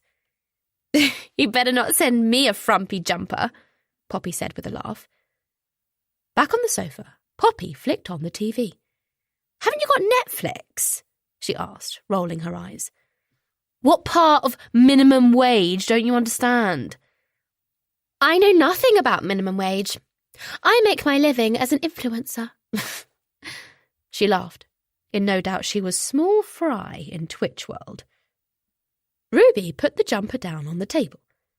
Be careful, Poppy. There are some odd people out there. Poppy shook her head.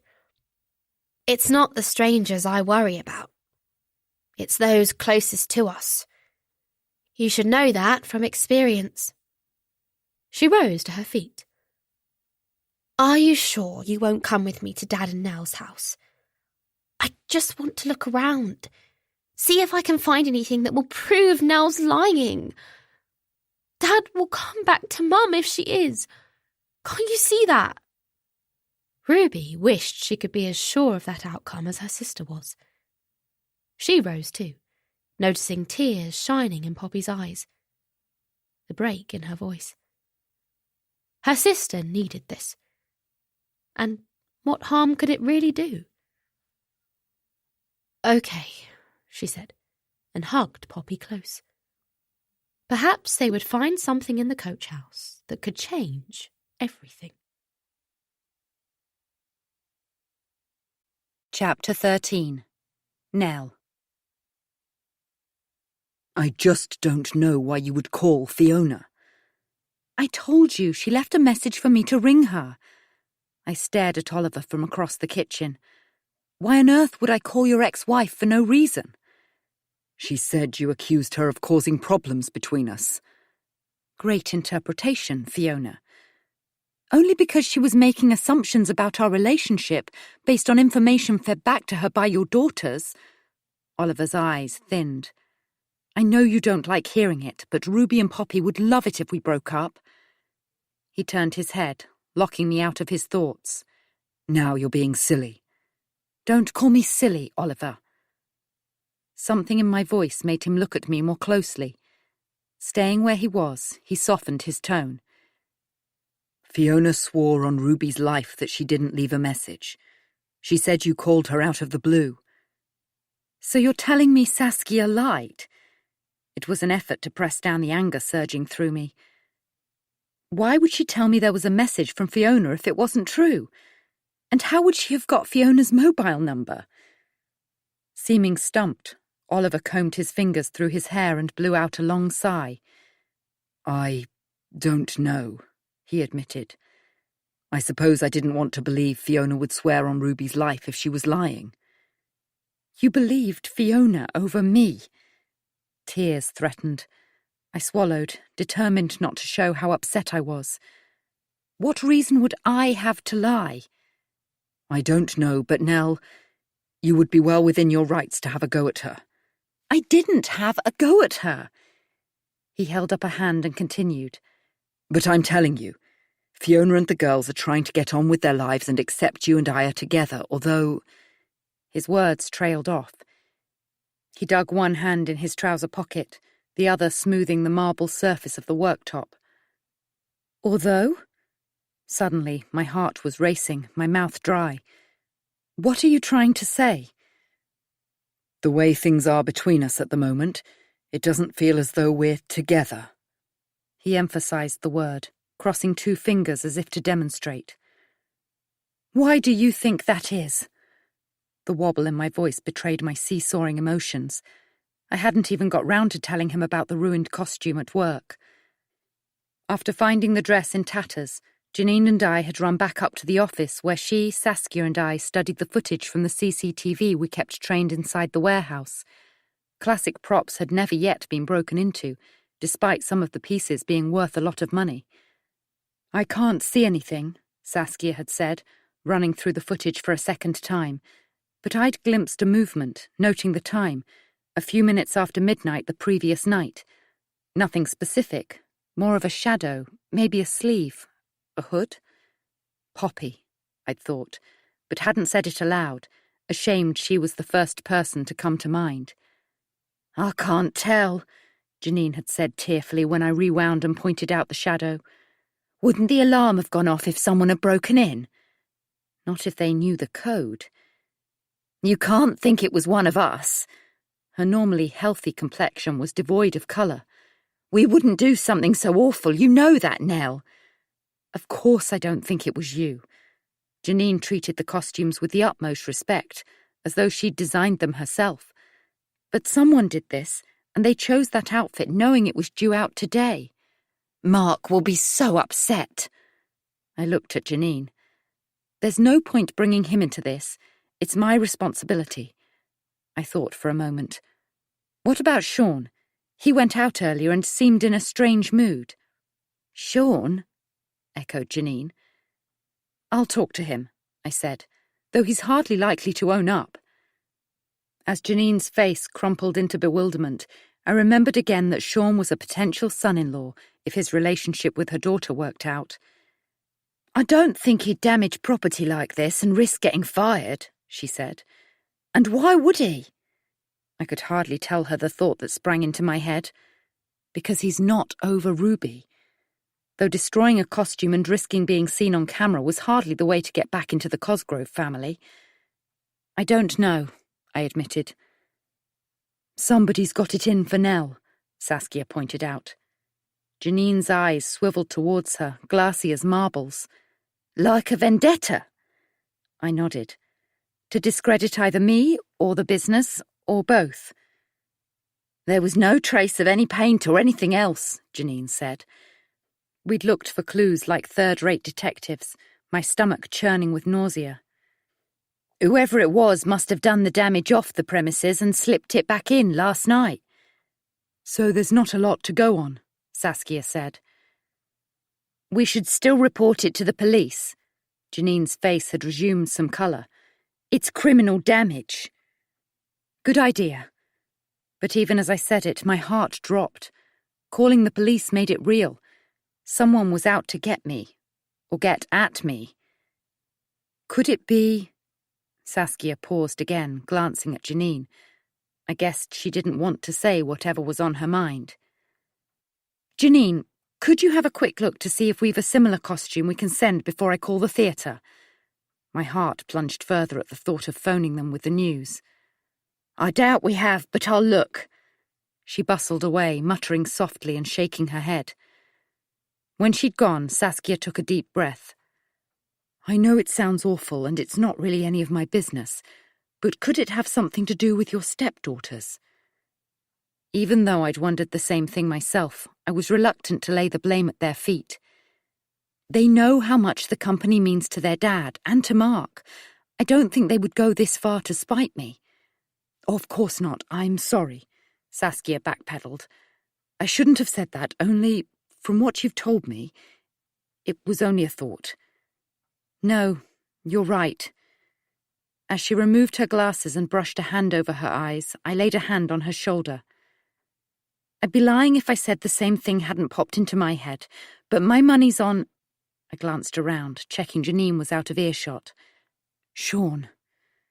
Saskia nodded, as though it made sense. "I wondered about him too. I don't know him that well, it's just a feeling." With a half smile, she replaced her glasses and tightened her ponytail. "Would it be worth getting Mark, is it? To have a word with him?" Like I said to Janine, I would rather this didn't get back to Mark. I went hot at the thought of his reaction. Mark trusted me, and that meant dealing with problems as they arose, even problems I would never have anticipated. After calling the Bankside Theatre and absorbing a 5-minute rant about incompetency that only ended when I promised to source an extortionately expensive replacement costume from another hire company and deliver it myself, I'd set out, leaving Saskia in charge, and a still shocked Janine rifling through the rest of the dresses just in case. I'd then driven home from the theatre on autopilot, the director's cold-eyed annoyance at the forefront of my mind. Despite a show of sympathy when I explained what had happened, I had a feeling she wouldn't be using classic props in future. Back at the coach house, I barely had time to remove my jacket before Oliver started his line of questioning. I wasn't in the mood, and the thought of relaying what had happened at work brought a wave of anxiety so strong my knees went weak. "It's been a difficult day," I said now, when he didn't move to comfort me or kiss me like he used to back when we would chat about our day while preparing dinner. I wished we hadn't got so heated about Fiona. "I'm going to have a shower and an early night." I expected him to reach for me, to apologise even, to wonder why my day had been difficult, knowing I would tell him if he asked. But he didn't. His gaze was distant as though he hadn't heard, and I went upstairs, wondering how we were supposed to rescue our marriage when I was the only one trying. The following morning, Oliver was gone when I woke, and I couldn't recall him coming to bed. He'd left a note on the dressing table in his cramped writing, saying he had a supplier meeting, and that a crate of sample wine might turn up before I left for work. I remembered him saying once that he was good at compartmentalising. "It makes life a lot easier," and hadn't thought much of it at the time, but guessed it was why he was able to carry on as though nothing was wrong. I wondered which compartment I was in. The one labelled annoying wife? I supposed, like most people, I hadn't believed his ability to close off from issues he didn't want to deal with would apply to me. I'd slept heavily but still felt tired as my head filled with yesterday's events. I decided I would speak to Sean, hopefully while Janine was busy elsewhere, to put my mind at rest, and then call the police. I still balked at the thought. What if it had been Ruby or Poppy? If the police investigated and found proof, Oliver might never forgive me. They were acting out, that's all, I imagined him saying. And while I didn't doubt he would never return to Fiona, she was bound to be there for him, gloating, waiting to console him. His family would be united against me. "It shouldn't be like that," Mum said when I called her on the way to work, partly to apologise for not visiting the previous weekend, but mostly because I wanted to hear her voice. "I thought the ex-wife situation had been dealt with by the time you two got together." "So did I," I said, realising it was an assumption I'd made based on my fairy tale belief that I was Oliver's fresh start, the woman he'd been waiting for all along, his ex and his daughter's storybook figures I couldn't quite bring to life. "Look, it'll be fine, Mum." I felt guilty for worrying her. "We've hit a bit of a rough patch, that's all. I'd like to meet those daughters of his and give them a piece of my mind." I pictured Mum in our old house in Aylesbury, surrounded by happy memories, and wondered whether that would ever be Oliver and me. "How are you?" Her unflappable optimism, badly shaken by Dad's death, had recently started to return, and she talked about volunteering at the local library, keeping busy, as she put it. She needed to feel as though she was living and not merely existing. "Your dad wouldn't have wanted that." "I'm good," she said, in a new, upbeat tone. "I start at the library next Monday, part-time, and Judy's asked me to go on holiday with her later this year, to Mallorca." Judy was her oldest friend, single and child-free. "I'm thinking about it." "Mum, that's great." My throat tightened. She and Dad had planned to buy a camper van and travel around the country before they got too old. It was hard to accept it would never happen now. "You should definitely go." "He was so proud of you, you know." "I know, Mum." She'd said the same thing once before on a rare visit to the coach house, not long after we moved in, and Oliver's mouth had tightened in a way I hadn't seen before, reminding me that he'd had a troubled relationship with his own father. I'd tried to get him to talk about it after I'd driven Mum home, remembering how he'd opened up about his marriage, but he told me the past was the past and there was no point dwelling on it. "Be grateful you had a father who loved you," he said, in a way that had made me feel guilty. "He would have been so interested in your job," Mum continued. "At least you have that." "I have Oliver too," I said, but there wasn't much strength in the words. "We'll get through this, I know we will, though it would be easier if I got on with his daughters." Mum diplomatically changed the subject, and by the time I arrived at work, I felt marginally better until I saw Sean jump out of his van. "Can I have a quick word?" I locked my car. Glancing up, I saw Saskia near the window, talking to someone. Sean strode over with a belligerent swagger, his heavy brows drawn together. "What's up?" Striving for a confident tone, I said, "One of the costumes due out on hire yesterday was ruined. It had been cut up and covered in red paint, and I wondered—" "Whether I had something to do with it?" His eyes blazed with dislike. With his hands bunched in the pockets of his leather jacket and his shoulders hunched, he looked like a sullen teenager. I wondered whether Janine had seen this side of him. "I was going to say, I wondered whether you might have seen something. Anyone behaving suspiciously." It wasn't what I'd been going to say, and he knew it. "No." The word was almost a growl. "I didn't see anything, and it wasn't me." His attention flicked up to the office windows and his whole expression changed. Turning, glad to escape the burn of his gaze, I spotted a familiar flow of dark hair and realised the person Saskia was talking to was Ruby. What was she doing here? Sounds like you're suffering from the Cosgrove curse. Sean's gaze returned to me, a new wariness in their depths. You're not the first. What are you talking about? Cosgrove curse. The words lodged in my mind like splinters. Sean? He shifted his feet, squinting as the clouds parted and bright sunshine hit his eyes. I didn't mean anything. He glanced at his van as though longing to drive away. Look, I'd better get to work. His jaw tightened. That's if I still have a job. Yes, of course. Knowing I'd handled him badly, I hurried inside and ran upstairs, dreading whatever it was that Ruby had come to say. Everything okay? I hoped Saskia hadn't mentioned yesterday's disaster with the shredded costume. Ruby would love another reason to badmouth me to Oliver. Fine, Saskia said, but her smile seemed fixed and her usually pale cheeks were flushed. I just opened up and was about to go through today's itinerary when Ruby arrived. Is it about your audition? I said to Ruby. Saskia flashed me a grateful smile and crossed to her desk, shedding her coat on the way. I heard your meeting with Stefan went well. Determined not to show how rattled I was, I tried to smile and put Sean's words to the back of my mind. Cosgrove curse. It was the sort of belief he was bound to have, considering his history with Ruby. It's not about that, she said. Oh. Thrown by her tone, I glanced at her outfit, specifically the jumper she was wearing under her leather jacket. It looked oddly familiar. What? She glanced down as if tracking my gaze. Your sweater, I said. It's like one of mine.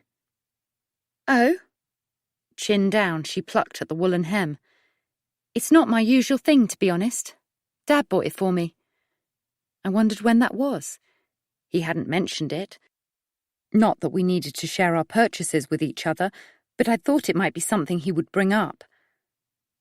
Oliver bought you a jumper? I wondered whether he'd bought Poppy one too. It's exactly like one of mine that went missing. The remark was meant to be light and jokey, but came out like an accusation.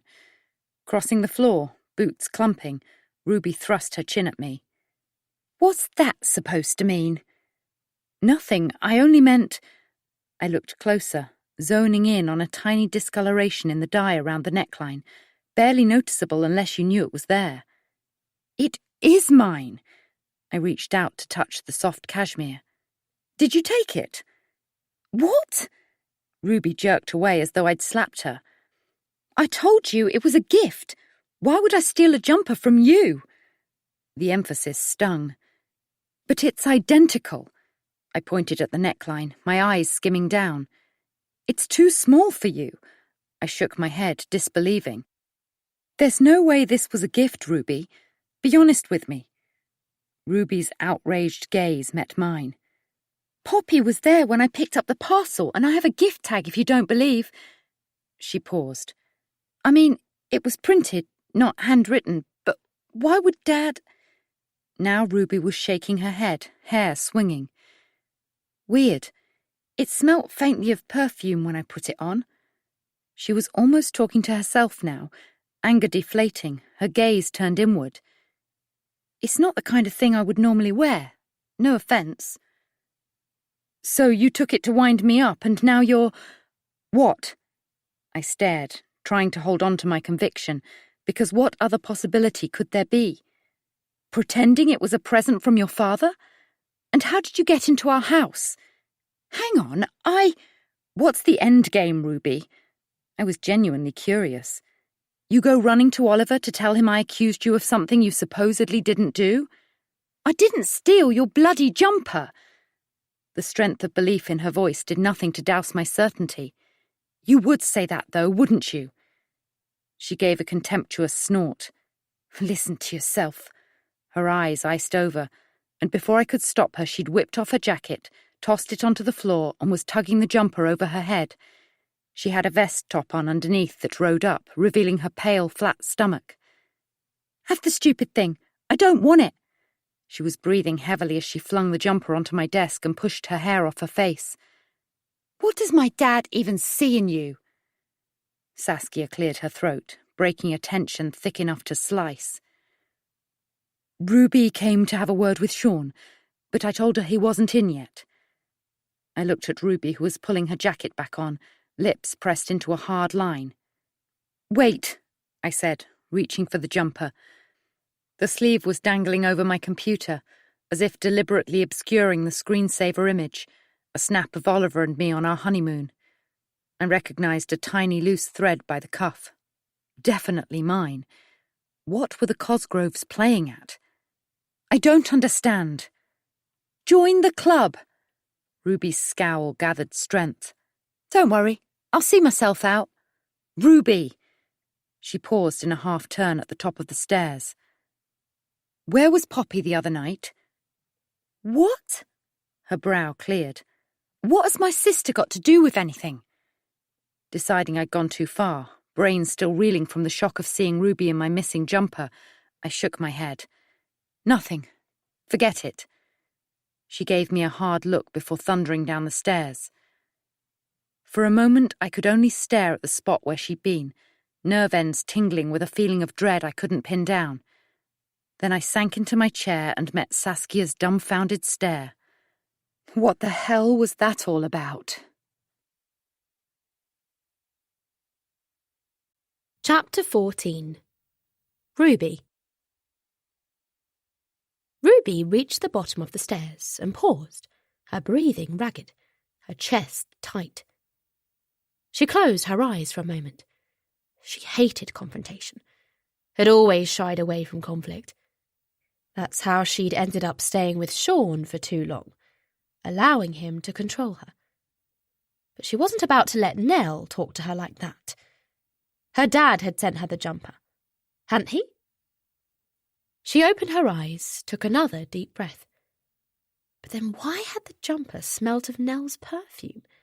And how had Nell known about the discoloration on the neckline? Nell had said the jumper had gone missing. Was someone playing games? Her mind jumped to Sean. Could he have got into the coach house to take it? Maybe she should leave challenging Sean for today. She wasn't in the right place mentally to handle him right now. Morning, Ruby. She turned to see Janine. Tall, confident and caring, her arms folded across her slim body, her short dark hair speckled with grey. Ruby liked Janine, who was in her 50s. She'd always made a fuss of her and Poppy when they visited the company as children. Would have sweets or cakes to offer them.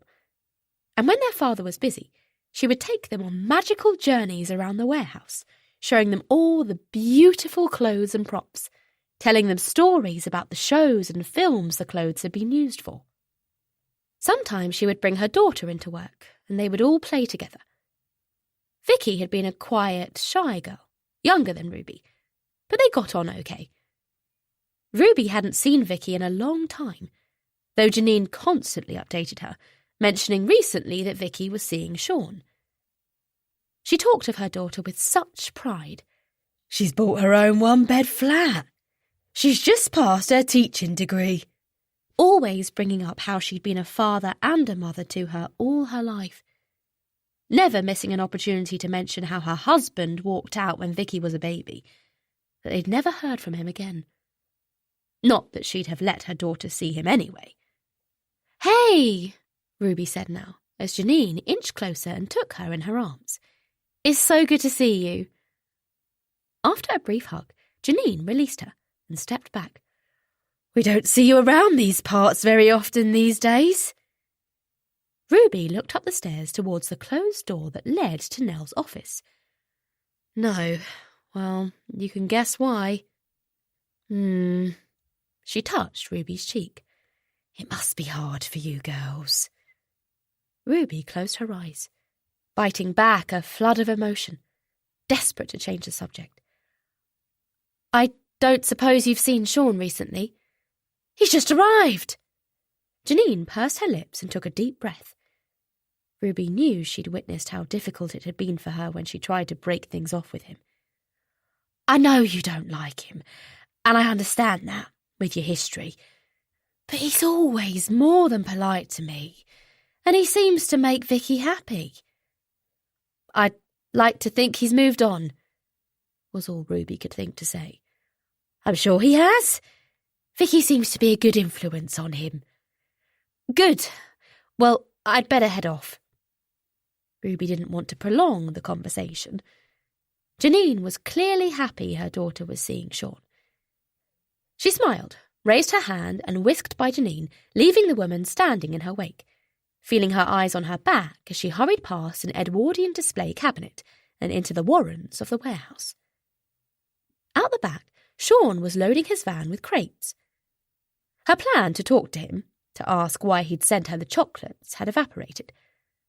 She couldn't face him. She turned quickly, started making her way towards her car. Ruby? She heard his footsteps heading briskly towards her. She stopped, turned. Sean! He was practically on top of her, towering over her. Her blood chilled, memories of his intensity flooding back. The way he didn't like her going out with friends, how he slowly revealed his hatred for her performing on stage, where other men could ogle her. Twice in as many days!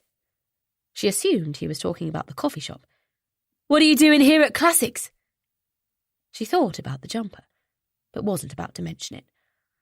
I came to see Nell. He laughed. Did she tell you how she's making a right mess of things here? I thought that would amuse you. She took a deep breath, needing to mention the chocolates at least. I got the hamper you sent. He smiled, pushed his fingers through his hair, almost coy. Do you like them? You shouldn't have sent them. His eyes widened, as though hurt. But they're Hotel Chocolat, your favourite. That's not the point. You're with Vicky now. He shook his head. God, Ruby, you've got it so wrong. It was a flat-warming gift. No big deal. But the words on the card flashed through her head. I hope one day we'll be together again, Ruby. I'll never stop loving you. What's your problem, Ruby? He stared deep into her eyes, making her uncomfortable. She turned from his intense gaze. Christ, you're so ungrateful at times, Ruby. Always were. All I did for you. I have to go, Sean. She fumbled in her bag for her car keys, dropping them to the ground. Sometimes you act like you're afraid of me. What's that about? I'm not afraid of you. She reached down for her keys, pointed the fob at her car, unlocking it. But the truth was, he still made her feel uneasy. You know, I hate the way things ended between us. How misjudged I was, he said as she opened her car door and went to climb in. He was suddenly beside her. I'm with Vicky now. I've moved on, Ruby. It's serious, and I'm happy. She appreciates me for who I am. So why send me chocolates? His pale green eyes looked so cold. He grabbed her arm. Because I thought we were friends. She snatched her arm away. You don't tell friends that you'll never stop loving them. Aren't you supposed to be loading up, Sean? It was Nell, some distance away, hands on her hips. Sean looked over at her, narrowed his eyes before heading back to his van. And you should be off the premises, Ruby. She glared at her. Please leave now. Ruby finished her sandwich deliveries around 2 o'clock and dropped off the van behind Sharma's sandwiches. She poked her head into the back door to yell goodbye to Benita, who looked rushed off her feet, as always, before making her way towards the underground. She'd wanted to go home before her audition, to shower and change, but there really wasn't time now. A packed train, where she stood far too close to a sweaty man with a shiny forehead who kept staring at her, didn't help her feelings of anxiety. It was half an hour later, as she made her way up Shillingford Street, a quiet, narrow road 10 minutes from the underground, that a sudden feeling of being watched made the hairs on her neck stand up. She stopped, turned quickly, feeling sure she saw someone crouching behind a car.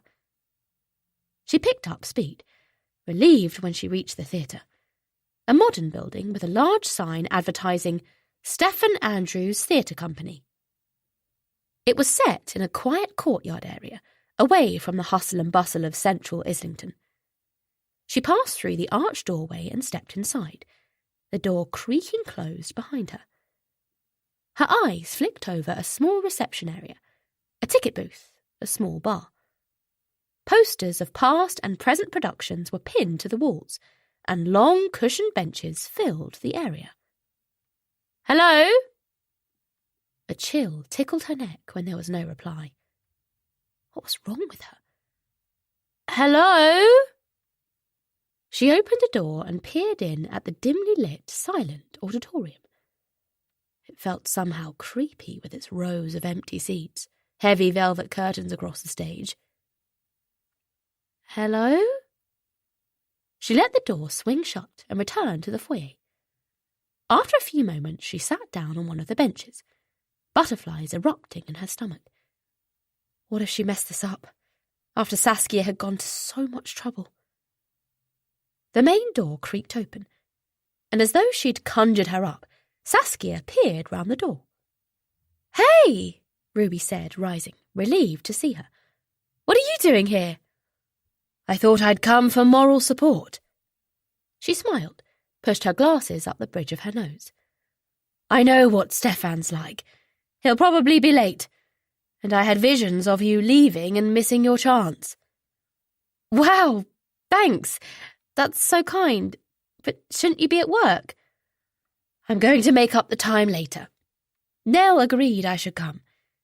She felt bad about this morning, said things got completely out of hand, and wanted me to come and support you." She touched Ruby's arm, tilted her head. "I don't know Nell that well, but from what I've seen, I think she's a good person most of the time." Ruby stiffened. Good people don't get involved with other people's husbands. Dad was still married to my mum, even if they weren't living together. Love does funny things to people. "Ruby! Sassy!" The women turned to see Stefan, flamboyant as ever, appearing through a door that Ruby hadn't noticed. It looked like a part of the wall. "You're on time," Saskia laughed, moving towards him, kissing him on both cheeks. "That's got to be a first." He laughed, fake loud. "Right, let's get this show on the road, shall we?" He led the way into the auditorium, thrusting a script at Ruby. "You were absolutely fantastic." Saskia looped her arm through Ruby's elbow as they headed away from the theatre and along Shillingford Street towards the Underground. "Thanks." Ruby couldn't stop smiling, her heart dancing a jig, Stefan's words as he offered her the part repeating on a loop in her head. It was a fairly big role too, one that would be enough to kickstart her career, give her back her confidence. She was elated. "Thanks so much for introducing me to Stefan. I really appreciate it." "No problem. I'm just thrilled you got the part." Their eyes met. Saskia had a lovely smile, and although not much older than Ruby, she seemed more mature. Ruby was glad of her support. It felt good, like the beginning of a friendship. "So, about Nell. Way to ruin a moment. What about her?" "She's got a local newspaper reporter coming to interview her tomorrow morning. Why don't you and Poppy come along?" "Why would we do that?" Ruby pulled away from Saskia, bumping into a young man approaching from the opposite direction. "Hey, which way you going?" he said, gone before she could apologise. "Hear me out, Ruby, please," Saskia said, her tone serious. "I'm not sure I want to even see her. It was bad enough going round their house for dinner." "The thing is, Nell comes alive at work," Saskia continued as though Ruby hadn't spoken. "I just want you to see that, Ruby. Get to know the real Nell. See what I see." "No offence, but you haven't known her that long." First impressions are often the right ones. Well, I know Poppy won't come. Ruby shook her head. Even if I agreed, why was she weakening? There was no way she wanted to get to know the real Nell, whoever she was. As far as she was concerned, she was still the woman standing in the way of her parents being together. And after the jumper incident, things were bound to be even worse between them. Poppy hates her. Hate is a strong emotion, Ruby. Saskia sounded more like a mother than someone in her late 20s. Your sister is young, rebellious. You've got that right. It was the same with my sister and me when we were young. Except I was the rebellious one. Really? Ruby smiled. You don't look the rebellious type. Oh, I can be at times, she laughed, and took Ruby's arm once more as they entered the underground. Think about it, please.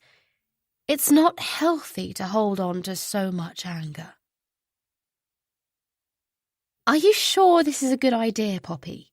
Ruby said as they headed towards Marlowe that evening. Totally. Poppy sounded more cheerful than usual as she fiddled with her phone. We're not doing anything wrong.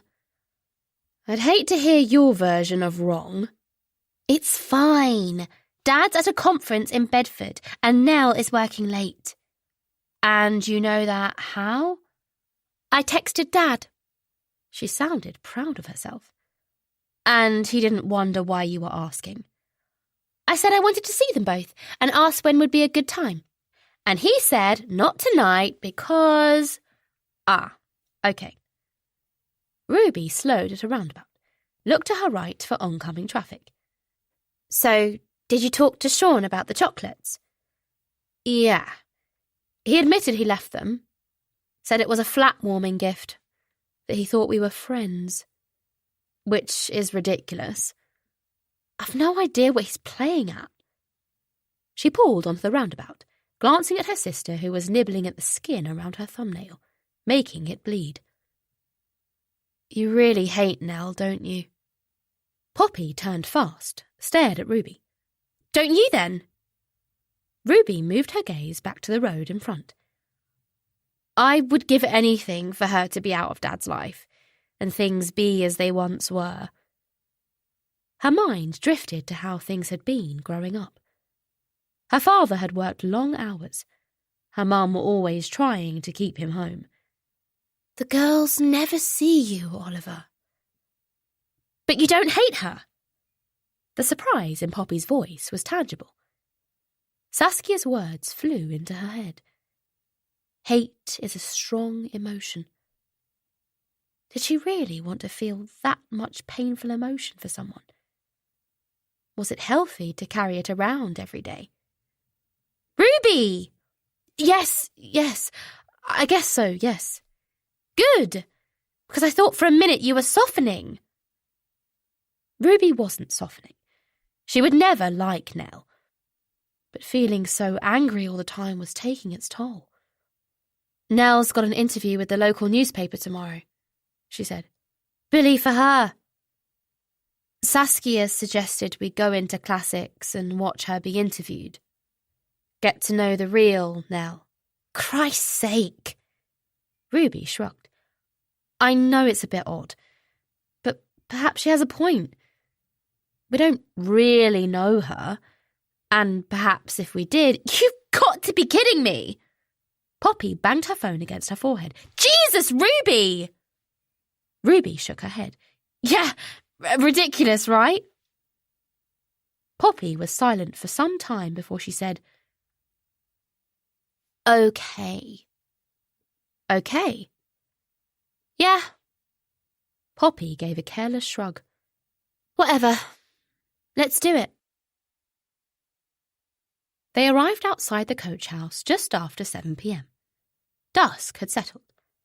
Ducks slept in pairs on the riverbank, the water gently rippling in the light breeze. A willow tree swayed. The whole area was quiet, peaceful. We need to park round the corner, Poppy whispered, as though someone could hear them in the confines of the car. Why? In case Dad or Nell come home, they might recognise your car. Oh, God, should we really be doing this? Ruby pulled the car into a side road, cutting the engine. Ready? Poppy dragged up her hood, and they climbed from the car and made their way towards the house. Wait! Ruby took hold of Poppy's arm. Look! The neighbours have CCTV. Thought of that, Poppy said with a grin. Firstly, they'll have no reason to check it.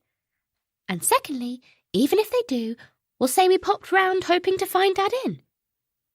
She pulled from Ruby's grip and headed onwards. Relax. Everything will be okay. Once they were at the back door, Poppy turned the key. Let's go home, Pops. Ruby's eyes swept the area. We probably won't find anything anyway. What's the likelihood of Nell leaving evidence about her affair? If she was having an affair. Ruby couldn't help recalling Nell's confusion about the jumper. How she didn't seem any good at hiding her feelings. We're in. Poppy pushed the door open. Oh, God, am I really doing this? Ruby sighed, looked about her one last time before stepping in after her sister. What are we hoping to find? Receipts, maybe? A diary? A diary? You think Nell will be daft enough to keep a diary about her lover? Let's try upstairs first. They made their way up to the spacious landing and entered their father's bedroom. Poppy wasted no time rummaging in drawers, lifting out Nell's black underwear and making crass comments. Ruby stepped back, her heart thudding. This wasn't the right way to do things. I'm thinking of following her. Poppy slammed a drawer closed, heading for the bedside cabinet. Are you up for that? Shh! What? I thought I heard the front door. Ruby crept onto the landing, floorboards creaking.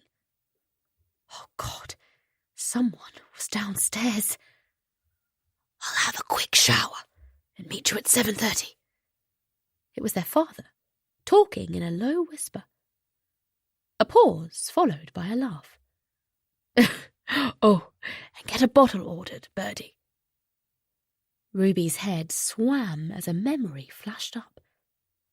She'd heard her father talking in the same way once before, a long time ago. Her parents had argued a lot around that time, her mother spending days sobbing in her room. I thought he was at a conference, Ruby whispered, her voice frantic as she moved back into the bedroom.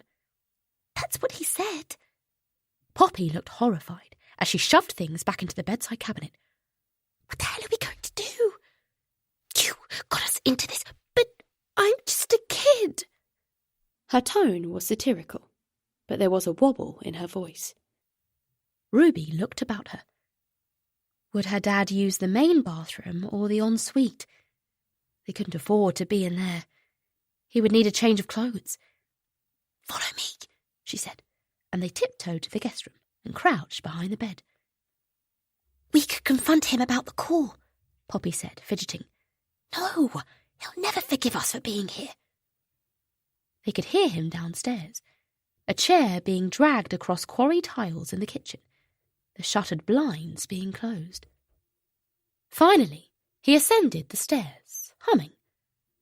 Ruby's heart continued to hammer against her ribs as he made his way into his bedroom and rummaged in his wardrobe. Finally, the sound of the shower cascading triggered them to rise from their crouched position and make their escape. Never again will I listen to you, Ruby muttered, once they'd clambered into the car, their breathing raspy after their run from the house. Poppy pushed down her hood. Sorry, but I thought we could find something out.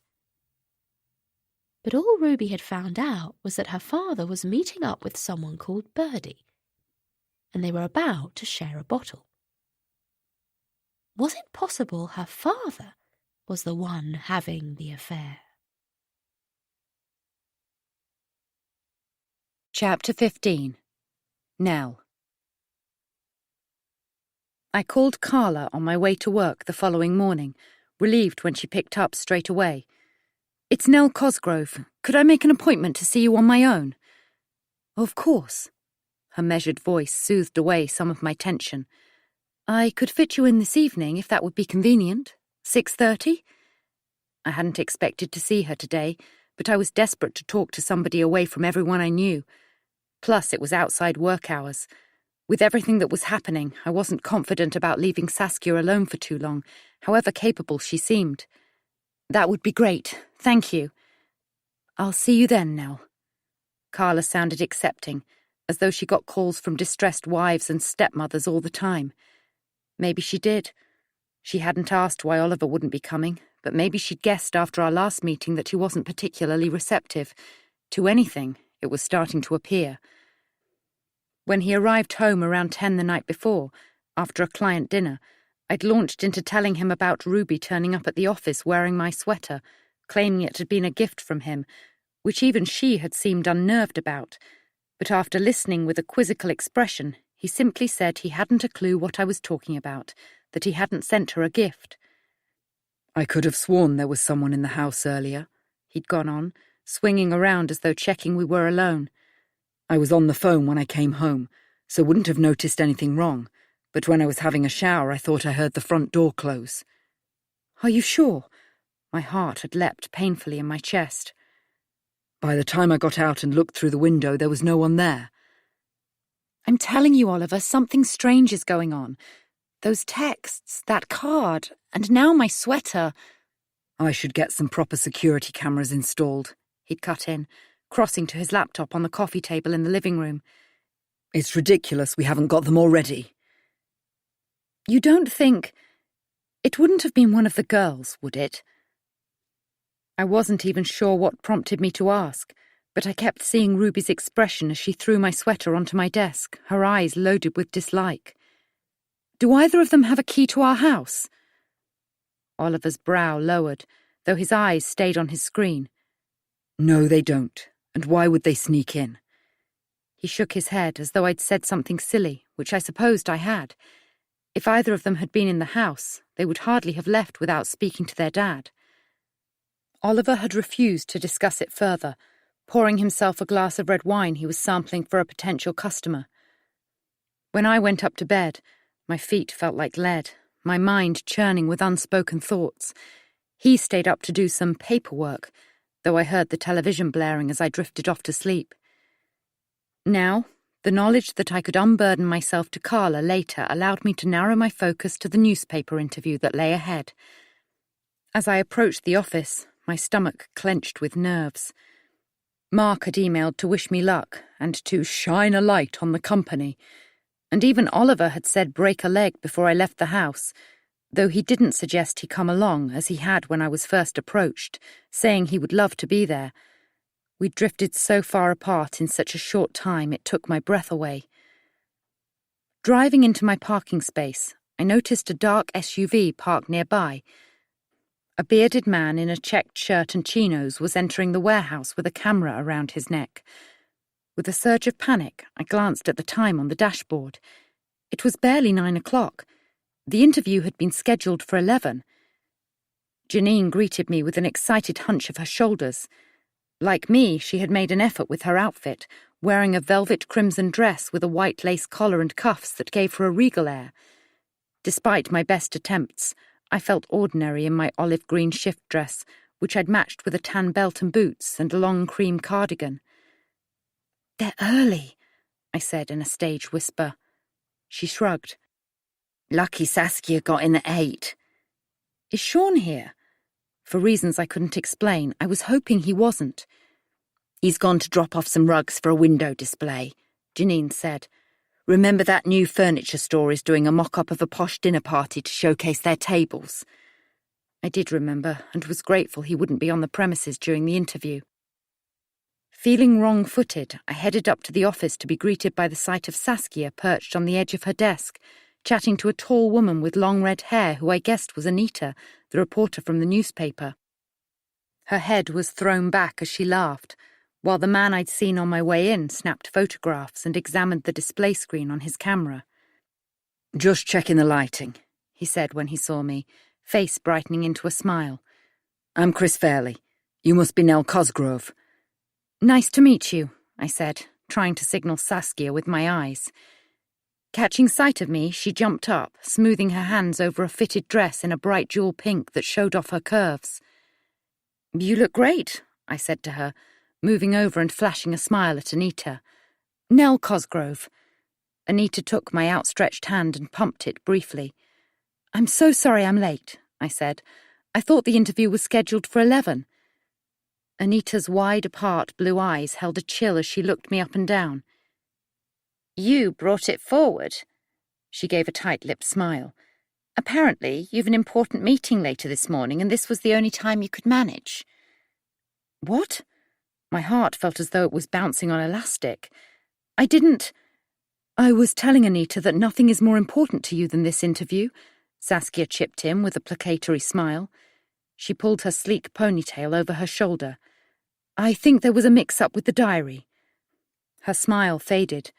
Everyone was looking at me, the light-hearted atmosphere I'd walked into ebbing away. I'm sorry, I said again, trying to recall what meeting I was supposed to have booked, certain there wasn't one. I wouldn't have changed the time of the interview, but it was a measure of the newspaper's goodwill that they'd agreed. I didn't want to mess them about. Shall we get on with it? Great.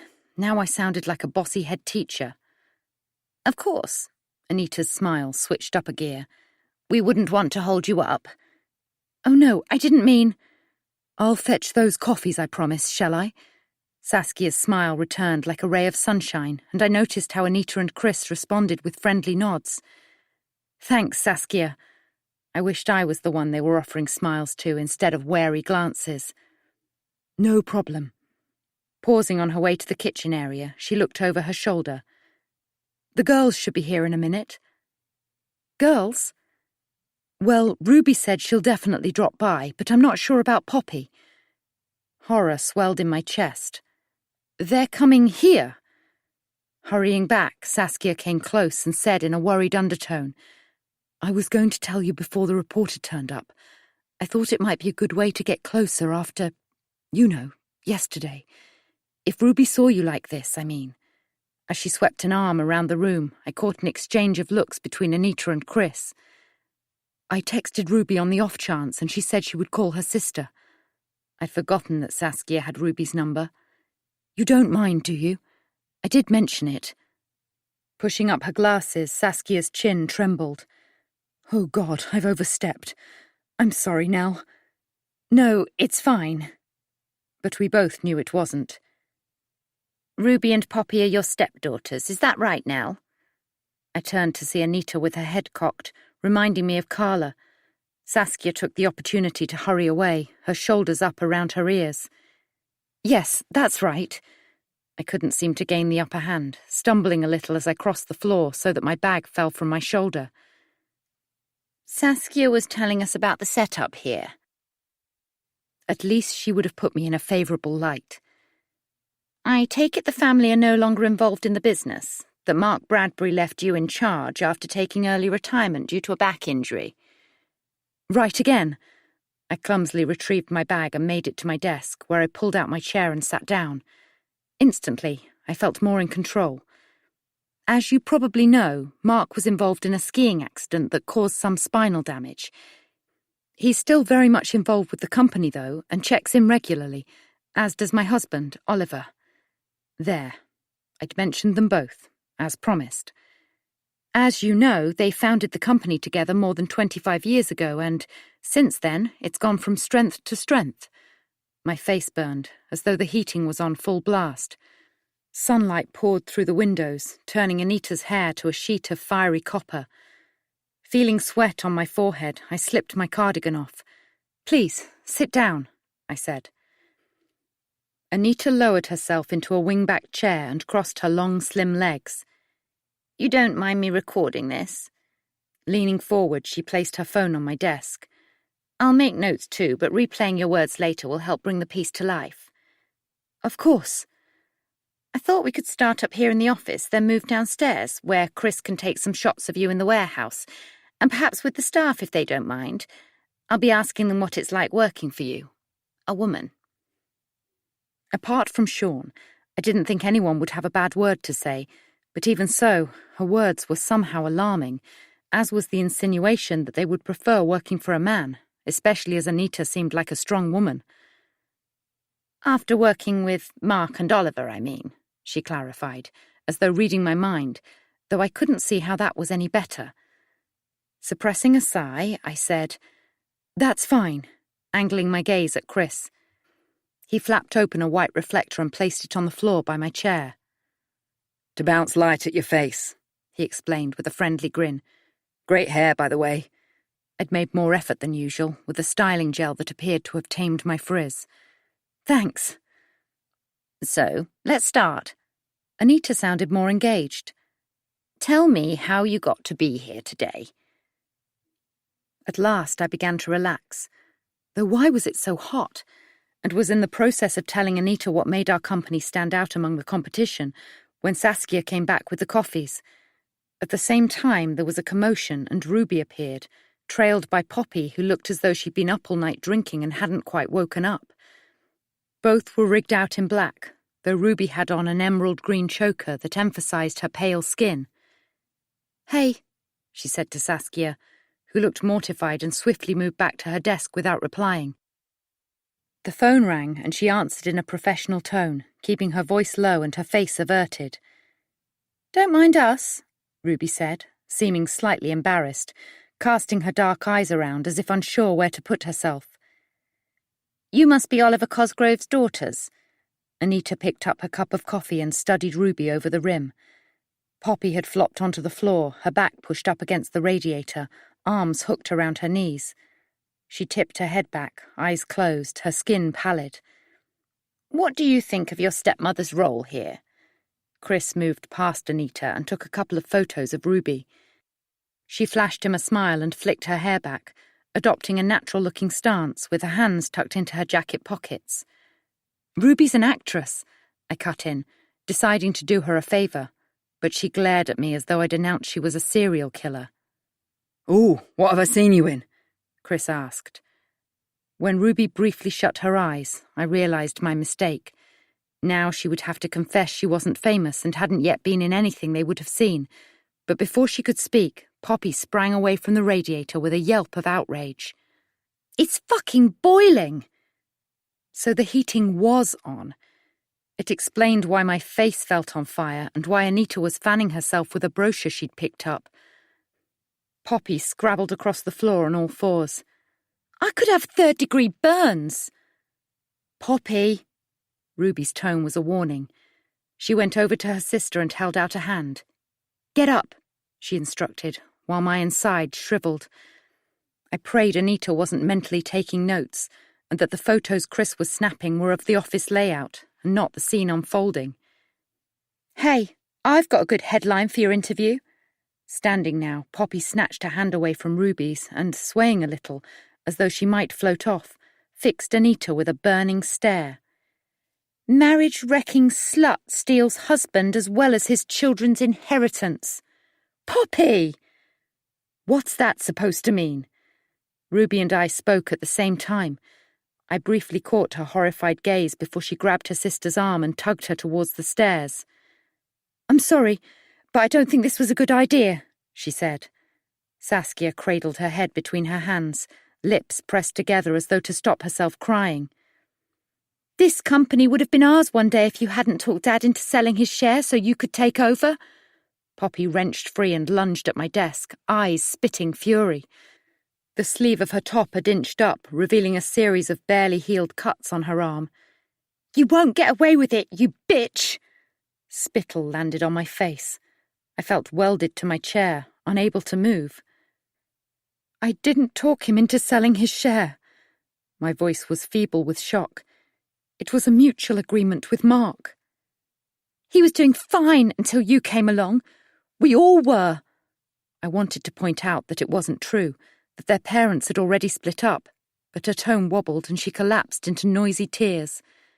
"We hate you, and so will Dad when he wakes up and realises what you're really like." "That's enough, Poppy."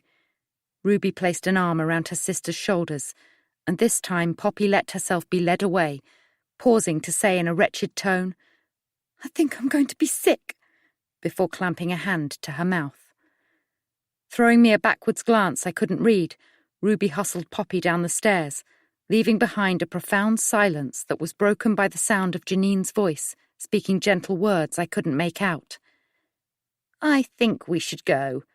Anita got to her feet, shooting Chris a look of barely concealed excitement. "What about taking some pictures in the warehouse?" But I knew it was futile. It might not be what they'd come for, but the newspaper had ended up with a story worthy of a tabloid, and it was clear Anita couldn't wait to run it. Chapter 16. Ruby. Janine held Poppy's hands. "Deep breaths now, sweetheart," she said in her motherly way, and it was clear her calming presence was going some way to putting out the blazing fire inside the girl. It hadn't been a good idea to come. Was a bloody stupid idea, in fact. Ruby knew Saskia had meant well, that her heart was in the right place when she attempted to fuse the massive gap between the sisters and Nell, but it was never going to happen. Ruby should have known that. What she hadn't expected was Poppy's toxic outburst, and she wondered now if her sister had intended to do that all along. Together, Poppy and Janine breathed in and out. "Now, this is what I always tell my Vicky whenever she gets upset." Janine released Poppy's hands. "There are worse things at sea." "What does that even mean?" Poppy snapped, her voice still full of tension, though at least she no longer looked as though she was going to throw up. "Things aren't as bad as they seem," Janine clarified. "Except they pretty much are." Poppy rolled her watery eyes, bit at the skin around her thumbnail. "In fact, they're a whole lot worse. Anyway, what do you know?" Janine stroked a tendril of Poppy's damp hair from her cheek, Poppy's aggressive tone seeming to wash over her. "Oh, but I do know, sweetheart. I understand completely." Behind them there was a noise on the stairs, and they all turned to see Nell. "Are you okay, Poppy?" There was a kindness in her tone, as though she was genuinely worried. "You seem—" "How the hell do you think I am?" Poppy cried, and without another word she raced away, disappearing through a corridor of glittering evening dresses. Saskia was suddenly behind Nell. "I'm so sorry." She was close to tears. "This is all my fault. I've messed up big time. I'm sure your intentions were good, Saskia." Nell's voice was choked with emotion. "But next time, please ask me when you make plans with my stepdaughters that involve me." Saskia turned without a word and headed back through the door leading to the offices, a silence descending in her wake. "Well, I've a lot to do," Janine said after a few moments, hurrying away. "Those beads won't sew on themselves." Ruby and Nell stood, caught in the quiet, staring at each other like cowboys waiting for a shootout. Nell's hands hung limp at her sides, her face pale. "They've gone," she said. "The journalists." Ruby opened her mouth and closed it again. She wanted to run and hide. This was all too much. "God only knows what kind of story they'll print," Nell continued. She paused for a moment, as though planning her words carefully. "Why did you come here today, Ruby? What were you hoping to prove?" Ruby stepped backwards. This was just like the jumper debacle. She really didn't want another run-in with Nell, another confrontation. She didn't want any of this anymore. Things were out of hand and she needed it to end. "Why do you hate me so much?" Nell's voice was small, her arms wrapped around her body as though holding herself together. "I don't hate you," Ruby said, though she wasn't sure she didn't. This was the woman who had stolen the last few years of her life. But I'll never like you. You destroyed my family, Nell, and I will never forgive you for that. Instead of denying it or defending herself, Nell said, You could give me a chance. Ruby turned away, despite feeling a snag of pity for the woman. She couldn't give her a chance. She just couldn't. Please, Ruby. Ruby swung back to face her, narrowed her eyes.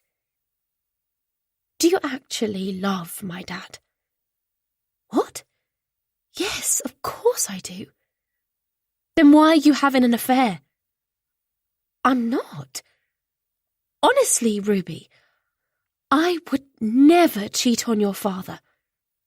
You have to believe me. Ruby shook her head. I don't have to do anything, she said, heading away.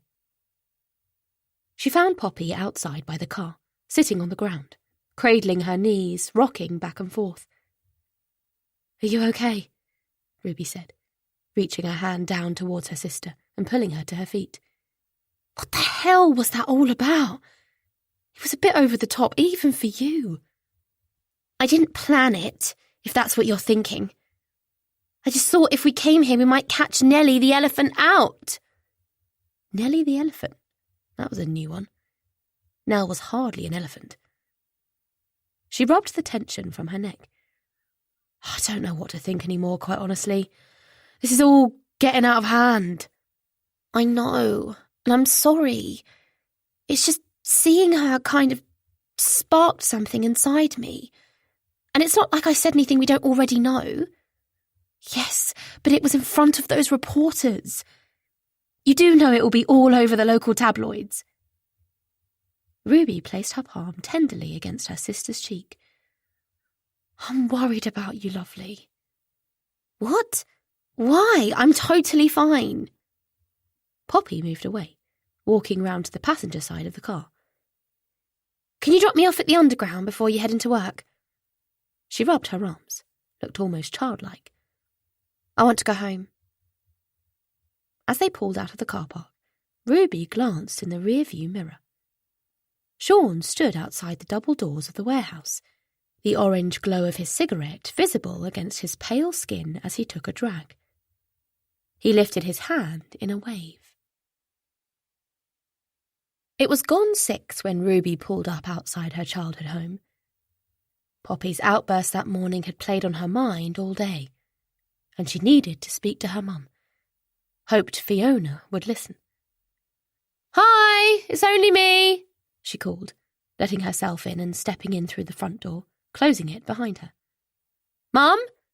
Poppy? It's me! In here!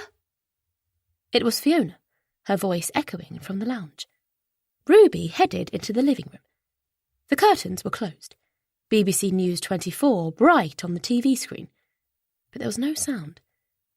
Fiona looked up from where she was lying on the sofa, covered by a throw.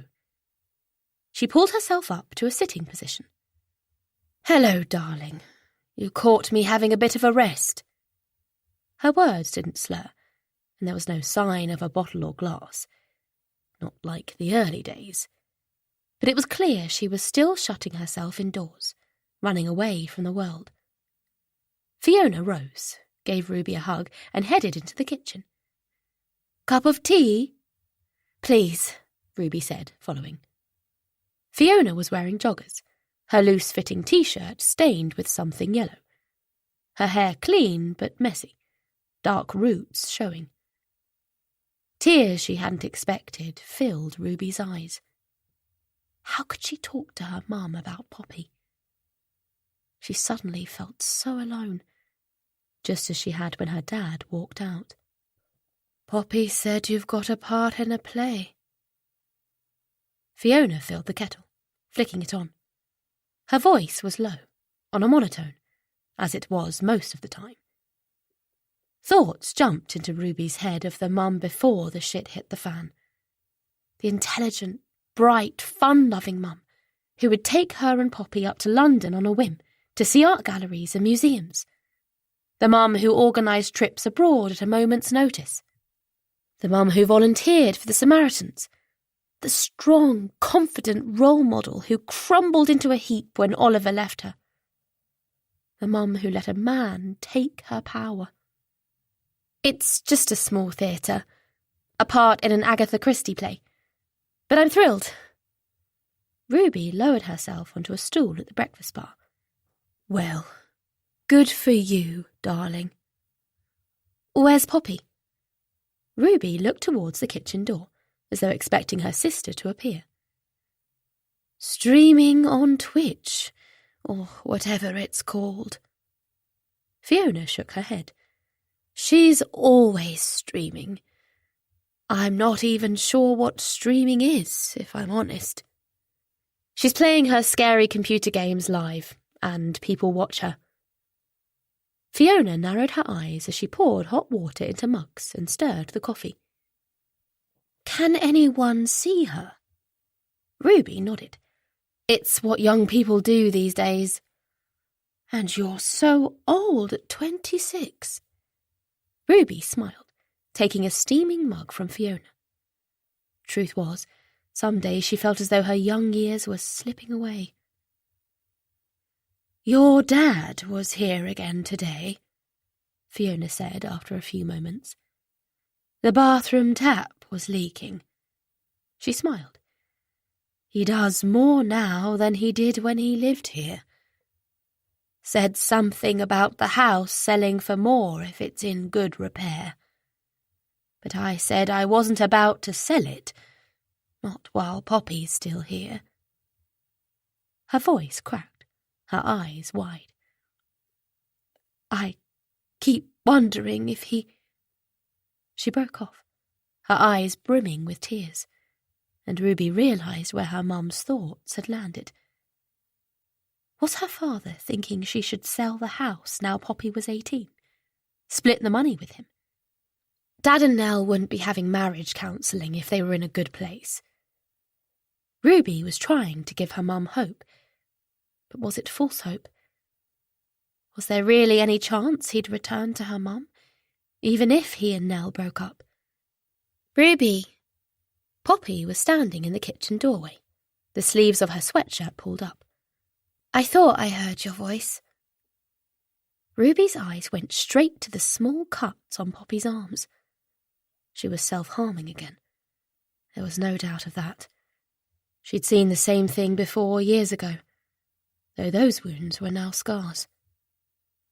Fiona took a gulp of her coffee, seeming oblivious to the state her daughter was in. Ruby needed to talk to her father. She needed his help. There was no way she could cope alone if her sister spiralled downwards. Not again. Chapter 17. Nell. I know how it sounds, but someone is trying to ruin my life and I've no idea who it is, I said. Carla had listened, without comment, while I poured out all that had happened since our last meeting. As if it's not enough to make it seem like I'm having an affair, whoever it is wants me to lose my job. I paused for breath, images filling my mind. Poppy's fury-filled face when I asked her how she was feeling, Ruby's shocked expression, Anita's smile as she left, knowing and gleeful, Janine soothing Poppy as though she was still a child before hurrying away, leaving me to face Ruby's wretched expression. I wished I hadn't asked her why she hated me so much. It made me seem insecure and needy, something I'd never been until I married Oliver. You shouldn't ask questions you won't like the answers to, my father would have said. He was right. When she accused me of destroying her family, I'd wanted to remind her Oliver had chosen to leave Fiona before he even met me and would never have returned, but I knew it was futile. It didn't fit her narrative. Plus, I would never know that for certain, whether, if he hadn't met me, the lure of his old familiar life would have been too great to resist. As Ruby stalked off, Sean had appeared, a cigarette gripped between finger and thumb, watching her as she left with her sister. He wasn't supposed to smoke on the premises, but I hadn't felt up to reprimanding him. It seemed like the least of my worries. Saskia had been overcome with remorse, and I felt bad for snapping at her. I told her to take the afternoon off. She didn't resist, working in pale-lipped silence until lunchtime, when she quietly brought me a mug of coffee before slipping out with a murmured, "See you tomorrow," as if unsure she would be welcome. I nodded, staying focused on the copy I was pretending to write for the website, all the while turning over the morning's events in my mind, wondering whether I should contact Anita and try to explain Poppy's attack. Knowing it would probably only increase speculation, I decided against it, waiting until I could escape and talk to Carla. "I have literally no idea what's going on, only that my life is falling apart," I finished, emotion wheeling through me. Carla's eyes were full of sympathy, as though my tale of woe had nudged her away from neutrality. It was worse somehow, giving credence to my worries. The wrinkle of concern in her voice when she said, "Some of the things you've mentioned, Nell, the ruined costume, your stolen sweater, you should speak to the police," sent a chill through me. I would rather not involve them. Forcing myself to calm down, I took a breath before saying, "If Oliver's daughters are involved, and I think they might be, it would be better to sort it out in person." "You're certain it's them?" "Well, not certain, no." Sean leapt into my head, his comment about the Cosgrove curse. Could he be trying to get at Oliver by breaking us up, the way Oliver had ended Sean's relationship with Ruby? Oliver told me he'd warned Sean off, saying he wasn't right for his daughter, and I'd had to agree with him. But Sean was with Vicky now, seemingly happy, so why would he go to these lengths? "I don't think my life is at risk," I went on, as Carla's mouth puckered in consternation. "Just my marriage and reputation." "Ah, well, when you put it like that..." At Carla's dry tone, I gave a reluctant smile. "I know it sounds bad, but it's not a police matter." "What if things escalate?" My heart gave a hard, warning beat. "Escalate." "Nell." Carla leaned forwards, her face earnest. The silver chain round her neck swung away from her buttoned-up cardigan, the attached letter C catching the light from the lamp by her chair. "Have you talked to Oliver?" His name seemed to conjure his presence, inserting itself between us. "I've tried." I twisted my wedding ring round and round my finger. "It's tricky, because if I sound as though I'm accusing his daughter of something..." My words tapered off. "I still can't believe Poppy accused me of stealing their inheritance by talking him into giving up the company. I'm not interested in his money, would never do such a thing. Leaving Classic Props was his idea," I said, voice rising. "I'm worried he wouldn't believe me if I told him what Poppy said, especially as it's becoming increasingly obvious that he doesn't know his daughters very well, or doesn't want to know." Carla nodded, as though she'd suspected as much, her eyes clouded with worry. "Nell, have you heard of gaslighting?" My head pulled back. "Yes, but that's not Oliver." I was horrified by the insinuation. "He's not trying to convince me I'm imagining things. It's more that he doesn't know what to think, or whether to believe I'm not having an affair, for instance. I can hardly blame him for that when he's seen flowers and those texts I received when we were here." Carla sat back, her face smoothing out. "And you suspect that everything that's happened is linked to you being his wife, that... Forgive me if I've got this wrong." Her eyes darted to her notes.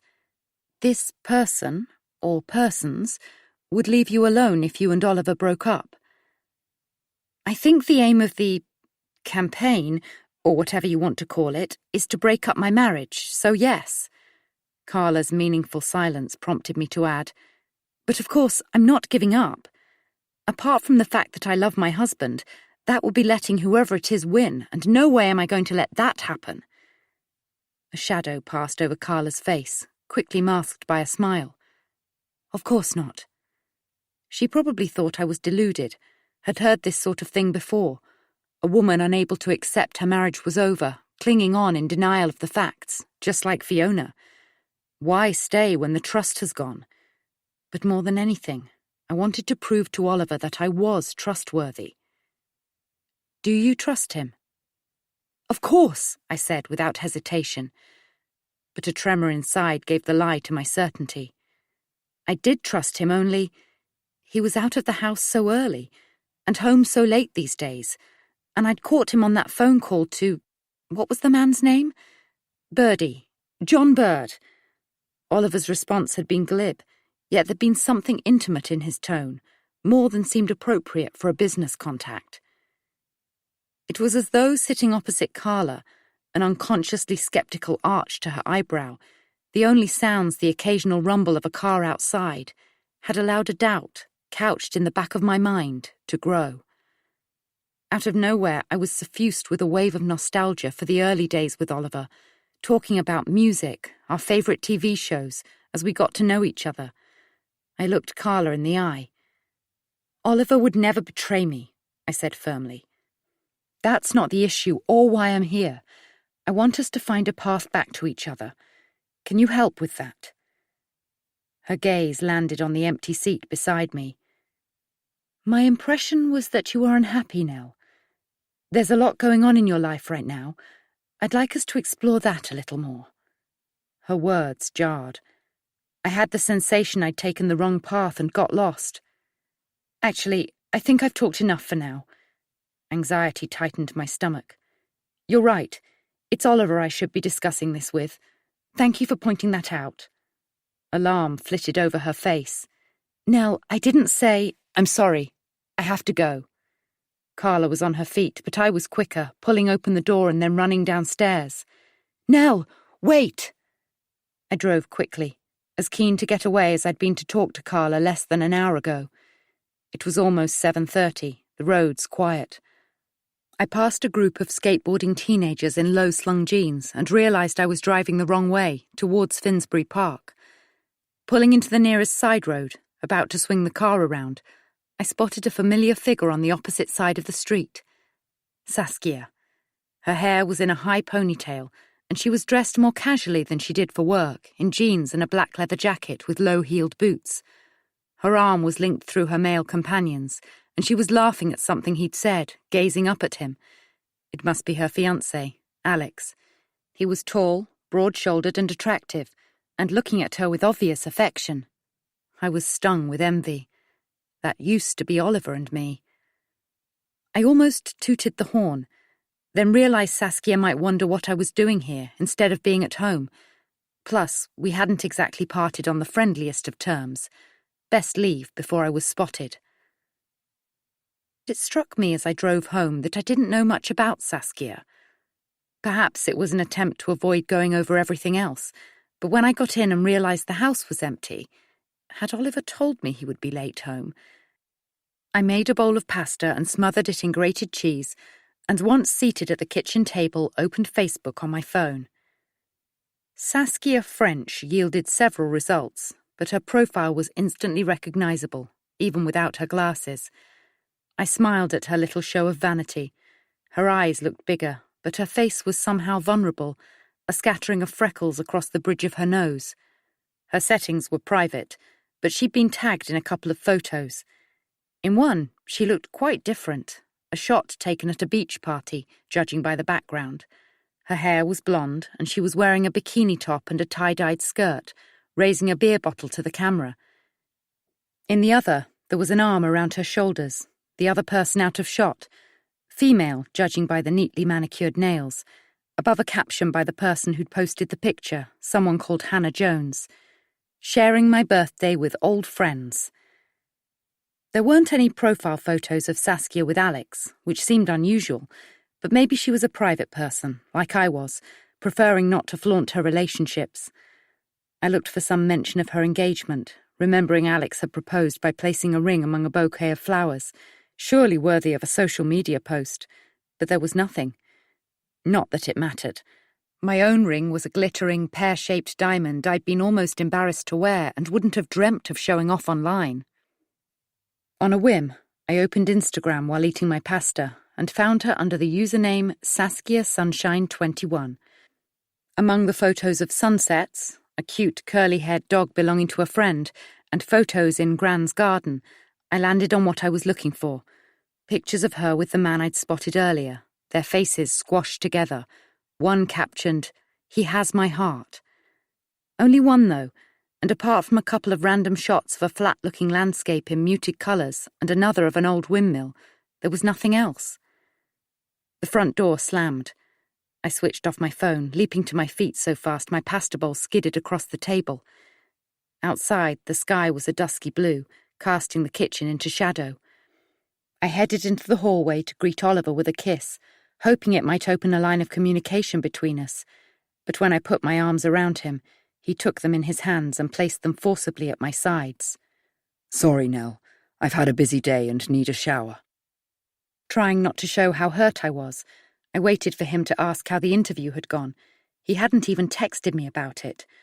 And when he shrugged off his jacket and headed for the stairs, without saying a word, I burst out, "Ruby and Poppy gate-crashed the interview with me this morning. Poppy said some awful things." "I know." He swiveled to stare at me, his face the same milky white as his shirt, his expression fixed. So that's why he'd rejected my kiss. "Ruby called to say how sorry she was." It should have been Poppy calling, and it's me she should apologise to. His gaze was as cool and detached as a surgeon's. "Maybe she and Ruby were right not to trust you." "What?" He softened then, as though regretting his words, and bowed his head. "Nell, I don't know what's going on with you." Nothing's going on with me. My mind raced, jumpy with nerves. Don't you care what the interview will look like? How awful I'm going to come across if they print what Poppy said? He hesitated, seemed about to take a step towards me, then changed his mind. "Look, can I have a shower first, and then we'll talk it through?" "Fine." My jaw was rigid with frustration. "Would you like some pasta?" "I've already eaten, thanks." Where and who with? I didn't say it. I turned back to the kitchen and switched on the lights, emotion rising like dough in my chest, expanding to fill my limbs. How had we come to this? A message pinged onto my phone, making me jump. I hardly dared look, dreading another anonymous message, but a glance at the screen revealed it was from Ruby. It was the first time she'd contacted me since I gave her my number when we first met. An awkward meeting in a wine bar with Oliver, me thinking initially we might be friends, though her frosty smile and Poppy's incredulous snigger should have told me it was never going to happen. "I'm sorry about this morning. Ruby." It was something, more than I would have expected. "Thank you. Not your fault, though. I hope Poppy's feeling better. Nell." Kiss. A flame of hope surged. Maybe Ruby would talk to Poppy, get her to call the paper and retract her outburst. I waited, but when there was no response, I decided to make coffee for when Oliver had finished in the shower. We could sit in the window seat in the living room and watch the sunset, or take our drinks up to bed and talk there. It had been ages since we'd done anything like that, and who cared if I was the one to instigate it? It had to be worth a try, to get through to Oliver. I'd barely got the clean mugs out of the dishwasher when I heard footfall on the stairs and Oliver strode into the kitchen, a towel around his waist, water droplets on his shoulders. "What's this all about?" Now what have I done? I aimed for levity to hide a leap of fear at his expression. He placed a shiny orange and white flyer onto the countertop. I twisted my head to read the words. "Life insurance for the ones you love," alongside an image of a man with his arms looped around an attractive woman, supposedly his wife. Iciness spread across my chest. "Oliver, I swear I've never seen it before. I don't—" "And this?" Something else was placed down, a photo. "I'm seriously worried now, Nell." I stared in horror at the picture. It was a smaller replica of the wedding photo in the living room, which normally resided on my bedside table. No longer in its frame, it had been ripped in half. But worse than that, Oliver's face had been scratched out. Chapter 18. Ruby. The fluorescent numbers on the clock on the bedside unit glowed, changing to 3 a.m. Anxiety always messed with Ruby's sleep. It had happened when she was living with Sean. Not at first. It was a gradual thing. The realization he was controlling her little by little, and her life outside of him and her was getting smaller and smaller. The warning signs began appearing like red flags, and that's when sleep started to escape her. It happened when her parents broke up, too. Sharp, raw thoughts preventing the comfort of sleep. The sound of her mum crying on the other side of the wall, making her wish she was 1,000,000 miles away. And now her brain wouldn't shut down. Poppy, Nell, Sean, Poppy, Nell, Sean, over and over and over. Tears were close. It was clear Poppy was self-harming, even though her sister had covered her arms quickly when she saw where Ruby's eyes had landed. She needed to talk to her sister. Maybe move back home. After all, who else was going to care for Poppy? Their mother was still lost in her own world and didn't seem to notice Poppy's pain. Too obsessed with her own. Ruby squeezed her eyes closed. She must stop going along with Poppy's vendetta against Nell. Try to quell her sister's anger. Ruby had texted Nell to say sorry for what happened. It was a start. If she expected Poppy to let go of her anger, she had to let go of hers. She rose at 5 a.m., still unable to sleep, and made her way into the kitchen. Already the area outside was noisy with London traffic. A radio blared somewhere in the block of flats, and pipes clanged upstairs as someone took a shower. This wasn't home. Nobody but the man in the flat above her had spoken to her since she moved in. If this was independence, she didn't like it that much. When she'd moved out when she was younger, she had shared houses or flats with friends, and later with Sean. But this was different. She was lonely here. She made a mug of tea, and as she cut across the small hallway on the way to the lounge, she spotted an envelope on the mat. She bent to pick it up, seeing her name on the front in swirly handwriting. Who knows I'm here? She sat down on the sofa, opened it and pulled out a folded piece of paper. In the same swirly hand was a short note. Stay away from Sean. He's taken. Ruby flopped her head back and closed her eyes. This was all she needed. Another layer of anxiety settled on her chest. Who the hell was the letter from? She would have no trouble obeying the sender's wishes, but it was still unnerving. She forced back tears. It wasn't the letter itself that was making her emotional. It was the realization that she had so few people to turn to. She picked up her phone, thoughts of Saskia pushing to the surface. The beginnings of a friendship. Perhaps they could meet up. She would be someone to talk to, at least. The kind of person she could confide in. She opened up her phone address book and was about to call her when she remembered how early it was. She took a deep breath. Maybe it wasn't such a good idea anyway. How well did she really know Saskia? Instead, she punched in a quick text to Oliver. Hey, Dad. If you're about today, can we meet up? Ruby. Kiss. The reply was almost instant. Oliver often rose early. Sounds good. Usual place for breakfast. 9 o'clock? Dad. Kiss. Seeing his text gave Ruby a virtual hug, and the worries of the middle of the night began ebbing away. She would tell him her concerns about Poppy, show him the note. Everything would be okay. Ruby was already sitting in the cafe drinking an Americano when Oliver appeared. He playfully poked his tongue out at her through the window. Once inside, he ordered a cup of coffee from the woman at the counter, obviously flirting with her, making her laugh. Shall I order breakfast? He called over to Ruby, and she nodded and smiled, wondering if Nell knew he was meeting her. He finally approached, kissed her cheek, and sat down opposite. I wanted to talk to you about Poppy, she said, desperate to set her worries free. I'm concerned about her. Me too. His brow crinkled.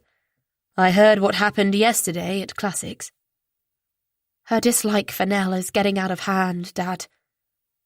He dragged his fingers through his hair, furrowed his forehead. But I thought you girls were starting to bond with Nell. What? Christ, Dad, sometimes I think you go around with your eyes closed. Ruby shook her head. We've both tried for your sake, but... Her words petered away. It wasn't even true. Neither of them had tried for his sake or otherwise. It isn't easy, not when Mum is still so low. She paused for a moment as a waiter brought over Oliver's coffee. Why do you visit her? She added once the man had gone. Who? Your mum? No, Kate Middleton. Oliver didn't smile. He picked up his coffee, took a sip. I feel bad, I suppose, for letting her down. And the house, it's... He stopped mid-sentence. Do you still have feelings for her? Ruby knew she was crossing a line, but she had to know. She's yours and Poppy's mum. I guess I will always care about her. But you have to know we'll never get back together, sweetheart, if that's what you're hoping for. He placed his hand over Ruby's. After a moment, Ruby pulled her hand away, feeling close to tears. Was this the reality of it? Would they never get back together, even if he broke up with Nell? Had she really been that naive? You're giving Mum false hope by going round there.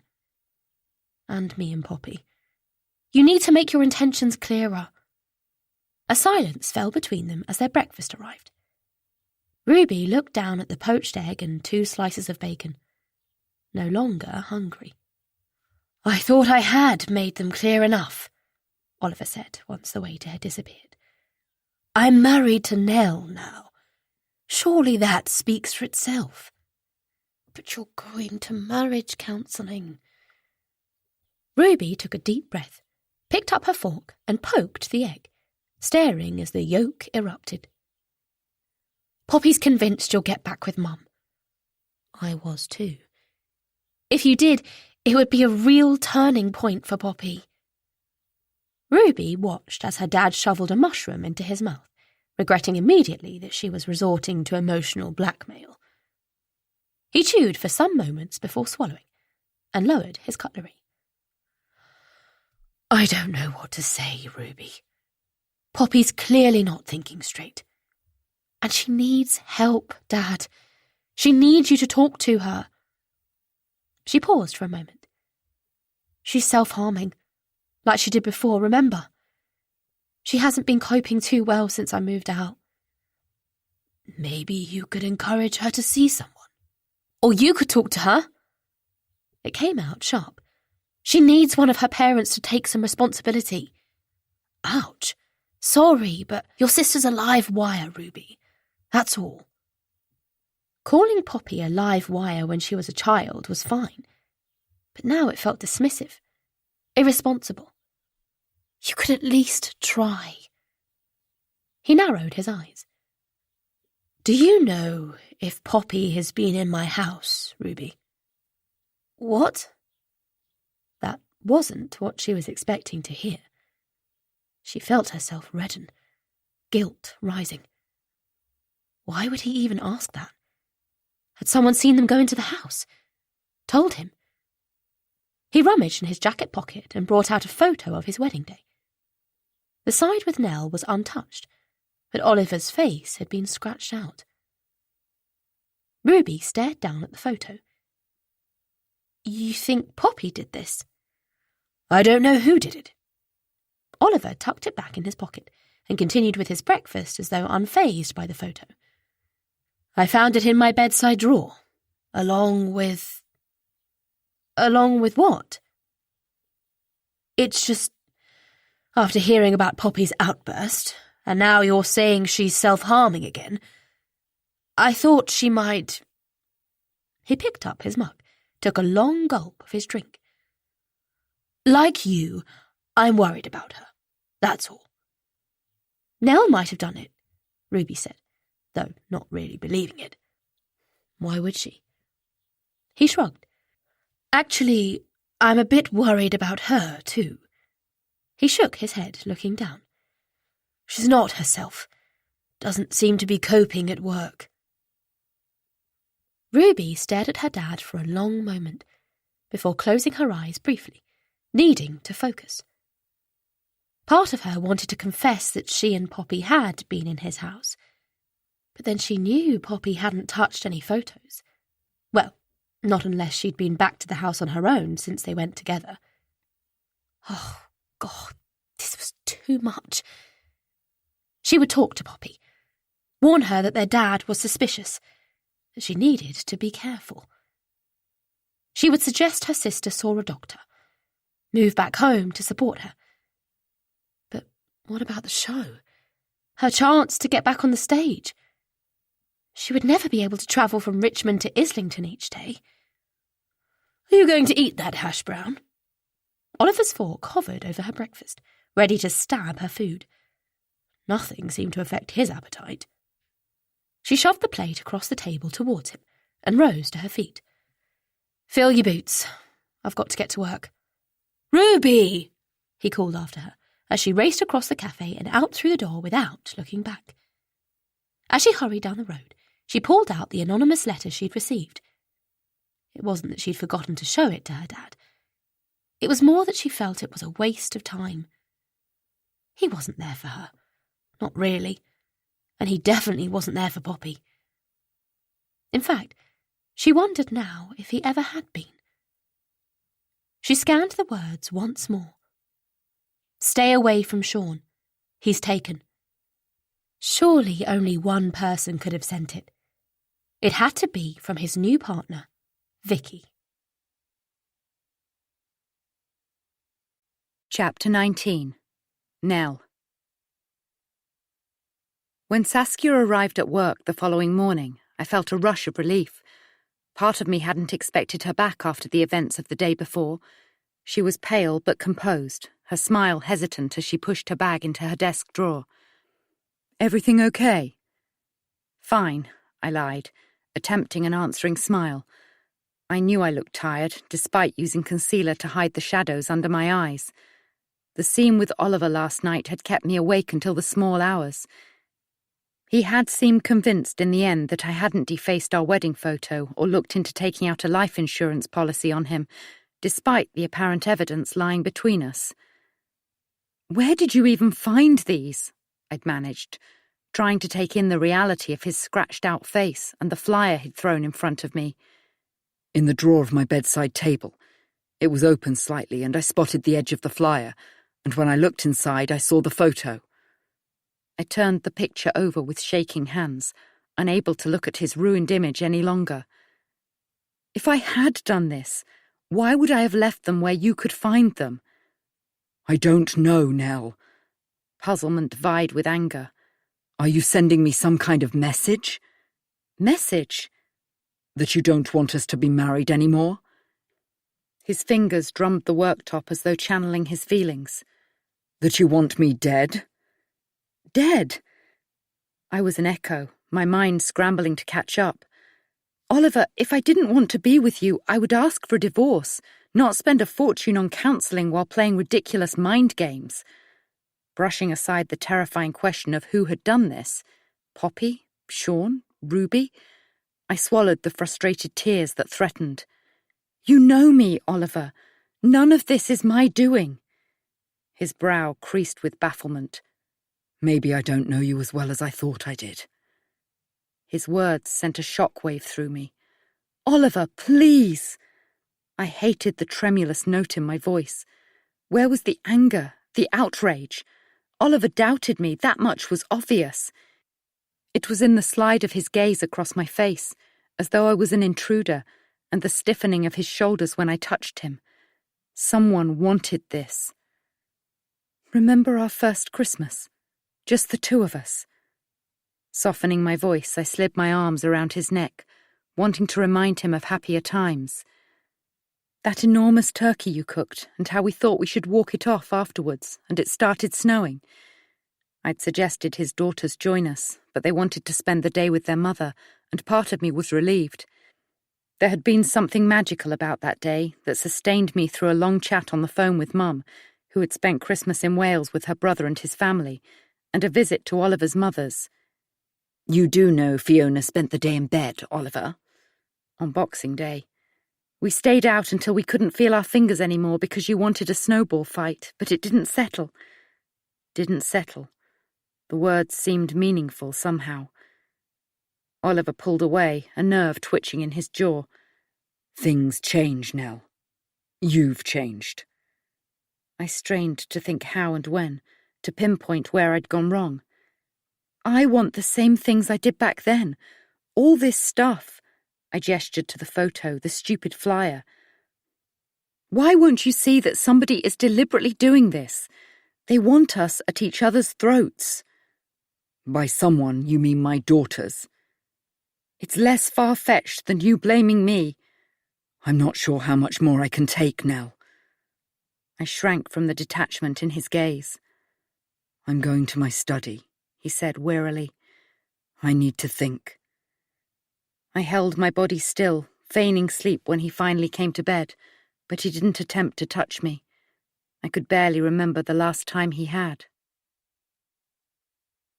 Do you know when the feature will go live? Saskia's query broke my spinning thoughts. Around lunchtime. I gave an internal shudder. I'd been trying not to think about it, to resist checking the article hadn't gone up on the newspaper's website already. I'm not sure I dare look. Won't you get copy approval first? I shook my head. I didn't think to ask for it. Naive, really, but when I agreed to be interviewed, I had no idea how it was going to go. Even if I did ask, I doubt they'll change anything. You could sue them if they're slanderous. Saskia adjusted her glasses, patches of red on her cheeks. It's not fair. Gratified she seemed annoyed on my behalf, my smile was genuine this time. Probably better to ride it out, I said, but I'll cross that bridge later. I glanced at her engagement ring as it caught the light and remembered seeing her with Alex the night before and how carefree and happy she had looked. Sorry you've been dragged into this. Not quite the job you were expecting, I'm sure. It's been interesting. When a flash of humour brightened her face, my relief intensified. I'm glad you're here, Saskia. I realised I meant it, in spite of everything. At the moment, it feels as if you're the only person on my side. She shifted in her swivel chair, getting comfortable. What about your mum? Mothers are conditioned to love their children, no matter what. When a shadow crossed her face, I could have kicked myself. I didn't know anything about her home life. Sorry if that was insensitive. I lost my parents when I was 18. She tightened her ponytail, a tic I was starting to recognise as a self-soothing gesture. Car accident. That's awful, Saskia. I'm so sorry. The thought of it brought a tightness to my throat.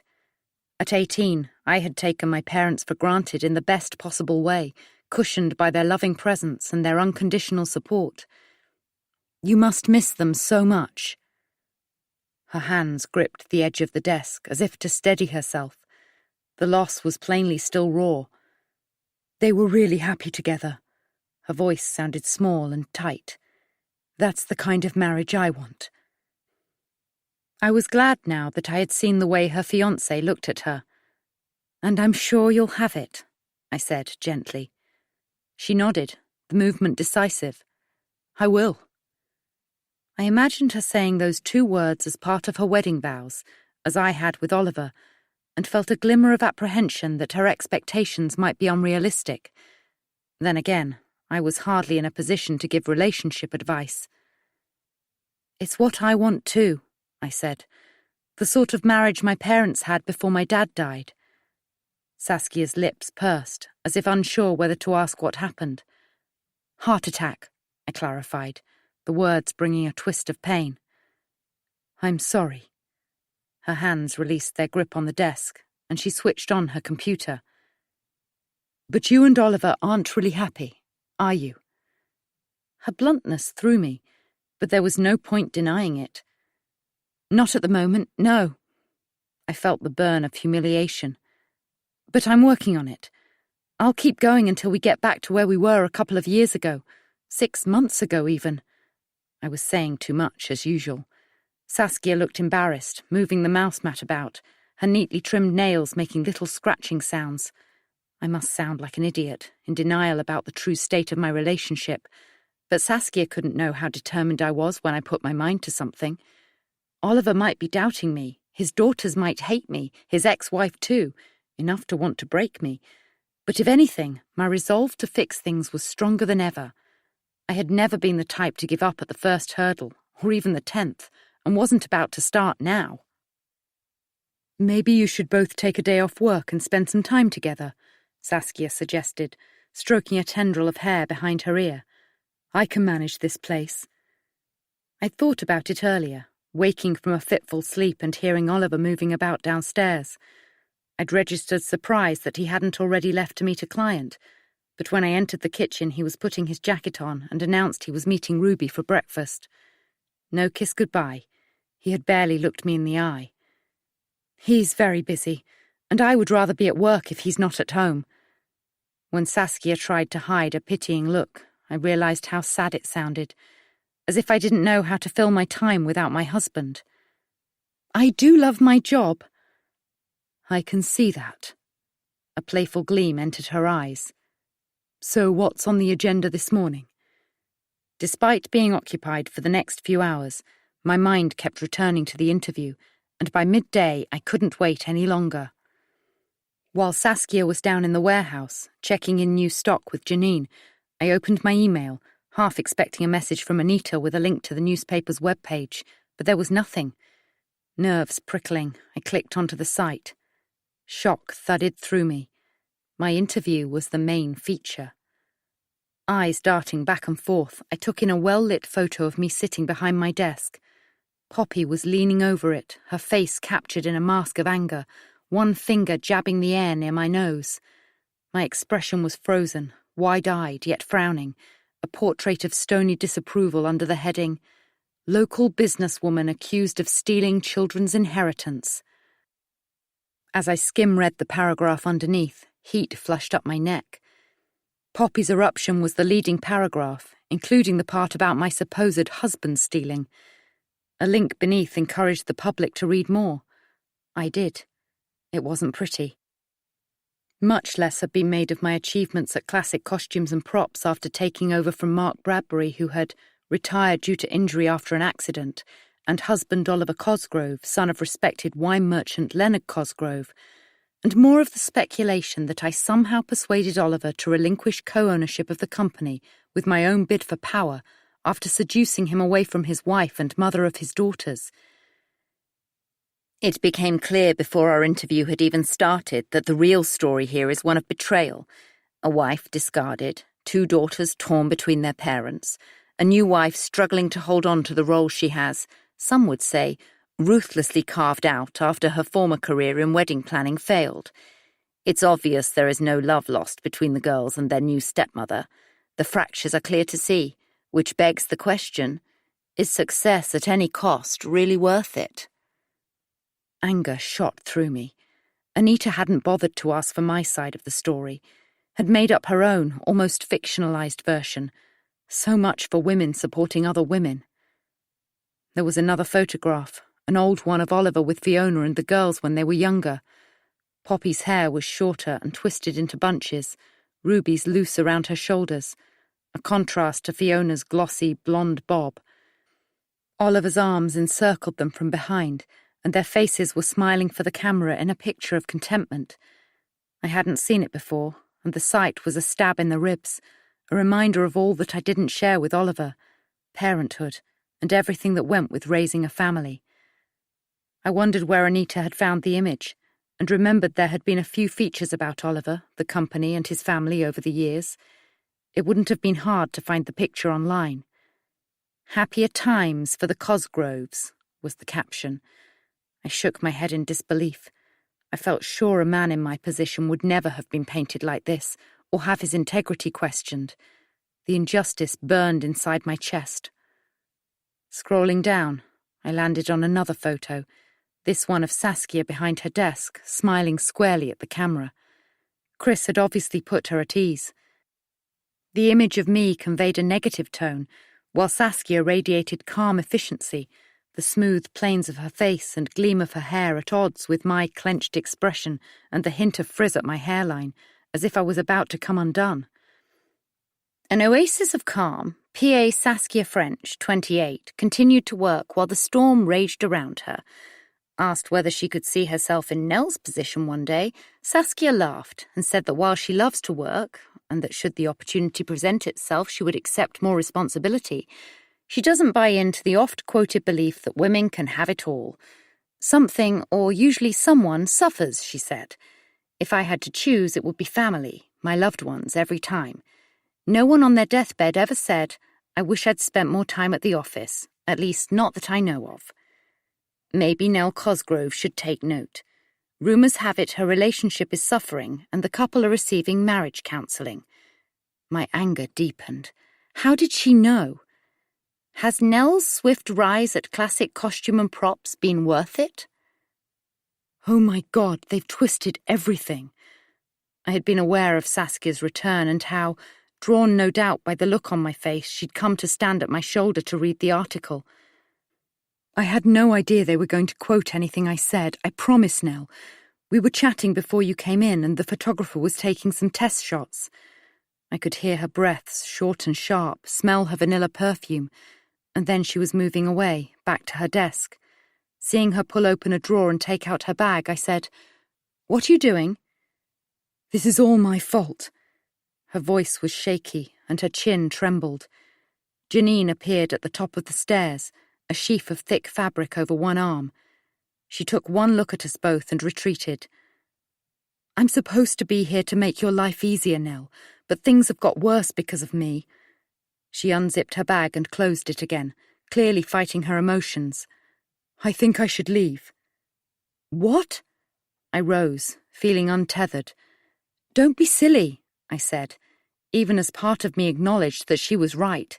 Things had worsened, and she should never have invited Ruby and Poppy here. But things hadn't been great even before she arrived. "You weren't to know they were going to use your words against you," I insisted. "Anita was here for a story, and she got one. I hate the way they've put you down, as if you haven't worked hard to be where you are." "I hate it too." I curled my hands into fists and rested them on my desk. "It's nothing but gossip, and a shame Anita wasn't championing working women, but it's done now. Hopefully it'll blow over." Saskia sniffed and nodded, pulling a tissue from the sleeve of her blouse. "In the meantime, we've work to do." "If you're sure." "I'm positive." I strove to sound reassuring, in control. "Shall I go and make us some coffee?" "I'll do it." With a watery smile, she dabbed at her eyes under her glasses. "Thank you, Nell." When she had gone to the kitchen, I dropped back down in my chair and let out a breath of despair.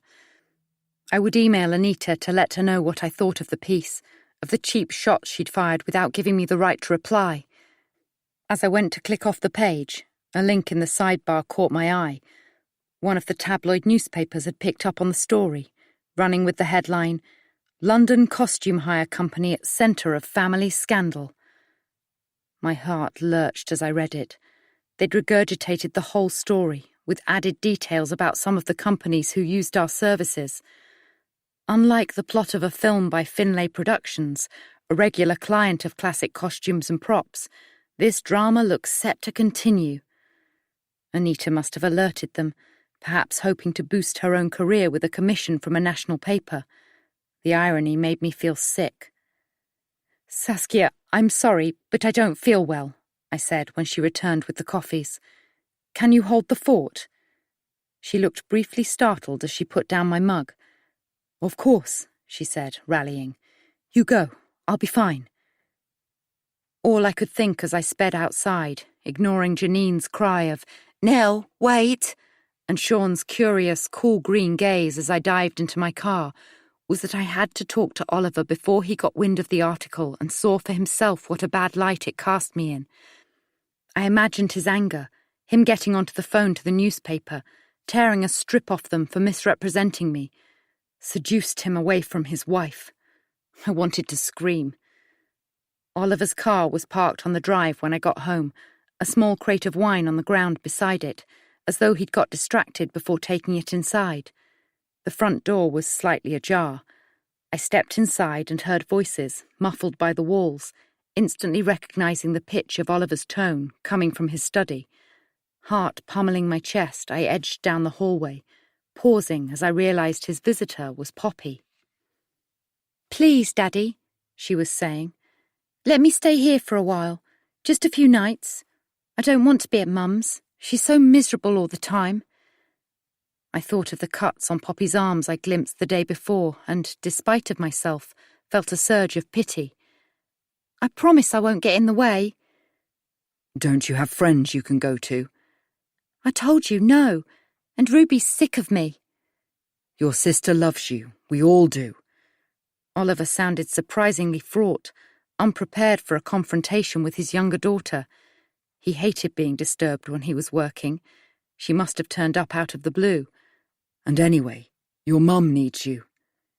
"That's the problem." Poppy's tone grew sullen. "I'm sick of her needing me. She needs you." Not this again. I pictured him rubbing the crease between his eyebrows. Look, sweetheart, I'm really busy. "It's her, isn't it?" I stiffened. "Nell, she doesn't want me here." She's pretty angry about what you said yesterday at the office. He didn't deny Poppy's assertion that I wouldn't want her to stay, and with piercing clarity, I realized he was out of his depth. He didn't know how to cope with Poppy and her issues, as he called them. Did he even realize they were linked to his breakup with Fiona? "I didn't say anything that wasn't true." Defiant now. "God's sake, Dad, look at her properly. See her for what she is." What exactly do you mean? "She's taken over your company, and now she's having an affair. It's obvious, and I don't know why you can't see it, Dad. Mum would never cheat on you. She loves you." In the beat of silence that followed, I held my breath, feeling as if I was standing on the edge of a cliff, waiting for him to tell her that he would never go back to Fiona, that Poppy had to accept their relationship was over. "I'm going to call your sister," he said instead. Disappointment flooded through me. Even with our own relationship under threat, his instinct had been to protect Poppy, and while I understood that, I'd hoped he might defend me too. My phone pinged in my bag, startling me. I couldn't face the pair of them with my thoughts so scattered. I wouldn't know what to say. I pulled out my mobile to see a voicemail alert. Carla. "I was worried after you left our last session so suddenly, Nell. Please call and we'll arrange another time." I was overwhelmed with an urge to speak to her, to hear her soothing voice, her calm reassurances. I could talk to her about Poppy, then see if Oliver or Ruby could persuade her to get some help. I slipped into the kitchen, pausing as I noticed the cupboard under the sink was half open. About to close it, I glanced inside to see a 6-pack of bottled beers nestled beside the cleaning equipment, the beers I'd bought for Ruby and Poppy that had gone missing from the fridge. Weird. I definitely hadn't put them there. Unease slid through me as I shut the door, jumping when a piercing shriek cut through the air. "I hate you, and that bitch you married!" Footsteps thundered down the hall and the slam of the front door reverberated through the house. I stood in frozen silence for several seconds, Poppy's words ringing in my ears. There was no sound from Oliver as I moved back into the hallway.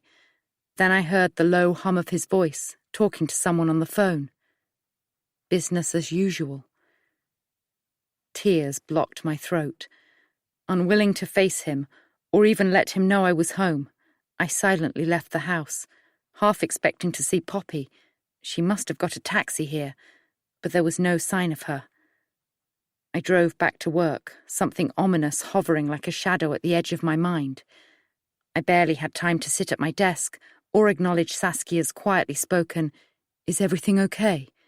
when the work phone rang. She answered, casting me a worried look. "It's Mark. He wants to talk to you." Chapter 20. Ruby. Ruby bumped her van into the curb in the narrow street behind Sharma's sandwiches as a text appeared on her phone. "Poppy is out of control. We need to talk. Dad. Kiss." She took a deep breath and pressed his number, pinned the phone against her ear. "Hey," she said when he answered. "Poppy was round here yesterday," he said, without so much as a hello. "Shouting the odds about Nell, asking to stay here of all things." His breath was raspy, as though he was walking fast. But it was more than that. His tone had a cold harshness she hadn't heard in a long time. "Why isn't she staying at Mum's?" "She says she's sick of being needed by her." Ruby's stomach tipped. She's sick of being needed. "So, can she stay with you for a bit?" "Christ, Ruby! You know that isn't practical." There was a hint of desperation in his tone now. He would get like this when she was younger, whenever he was asked to do something he didn't want to do. "Think about it, Ruby. She hates Nell. How do you think that would work out?" "But Poppy needs your support, Dad." Her voice broke off. Her sister was the victim here, and nobody seemed to want to help her. "She's 18, Ruby, not a child." "Oh, come on, Dad. You know Poppy is still a child in so many ways. I told you how bad things are about her self-harming. I mean, she must be desperate if she's come to you." "What's that supposed to mean?" "Nothing. It doesn't mean anything." She shook her head, closed her eyes, feeling helpless. "All I'm saying is, if she's willing to move in with you and Nell, maybe she could stay with you." His voice was softer now. "She loves you so much, Ruby." Emotional blackmail. "My place is a hamster hutch, Dad, and there's barely room to swing one." Guilt surged. This was turning into pass the buck, and she hated the way that made her feel. "Okay, I'll talk to her. I'll go round to Mum's, find out why she's not happy there, and try to work out what to do for the best." "Great. Thanks, Ruby. You're a princess." And then he was gone, not allowing her a moment to pass that buck back to him. She quickly keyed in a text to Poppy. "I'll be round to Mum's later. Hope you're okay. Kiss." She had to help her sister, but moving back home was a step backwards. She'd already given up so much for Poppy and her mum. Was it wrong to want to put herself first for once? She would talk to her mum and sister later, discover if Poppy had destroyed their dad's and Nell's wedding photo, confront her about the self-harming, offer to go with her to the doctors, maybe arrange some counselling. And hopefully she could make their mum see how bad things were with Poppy. Maybe her dad should come too. She would message him, ask him to. Her parents needed to help her deal with this before it got any worse. Ruby hung the van keys on one of the hooks near the door at the back of the shop and was about to leave when Benita appeared. "Have you seen the article in the local paper?" She handed Ruby the latest edition. "It's all about Nell, and there's a photo of you when you were younger." Ruby stared down at the article, her heart thudding. "Oh, God, this is awful." "Is it? I thought you hated Nell. I thought you'd be pleased." Hate is a strong emotion. "I don't do hate anymore." Ruby scanned the words. "Surely this is slander." "Only if it isn't true." Benita's eyes widened. "Is it true?" "I guess so, but it's still a bit harsh." Ruby took in the photo. Happier times for the Cosgroves, her mind drifting back to when they were all together. Nell doesn't deserve this. Nobody does. Well, you've changed your tune. The bell rang in the shop, and Bonita turned and headed away. Ruby folded the paper and made her way outside into the cool air. Nell was having a rough ride, and the truth was, Ruby couldn't help but feel sorry for her. Poppy's not here. She didn't come home last night. Fiona took a bottle of red wine from the cupboard, unscrewed the lid. Ruby watched as her mother poured 2 large glasses, her heart sinking. She thought her mum had stopped drinking. That's not like her, to stay out all night, is it? She texted to say she's staying with a friend. What friend? She hasn't got any friends as far as I know. Fiona picked up one of the glasses, took a gulp. I've heard nothing from her all day, Mum. Her phone keeps going to voicemail. Stop panicking, Ruby. I'm not panicking. She glared at the brimming glass on the work surface. And I really don't want any wine, Mum. I'm driving. You don't have to take that attitude.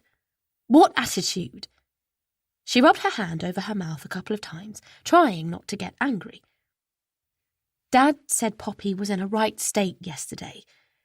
You must have noticed how she's been since I left. Fiona carried her glass through to the lounge, and Ruby followed. Mum, are you even listening to me? Of course I am. Fiona sat down, patted the sofa next to her. But Ruby remained standing, began pacing the room, glancing out of the window. There was no sign of her father. Not that he'd agreed to come. In fact, he hadn't even replied to her message. We had a bit of a disagreement. Fiona took a gulp of her drink, her voice calm. Poppy said I depended on her too much, which, of course, I do not. Ruby stopped pacing and stared at her mother. Fiona had depended on Ruby, so why not Poppy? She imagined for a moment Poppy and Fiona moving around the huge house, swaying to and fro, like broken reeds, unable to prop each other up. She pulled out her phone, tried her sister's number again, but again it went straight to voicemail. Call me, Poppy. We're getting worried about you. I don't know why you're so worried, Ruby. Fiona took another gulp of her drink, red stains appearing at the corner of her mouth like the Joker. Poppy has every right to go out. But she doesn't go out, though, does she, Mum? Especially overnight. She spends most of her time on her bloody computer, twitching or whatever she does up in her room. And it's not only that, it's everything else. Like the terrible scene she made in front of that journalist. Oh, yes. Fiona smiled, leaned forward and picked up her phone. Poppy sent me the link to the article. She stared at the screen for some moments. I've always liked this picture of us, she said. Why are you like this, Mum? Ruby said slowly, tears building behind her eyes. Once upon a time she would have turned to her mother about everything that had been happening. You never used to be. Before Fiona could respond, Ruby's phone rang. Hi, Ruby said into the phone, trying to disguise her emotions. Ruby? Yes, it's Saskia. The thing is, I found Poppy's phone. It was on the floor near the entrance to Classics. I think she must have lost it. Could you let her know I found it? Ruby's heart banged against her ribs. Where was her sister? She opened her mouth, about to confide in Saskia that Poppy hadn't been home, but thought better of it. The lost phone at least explained why she'd been ignoring her calls. Thanks, Saskia. Could you keep hold of it? I'll collect it when I'm on my way round tomorrow. Chapter 21. Nell. I really don't need this, Nell. Oliver was watching me from the doorway. I've had a right day of it with Ruby bombarding my phone. I stopped pacing the living room and stood in front of the fire I'd lit after arriving home from work earlier, chilled by my conversation with Mark. Why would you even speak to him? I've explained quite clearly already. Oliver spoke with forced patience, leaning against the frame with his arms folded. I wanted to give Mark a heads up about that awful feature in the news. The news? I let out a humorless laugh. It was one local paper and the gutter press. I thought he should hear it from one of us. Oliver held up a hand as I started to speak. You seem to have enough on your plate. Oh, so you were doing me a favour? His betrayal stung and I wanted to hit back. You don't even work there anymore. Oliver's expression hardened. Mark is my closest friend. His voice was ominously quiet. In case you've forgotten, we ran that place together for more than 25 years. As if he would let me forget. Also, that feature included a photo of my family, which means I have a right to say what I think. I stared, not liking his tone, or the implication that family didn't include me. He's put me on gardening leave. I pushed the words past a knot in my throat. He doesn't trust me to be there anymore. Only until things blow over. I dropped onto the sofa, my limbs heavy. Mark's words bounced around my skull. His disappointment after hearing from Oliver what had happened. His concern that business might be affected during a critical time. He'd heard a new prop hire company was starting up not far from us, funded by an actor, though it was the first I'd heard of it. He didn't sound so much angry as confused, which made me feel even worse. My face had burned under Saskia's curious gaze. It's nothing I can't handle, Mark. I tried not to sound desperate. I think someone is trying to sabotage me and the company, but I'll get to the bottom of it. Mark's silence had spoken volumes, and my heart dropped like a stone. Nell, if that's true, and I really hope it isn't, it might be a good idea for you to take some time off. Time off? I'd registered Saskia's stillness, the way her eyes filled with horrified sympathy. Honestly, Mark, there's no need for that. I can deal with it. I promise. It isn't a request, Nell. There had been kindness in his tone, even a hint of apology. He knew I loved my job and was good at it, usually. It's for the best, until whatever this is has passed and the fallout has died down. But Mark, I gather Saskia has settled in well, and of course I'll be there too. My stomach pitched. You're coming back? Just for now. Right. I tried to hold on to whatever shred of dignity I had left. How long will that be? Let's see how it goes. After a pause, he added softly, Effective immediately, Nell. I'm on my way over. It was pointless arguing. Mark owned the company and, in his eyes, I'd messed up. He wanted me out, at least for a while. As I grabbed my jacket and bag, I felt the heat of blame, and a heavy weight settled in my chest. I'd barely been in the office for half an hour. Saskia rose, her face flushed. You're not leaving me here? No choice, I said too brightly, blinking away tears. You'll be fine with Mark. He's a good boss, and you know what you're doing. But it's not fair. She hurried over, eyes gleaming behind her glasses. You should fight your corner, Nell. How, when I don't know who or what I'm fighting? Her hand fell away from my arm. I'm leaving too, then. Alarmed, I watched her rush back to her desk. The phone was ringing, but she ignored it, pulling her trench coat on. No, I said firmly. I appreciate the gesture, Saskia, but it won't help. The best thing you can do is keep things running smoothly here. You've come far in the story. Let this quiet melody carry you through a moment of peace. Thanks for being part of our audiobook family.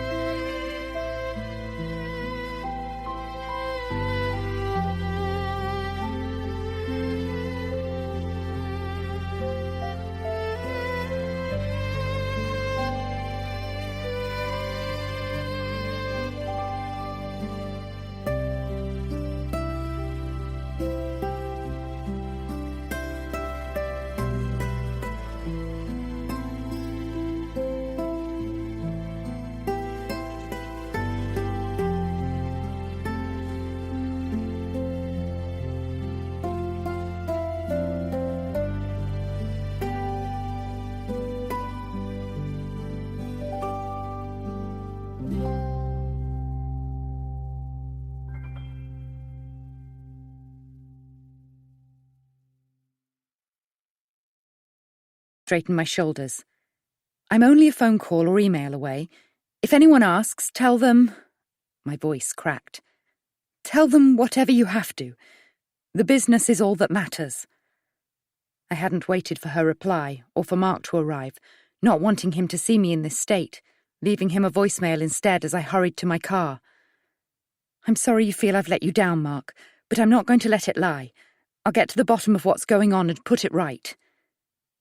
The first thing I'd done back home was confront Oliver, busy on the phone in his study. So, what am I supposed to do? I asked him now. This isn't only about you, Nell.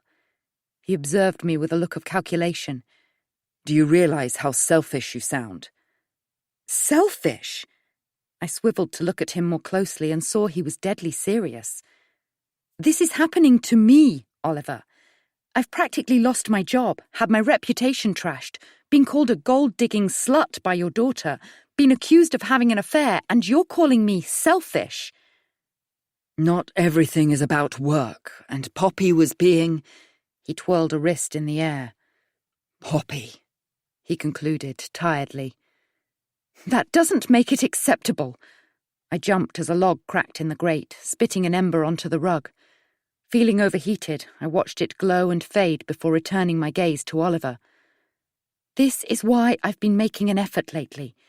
Taking on Saskia, going to counselling, inviting the girls for dinner, trying to be home more. I don't see you doing much. You haven't even cut down on your working hours. That's different. I'm still building my client base. He gave a dismissive shake of his head.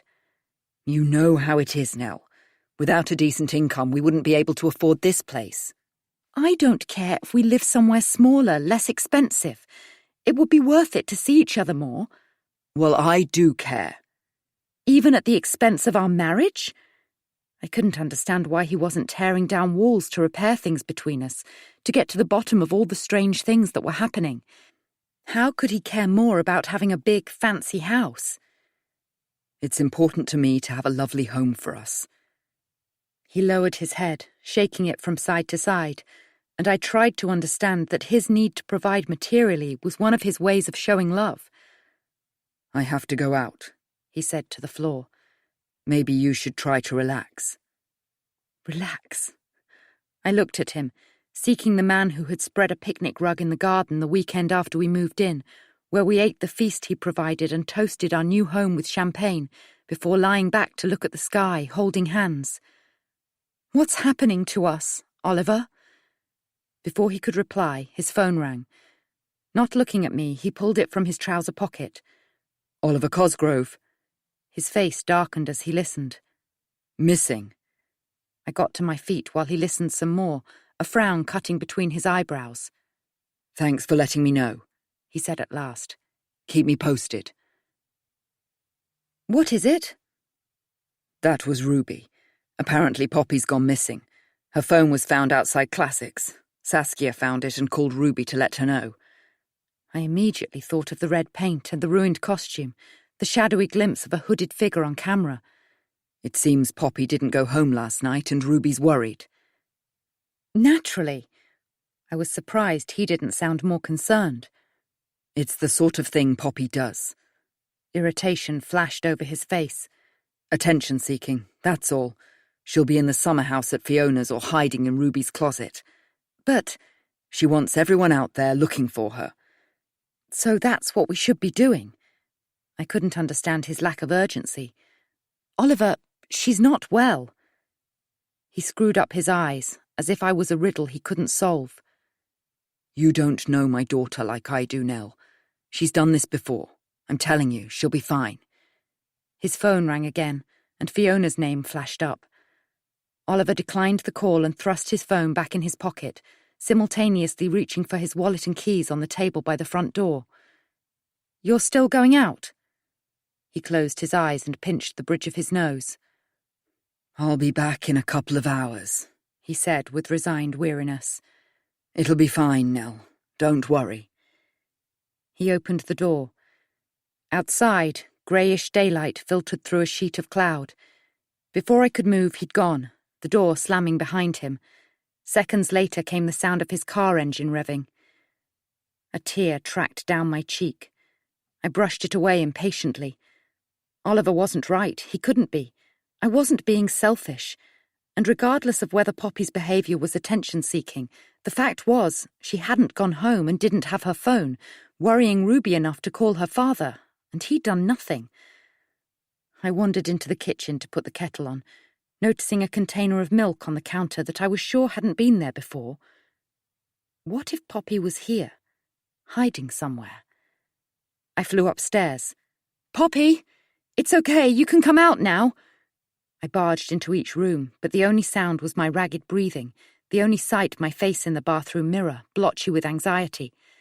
In the bedroom, I pulled open the wardrobe, then, recalling the ruined photo and insurance flyer Oliver had found, looked inside the drawer of his bedside cabinet, which was almost empty now. About to close it and resume my search for Poppy, I heard something above, a creak, like someone stepping on a floorboard. I froze, glancing up. Had it come from the loft, the one place I rarely ventured beyond putting away the Christmas decorations? I held my breath, straining for further sounds, and jumped when a gust of wind blew rain against the window panes. It was only the weather, which sometimes created strange sounds in and around the old building. It couldn't make up its mind, sunny one minute, raining the next, adding to my feeling of dislocation. Close to tears, I ran back downstairs and located my phone. I should talk to Ruby, but when I tried her number it went straight to voicemail. I opened my mouth to leave a message, but wasn't sure what to say and ended the call instead. Could today get any worse? I imagined Oliver driving off as though he didn't have a worry in the world, oblivious to the danger his daughter could be in. Despite the blazing fire, I felt cold at my centre. Maybe everything that was happening wasn't intended to ruin my reputation or the business Oliver had helped to build. Perhaps someone wanted to show me Oliver wasn't the man, the father I thought he was. I allowed myself a minute to let the realization to take root, then called another number. "Carla," I said when she picked up, "can I come and see you?" Chapter 22. Ruby. Fiona was filling her wineglass as Ruby entered the kitchen. She'd been upstairs searching for Poppy. Once, just after Oliver left, they'd found her sister wedged at the back of the wardrobe, her arms wrapped round her legs, her face pale with distress. "She's done this before," Fiona sighed deeply. "She'll be hiding somewhere. You'll see." Even if that's true, it's still a cry for help, and you and Dad need to answer that cry. She was always a difficult child. Fiona picked up her glass, put it to her lips, and then returned it to the work surface, as though thinking better of it. "Your father pandered to her." She shook her head. "Anything for a quiet life." Ruby didn't remember it like that. Yes, Poppy was perhaps a bit hyper, but she was always a lovable child. They were a happy family, weren't they? Before Nell ruined it all. "We found her in the summer house once. Remember?" Fiona's voice cracked. "We need to look there now." Her eyes shimmered with tears. "She's probably hiding, waiting for us to find her." A memory flooded in of Poppy's 16th birthday. A friend had come over for a sleepover, a rarity for Poppy, and they were sharing pizza and watching a film. Oliver had moved out a few months before, after telling the girls that he and their mother needed some time apart. But he was back at the house that day, had brought Poppy a gift. It was around 10 o'clock that Poppy's friend came downstairs and told Ruby and her parents that Poppy had disappeared. She'd apparently gone to get some more popcorn and hadn't returned. They'd eventually found Poppy curled up like a fetus, sobbing in the summer house. It was the night everything changed. "He was talking to some woman on his phone," Poppy had yelled through her tears when Ruby found her. "Who?" Ruby had crouched down by her sister, pulled her close. "Dad! He was on his phone in the porch. talking to her. He's having an affair. He doesn't love us anymore. He's never coming back, is he? It wasn't long after that Oliver started seeing Nell, and Poppy began to self-harm, abandoning her friend, a dark place swallowing her.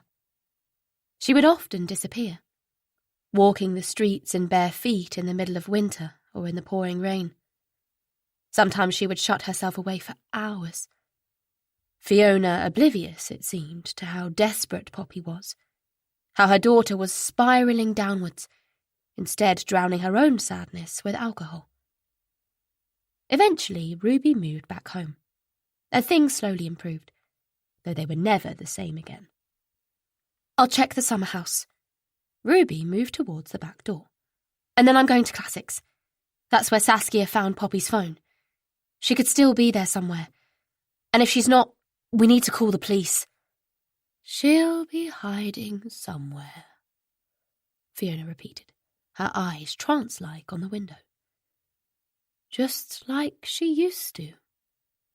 "You can't see it, can you, Mum?"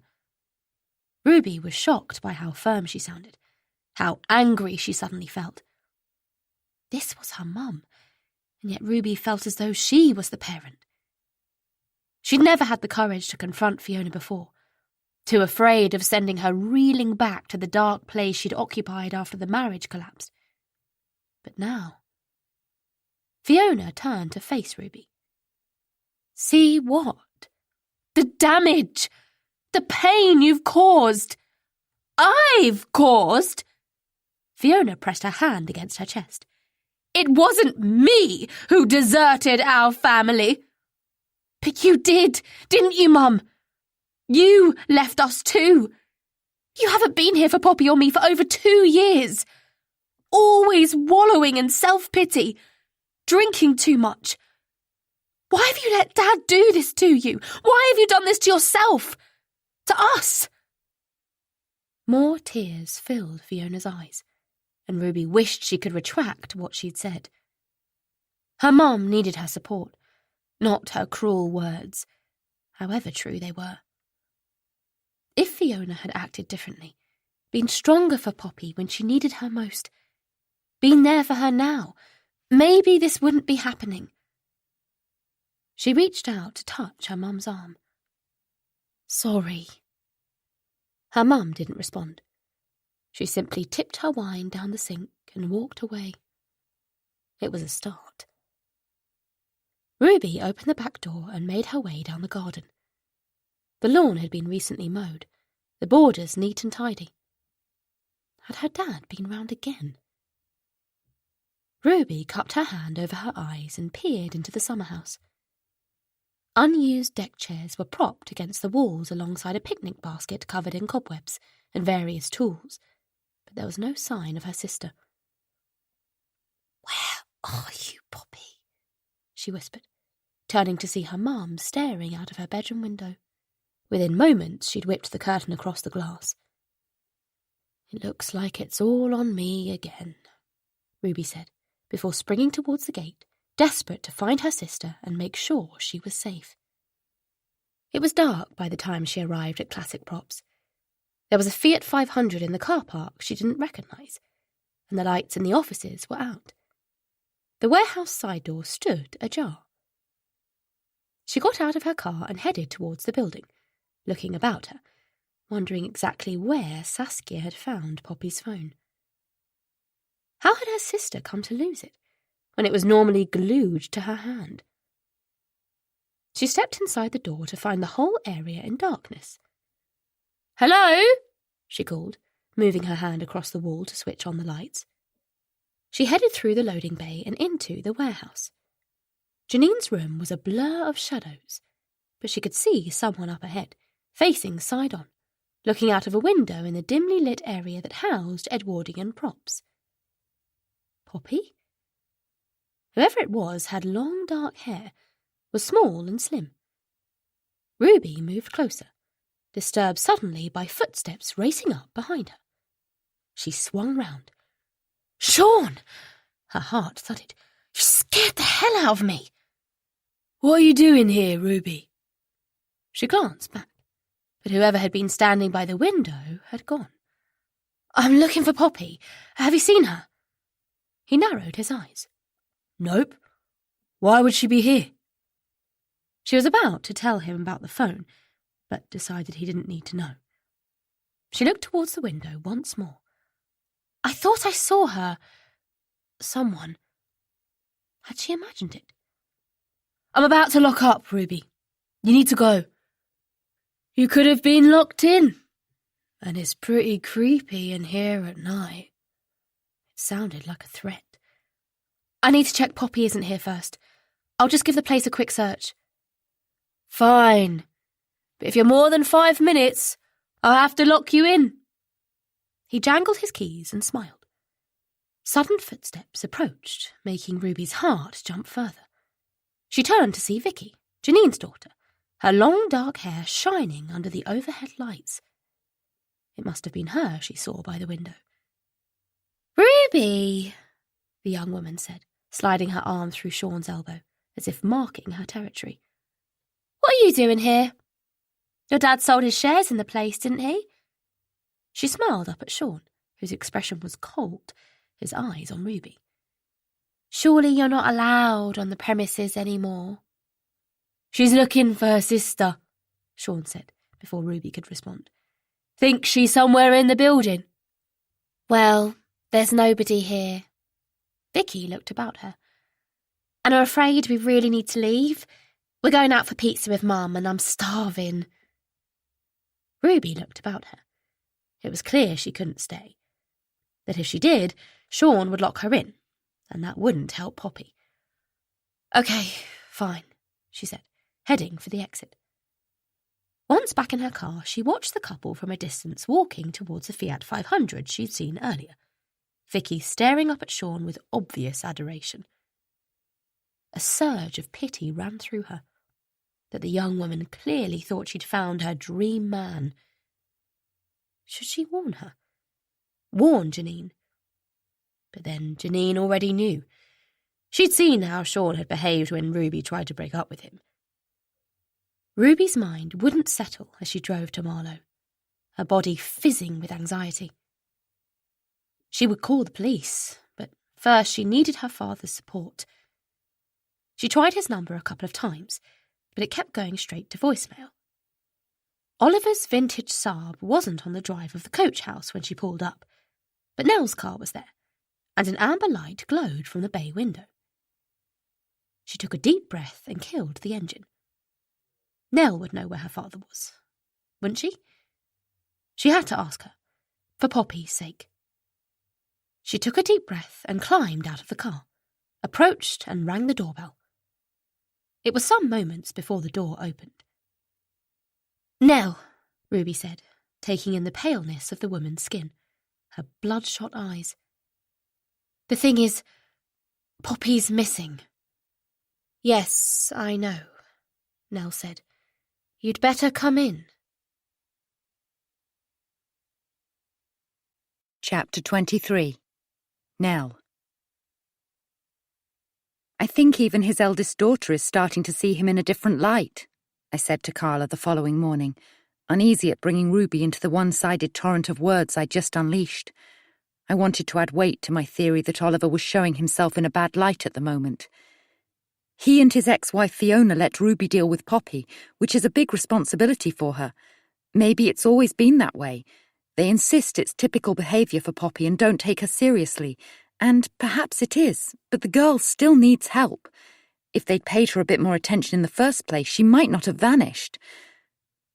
Running out of steam, I sagged back on the sofa, fingers picking at a thread on the hem of the shirt I'd thrown on after Carla called me at 8 a.m, suggesting I visit before her first client of the day. "Can I ask, are the police involved?" She was plainly struggling to hide her concern, her fair eyebrows gathered. "How long has Poppy been gone?" "Not long, and no, not yet. Oliver spoke to Ruby last night and seemed to convince her that no harm would come to Poppy, and to wait." I'd been shocked when Ruby turned up the day before, embarrassed for her to see me puffy-eyed, eyes swollen from crying. Convinced she was there either to see Oliver or to have a go at me about the newspaper article, I was surprised when she said quietly, "Can I come in? I'm worried about my sister." She hadn't expressed disappointment that Oliver wasn't there, instead saying with a sigh of resignation, "I didn't think he would be, if I'm honest." Carla was silent, waiting for me to go on. "Ruby and I talked yesterday. She came to see me," I said. "It felt like a breakthrough, actually, but a shame it was under those circumstances." Carla's head tilted. Her gaze was steady, her hands knotted tightly in her lap. "Did you come to any conclusions?" "I believe Ruby did." I remembered the look on her face as she dropped into the fireside armchair that Oliver tended to occupy when he was home, though I couldn't recall the last time he'd sat in it. She'd looked drawn, her wide eyes troubled as she recounted Poppy's behaviour over the past few years. "She's getting worse," she said flatly. "That scene in front of the journalist." She shook her head, her hair falling forward. "It's as if she's stopped seeing the bigger picture and is completely focused on getting Dad home, whatever the cost, only—" She paused again, glancing at me perched awkwardly on the sofa opposite with a balled-up tissue in my hand. "That's not going to happen, because you're never going to leave him." "Do you really think it would solve everything if I did?" I hadn't bothered sugarcoating the words, knowing we were past that point. Ruby's half-smile was sad. "No, I suppose not. You shouldn't be left in charge of your sister's mental health." "Who else is there?" She snapped the words out. "It turns out my parents are too wrapped up in themselves to care." "You know their marriage can't have been good in the first place, or your father would never have left." Ruby's head jolted up. "You don't know anything about their marriage. You weren't there." She hesitated, and when I didn't speak, continued in a lower voice. "I'm sure they had ups and downs like most married couples, but nothing worth breaking up for. They were probably trying to protect you and Poppy. You can't know what they were like when the pair of you weren't around." I didn't want to burst her bubble by revealing how needy Fiona had been, according to Oliver, or how much of his money she'd spent over the course of their marriage in order to fill the long days when the girls were at school, how she'd relied heavily on Oliver to support her, despite having her own business. "All I know is they loved each other, and Mum would have Dad back in a heartbeat." "Why would she want a husband who has chosen someone else?" "You happened to be there," Ruby said. "They were having a low patch and he got carried away." Ouch. But he'd already left her by then. "You know, Mum only agreed to a divorce because she thought he'd come back when he got you out of his system." Her mouth turned down. "Sad, really." There was nothing I could say to that. Fiona loved Oliver, however much I wished it wasn't true, and Ruby was caught in the middle. "I can't understand why your dad isn't out there looking for Poppy," I said, tears rising once more.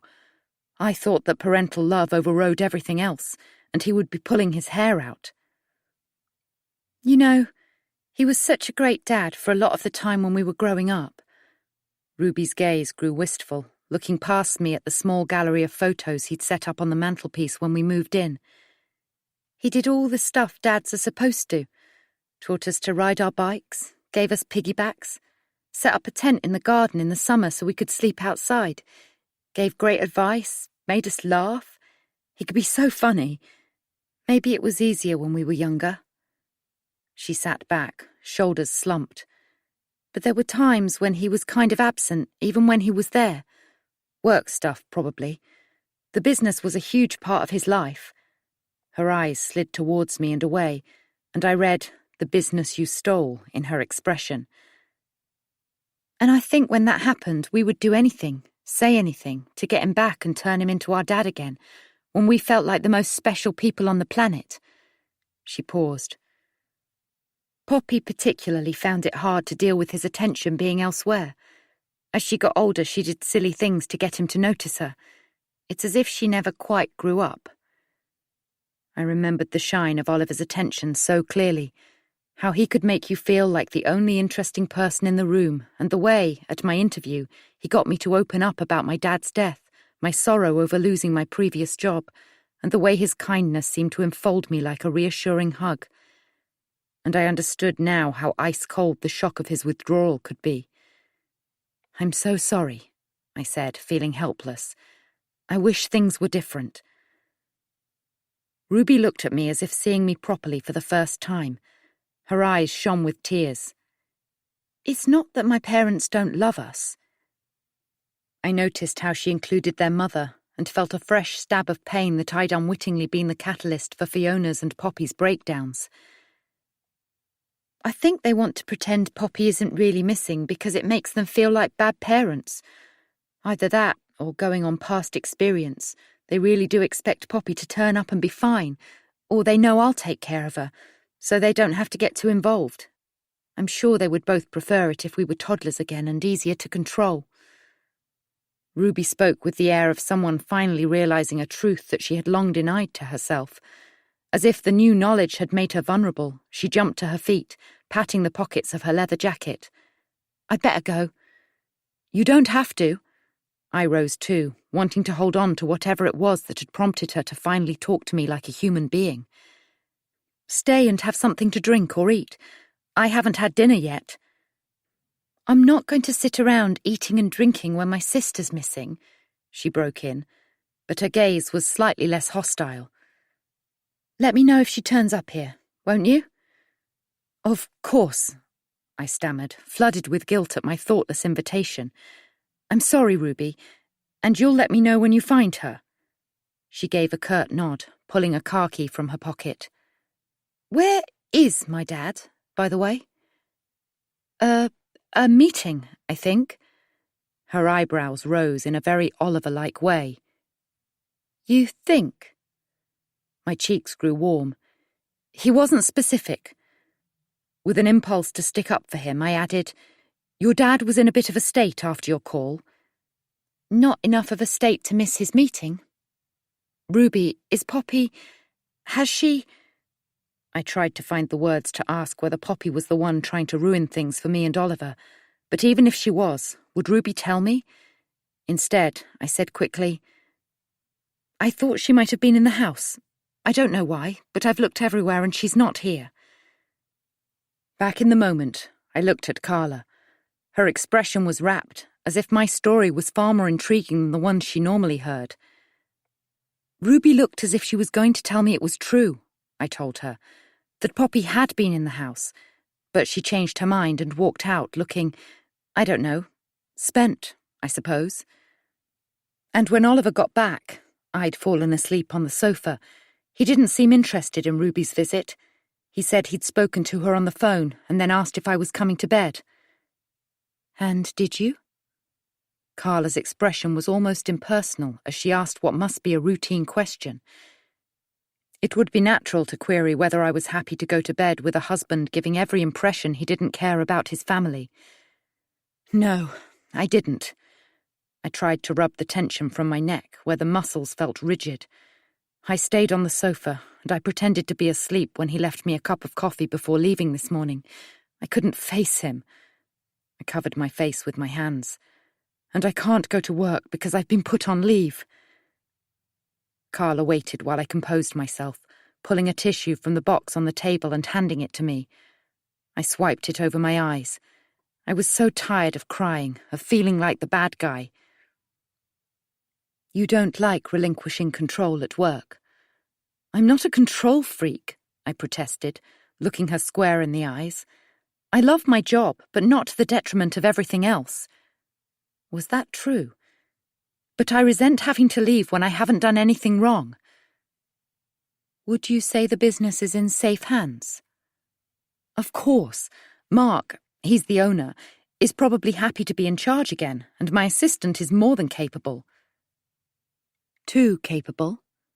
Carla let a moment's silence lapse. "I'm not worried about her taking over, if that's what you mean." Was I? "I just want my life to be how it was before." Carla seemed to be having difficulty forming words, perhaps waiting for me to fill the gap. "Before?" she finally prompted. "Before all this?" I gestured with my hands, glancing at my watch. It must be almost time for Carla's next client. What was I going to do with the rest of my day? I could visit Mum, but it would be hard keeping everything from her when she could read me so well. If I was a friend or relative, what would you advise me to do? Carla's expression stilled. We're not supposed to give advice. Her tone was gently reproving, but something in her gaze told me she wanted to. After pausing for a second, she went on, Why are you fighting to stay with your husband when you clearly feel he's letting down the people he's supposed to love?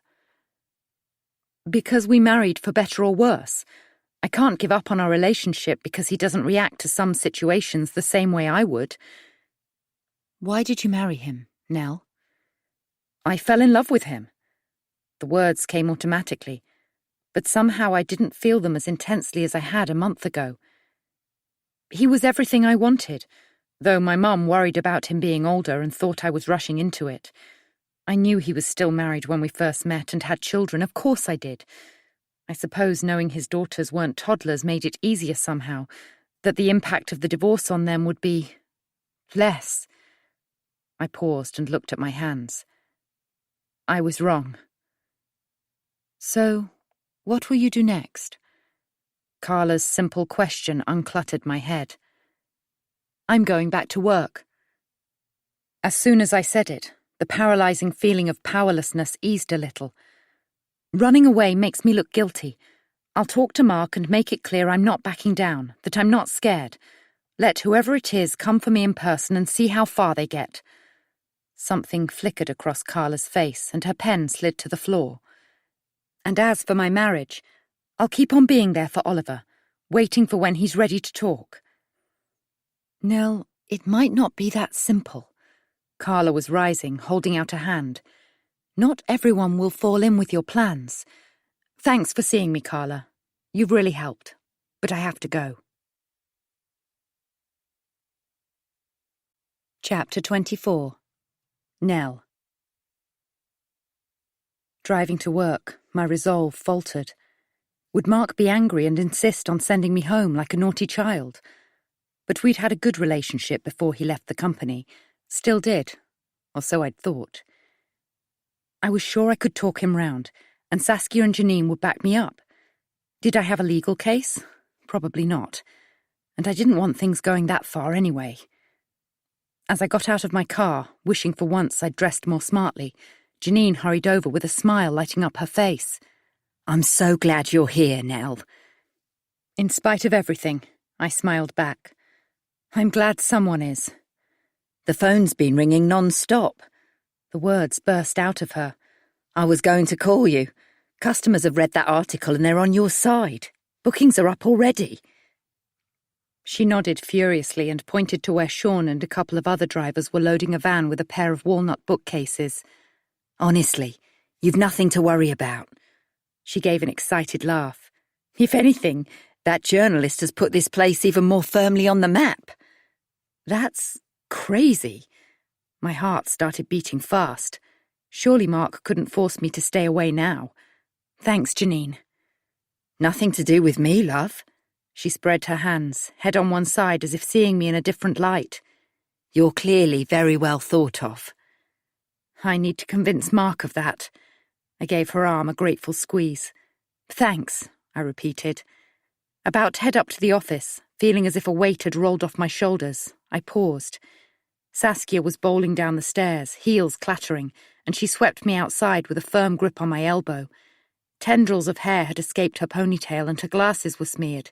She looked on the verge of tears. It's okay, Saskia. I gave a half laugh. Janine just told me things aren't as bad as I thought. I looked over my shoulder, but Janine had slipped back into the warehouse. I was going to talk to Mark. Don't bother. She almost choked on a sob. I told him you should be here. I wanted him to call you and tell you how much support you've had, but he... She hesitated, glancing up at the windows, as if Mark might be watching us. He seems kind of power crazy, she said in a loud whisper, shuffling further towards where the cars were parked, out of sight of the office. It's as if now he's back, he doesn't want to let go again. He actually said that for him... She broke off and pressed her lips together. What? I wanted to shake the words out of her. Tell me, Saskia. He said, for him, you leaving was the best thing that could have happened, because he wants to come back and be in charge again permanently. She lifted her glasses and rubbed shaky fingertips across her cheeks. He doesn't want you here. What? Confusion fought with anger. Had this been Mark's plan all along? He wanted me out so he could come back for good. I'll speak to him, I said. You must have got it wrong. I haven't, Saskia retched suddenly and clapped a hand to her mouth. I gripped her upper arms to stop her crumpling. Are you okay? She straightened but looked as if she might be sick any second. Between you and me, Nell, I'm pregnant. Oh! I let go of her, trying to absorb this deluge of new information. That's... Congratulations! Please, can you give me a lift home? Her eyes filled once more. I feel so ill, and this stuff with Mark... She gave a muffled sob. I can't be here at the moment. I craned to look at the warehouse, wanting desperately to be inside, having it out with Mark, but Saskia was in no fit state to be left alone. When I heard your voice, I grabbed my bag and made a run for it. She inhaled a shaky breath. I wanted to warn you what Mark had said before you came in, and then I was going to go home, but I don't fancy my chances on the tube. She pressed a hand to her mouth again, closing her eyes.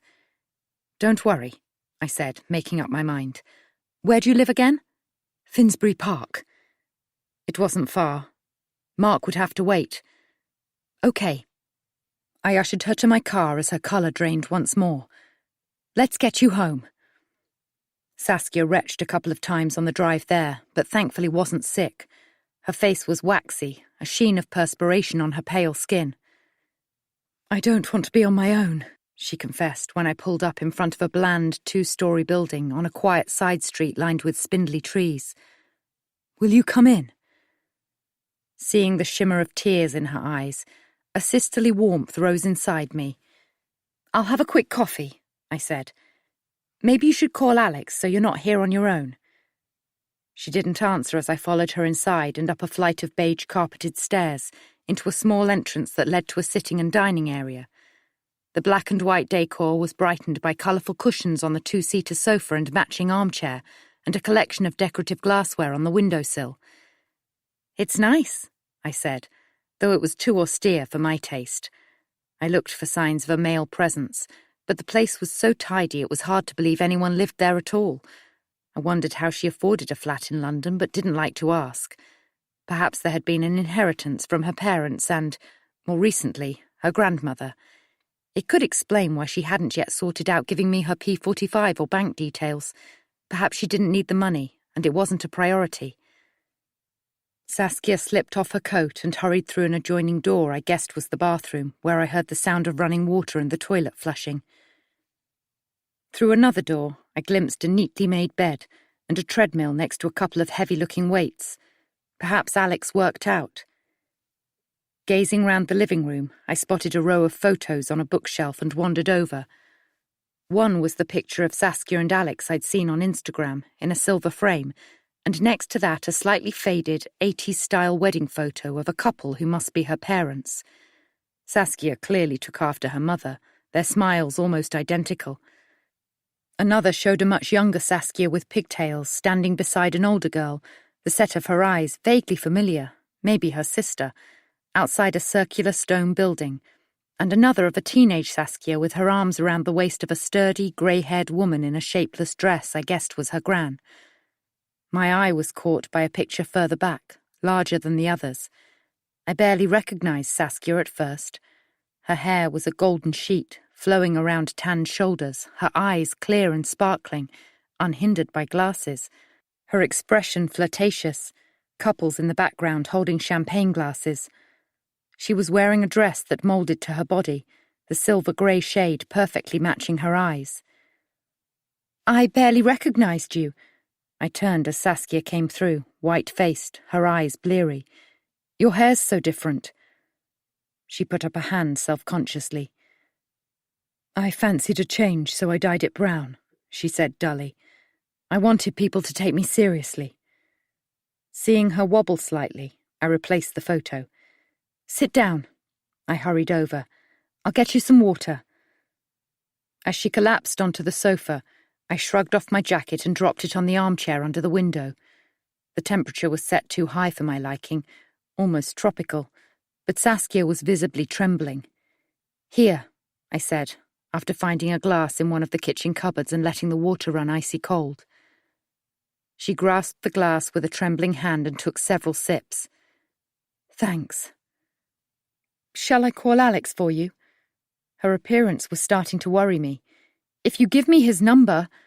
I reached for my jacket, intending to take my phone from the pocket, but stopped when I saw she was crying, great big sobs that made her shoulders heave, a hand pressed over her mouth. Saskia, what is it? He's left me. What? It took a moment for her stifled words to sink in. Alex has left you. I sank beside her on the sofa. But I thought you were getting married. I glanced at her finger, realizing only then that the ring had gone. The baby... When I told him last night I was pregnant, he said he wasn't ready to be a father. Oh my God, Saskia! I shuffled closer and put an arm around her, but let it fall when she stiffened and shifted away. I'm so sorry. Is there anyone else I can call? Your sister? I glanced at the photo I'd spotted earlier. She shook her head, her hair falling from its tortoiseshell slide. She's busy. I don't want to burden her. She wept, removing her glasses and dropping them in her lap. Her trousers were crumpled and there was a small stain on her blouse. She seemed to be unravelling. Don't worry. I'll be fine. I'd left my bag in the car and couldn't find a tissue, so fetched some toilet paper from the spotlessly clean bathroom. I watched, feeling helpless as she sniffed, her sobs subsiding as she scrubbed her eyes. I really want to go home, Nell. Her voice was raw, her usual composure in shreds. To Norfolk, I mean. Right. With a burst of pity, I thought how desperately she must need her parents right now, must wish they were still alive. Trying to think of a solution, I jumped when she grabbed my hand. Will you take me, Nell? Her ashen face contorted. I can't face getting the train, and I'll need to take a taxi to the windmill from the station. It's too far to walk. Windmill? I glanced once more at the photos on the shelf, at the two girls in front of a circular building. Is that where you grew up? She nodded, dabbing her eyes again, and I felt a flash of shame that I hadn't known, hadn't asked her much about her life. The fact I'd had other things on my mind was a poor excuse. Why had I let my relationship with Oliver take precedence when I didn't even feature on his list of priorities? I'll take you, I said without thinking. I've never been to Norfolk. Chapter 25. Ruby. Ruby closed the wooden gate at the rear of Sharma's Sandwiches and made her way across the cobbled area towards Benita, who was loading the van with trays of sandwiches. She had lain awake for most of the night, staring into the liquid black of the early hours, worried sick about Poppy, unsure if she'd made the right decision not to call the police. But her father's insistence that her sister would turn up, and it was the sort of thing Poppy did, had stopped her following her instincts. She tried to call her father again when she got up, and later texted him asking if she could come over and discuss Poppy. He'd finally replied, OK. She called her mum, too. I'm going to the police once I've spoken to Dad, she'd said. And for the first time there'd been real concern in Fiona's voice. I'll come to the police station with you. Call me later. I'll meet you there. You're early, Benita said, glancing over her shoulder as she manoeuvred the final tray of sandwiches onto the rack. You look awful, Ruby, like you haven't slept for a month. Are you okay? Thanks for that. Ruby half smiled. She didn't want to get into why she was so early, or that she was about to take a detour to see her dad before her deliveries. I'm not too great, if I'm honest. Should you even be here? Benita stepped towards her, touched her arm. If you need to take some time off, I can do your round. Mum will always step in to look after the shop. Ruby looked into Benita's concerned brown eyes. Should she confide in her that Poppy was missing? I'm fine, she said, deciding against it. Just a rough night is all. Benita narrowed her eyes, as though she could see inside Ruby's head. It was clear she knew there was more to it, but she didn't pry. Instead, she turned and slammed the van door before dropping the keys into Ruby's palm. Well, you know where I am if you need a friend. Thanks, I appreciate it. Benita made her way inside, and Ruby climbed into the driving seat and started the engine. Gripping the steering wheel, she sucked in a deep breath. She hadn't got many friends. Not anymore. She'd lost her school and university mates when she stopped seeing them while dating Sean, and the amazing acting crowd she'd hung out with while on the circuit dissipated when she moved back home after her dad left. Perhaps she should confide in Benita. Allow her closer. Or maybe Saskia, who'd been so supportive. After all, they were around the same age. But for now, her priority was finding Poppy. Her first stop, Marlowe. She pulled up outside the coach house, killed the engine and picked up her phone from the passenger seat. She'd heard the text come in as she was driving.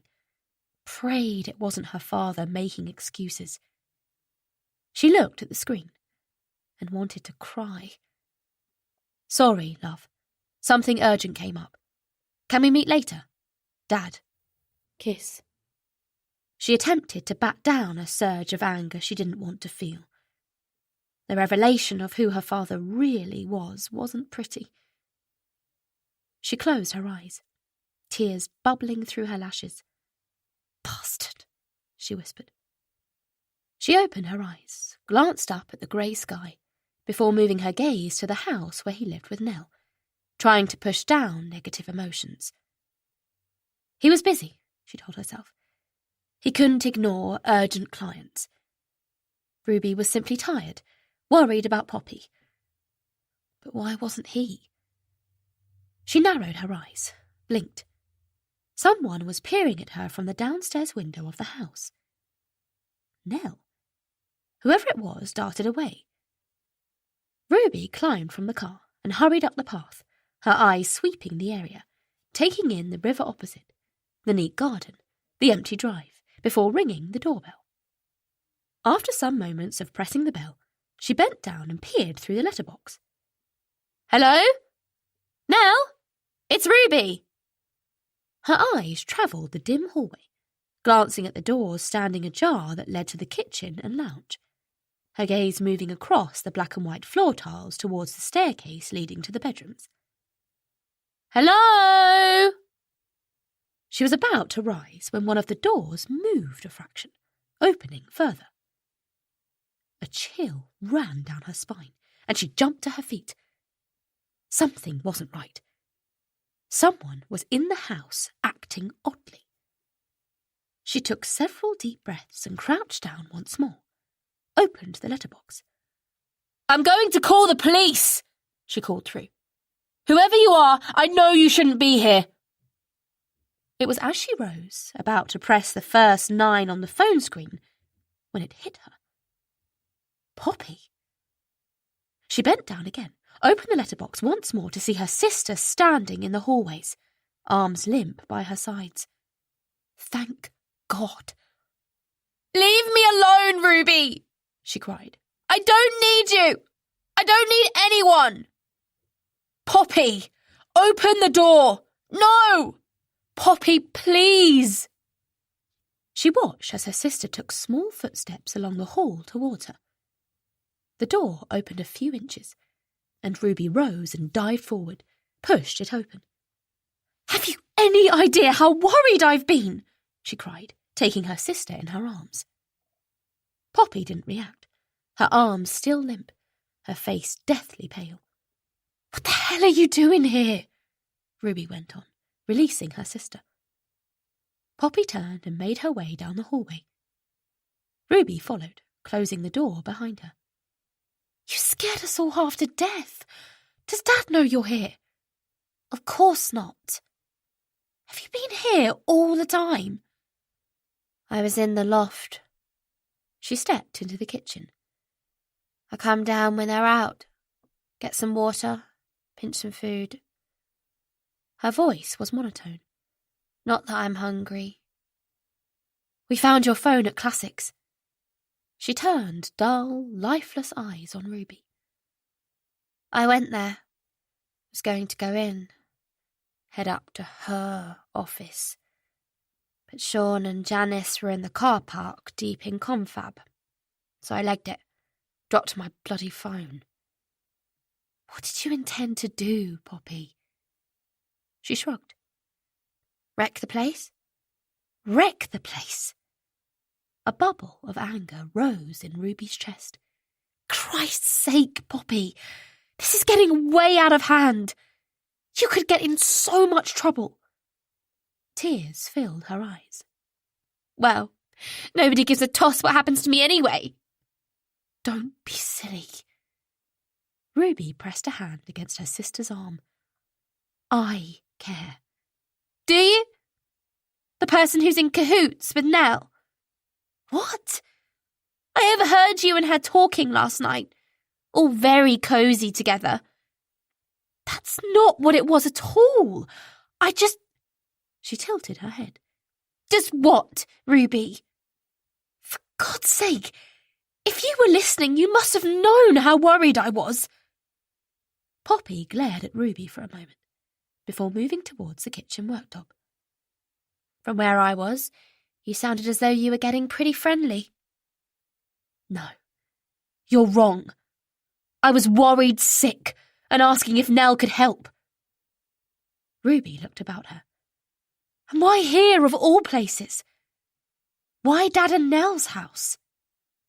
Her sister shot round. I was doing what you should be doing, making sure Dad comes back to Mum. How? How can you make him come back? Their marriage is over. Ruby's voice cracked. Had she really accepted the inevitable? You have to see that. No, it will never be over. Dad keeps coming round doing little jobs for her. Why would he do that if he didn't still love her? I don't know. She shook her head. But then it occurred to her.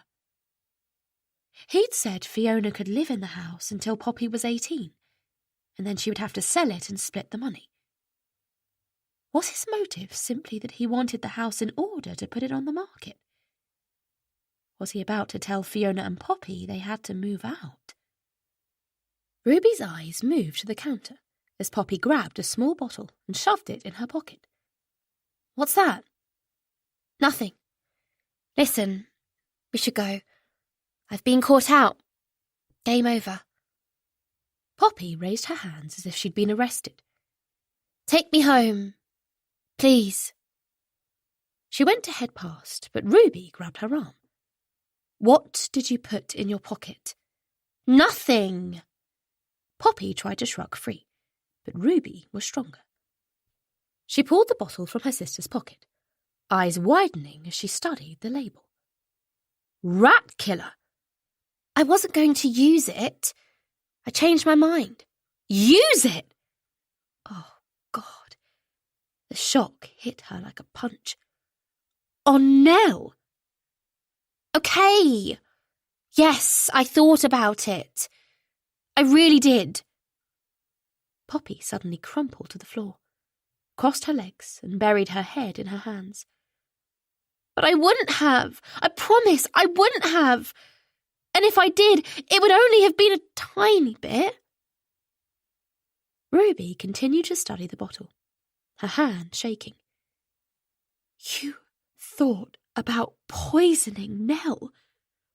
I ordered it online. Planned to put it in her drink somehow. Not to kill her, just to punish her. Make her sick. She looked up, eyes wide. She needed to be punished, Ruby. You know that. She shook her head. But when it came to it, I just couldn't do it.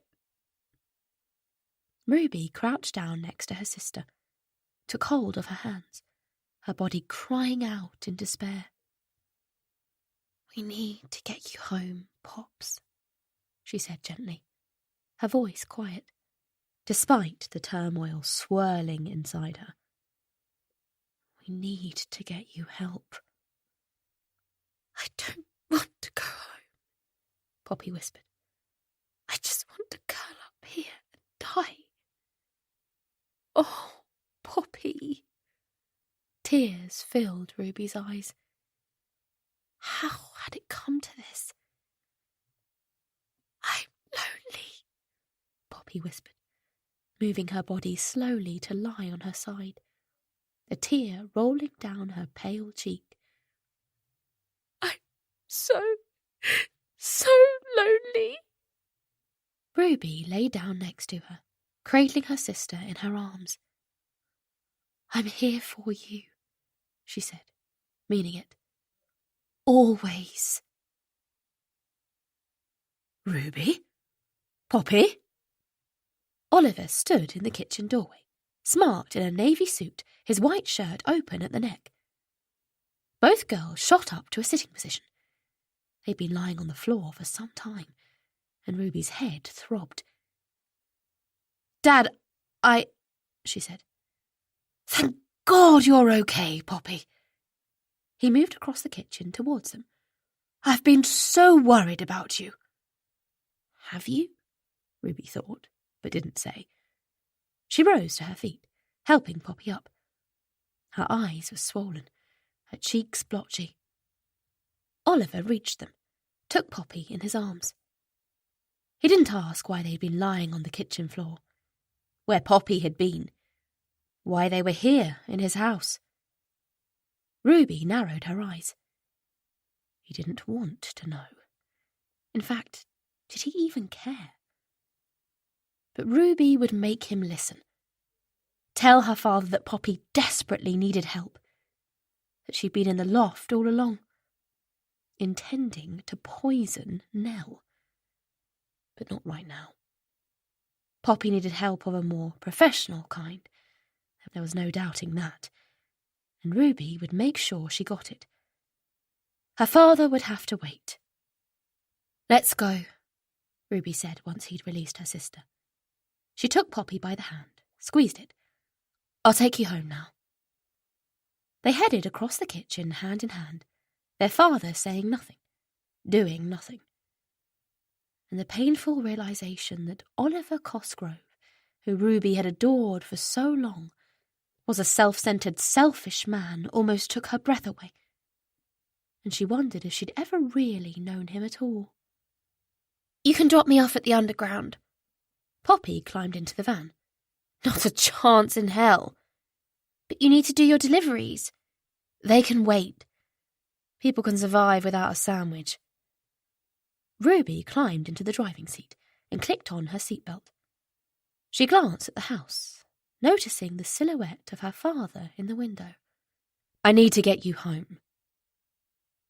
She was about to start the engine when she noticed in the rearview mirror a car pulling up behind them at speed. She shot a look over her shoulder. Mum? Poppy looked back too, as Fiona climbed out of the car and rushed face flush to the driver's side of the van. Ruby buzzed down the window, and Fiona's worried eyes met Poppy's. Oh, love, she cried, and raced around to the other side of the van. She opened the passenger door. Thank God! She flung her arms around her daughter. Where have you been? Are you okay? She's a long way from being okay, Mum, Ruby said. We need to do something. Of course, yes. Fiona released her daughter. Where were you, Poppy? Poppy looked at the house, her body shaking. In their loft? Their loft? But why, darling? She had plans to poison Nell, Ruby said, the horror of it hitting her all over again. Fiona seemed to freeze for a moment. "This is my fault. This is all my fault." Ruby wasn't about to argue. Fiona had to be partly to blame. She'd spent so long wallowing in self-pity, had made their childhood home an unbearable place to live. Ruby understood that her mother was broken, and she'd felt for her at first. But Fiona should have seen how her behaviour was affecting Poppy, an already volatile teenager. "Let me take you home." Fiona had a calmness in her voice that Ruby hadn't heard in a long time. "We can work things out." "We can," Ruby said, watching her mother ease Poppy from the van and cradle her daughter's shoulders. "And we will." Once Ruby had delivered her final sandwiches to an office block next to Classics, she pulled into a parking space to eat her lunch. She glanced up at the windows.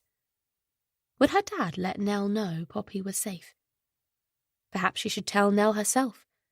After all, she had seemed concerned. Ruby pulled out her phone and dialed Nell's number, but it went straight to voicemail. Maybe she could go up to her office and let her know. But the thought of it didn't feel right. They weren't exactly friends. She was about to bite into her cheese and pickle sandwich when a sharp knock on the window startled her.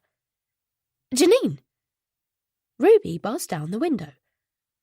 "I wanted a word." Janine's eyes darted around her, as though she was worried about being caught. "It's about Sean." Ruby flopped her head back against her seat. This was all she needed. "You know my Vicky is dating him." "Yes, I saw them together. I hope they'll be happy." She realised she sounded a bit sarcastic, but honestly, the chances of Sean making anyone happy were 0. Janine looked over her shoulder, then back at Ruby. "But that's just it. I think it's quite serious between them." "Well, that's nice. I'm pleased for her." Janine's forehead cracked as she stared at Ruby. "Are you?" "Of course." She moved her gaze from Janine's anxious face and turned her attention back to her sandwich. "Well, I must admit I was too, at first," Janine went on. "Vicky's never had many boyfriends. But he seems a bit controlling." The word was out before she'd thought it through. Janine nodded slowly. "Yes, and I'm all of a dither. She seems so smitten, bless her. I just hope he doesn't hurt her." "If you want my opinion, Janine, I do. He's no good. You know what a hard time I had getting rid of him." Janine nodded once more. "Yes, but I thought, well, hoped, really, that you might have overreacted a bit at the time." "Really?" Ruby wanted to say so much more, but after the day she'd had so far, she hadn't got the energy. "Thank you for being honest with me, Ruby." She paused for a moment, her eyes darting about her. "Can you believe I thought you wanted him back?" "Well, you couldn't have been more wrong." "Yes, I see that now. Well, I better leave you in peace and get on with some work." "Is Nell in her office?" Ruby called after her as she walked away. She glanced back and shook her head. "Saskia was taken ill. I think Nell took her home." Ruby closed the lid of her lunchbox, hoping Saskia was okay, her mind drifting to how supportive and understanding she'd been. Perhaps she should go round to her apartment, check she was okay, maybe even get her take on Poppy. She would be someone neutral, someone with no agenda, who would give unbiased advice on her sister. Drainpipe tartan trousers and a red polo neck sweater hugged Stefan's slim frame. "Ruby, sweetie!" His smile was wide as he beckoned her into Saskia's apartment with effervescent charm. "I was going to call you later about rehearsals. Come in. Though Sassy isn't here, I'm afraid. In fact, I haven't been able to get hold of her. I'm just picking up my laptop. Left it here last night. Thankfully, I know where she hides her spare key. She always put it under a plant pot when we were at university. Ruby followed him through to a small, minimalist lounge, decorated in black and white, with a 2-seater sofa and chair, Saskia's glasses perched on the arm. Sassy bought the place with her inheritance when her parents died, Stefan volunteered. A group of framed photographs on a shelving unit caught her eye. 2 little girls posing near a windmill, another, more dated, of a couple on their wedding day. Ruby picked up a study of a beautiful woman. Is this Saskia? Saskia? He laughed. God, I haven't heard her called that in a while. Sorry? He didn't reply, instead moving over to the photos. She's quite the stunner when she makes the effort, isn't she? Ruby stared down at the picture in her hands. I barely recognised her. I know. To be honest, I was taken aback when I saw her with you at the coffee shop. I hadn't seen her in a while. Thought she'd let herself go a bit, though I guess that's understandable. She never fully got over her parents' death, for one thing. He moved closer to Ruby and gestured towards the photo of the children next to the windmill. That's her and her sister's place in Norfolk. She lived there as a child. He pointed at another photograph. And that's gorgeous Sassy and me, taken way back. I feel bad that I haven't seen enough of her through the years. She put down the picture. So you have no idea where she is? Ruby looked about her. I was told she'd come home sick. Really? Gosh, she seemed fine last night. Though, if I'm honest, she wasn't herself. Seemed agitated somehow. But then she can be a bit... He pressed his lips together, as though he'd said too much. A bit... He shrugged. She can be a little up and down at times. I've known her for years and love her to bits, but I still feel as though there are parts of her I don't know. Parts I've never quite been able to reach. Stefan's phone buzzed in his hand, and he looked at the screen. Listen, I would love to stay and chat all day, but I've got a lot on. Of course, sorry. No need for a sorry. We'll catch up real soon, sweetie. Get those rehearsals rolling. I'm so excited. Me too. Ruby followed him towards the door, giving the room one last sweep, her eyes falling on a familiar jacket on the back of the armchair. Problem? Stefan asked, turning, framed in the doorway. I think that's Nell's jacket, she said. She dropped Saskia off and must have left it behind. She picked it up, intending to take it round to her. As she threw it over her arm, a phone clattered to the floor. Trying to ignore Stefan's impatience, she picked up the phone and slipped it into her pocket. Finally, outside, Stefan locked the door and looped his laptop bag strap over his shoulder. It was as he air-kissed each side of Ruby's cheek that someone she vaguely recognised approached. Have you seen my sister? The woman said, pushing a tendril of blonde hair from her face, her voice tense. She's not picking up her phone.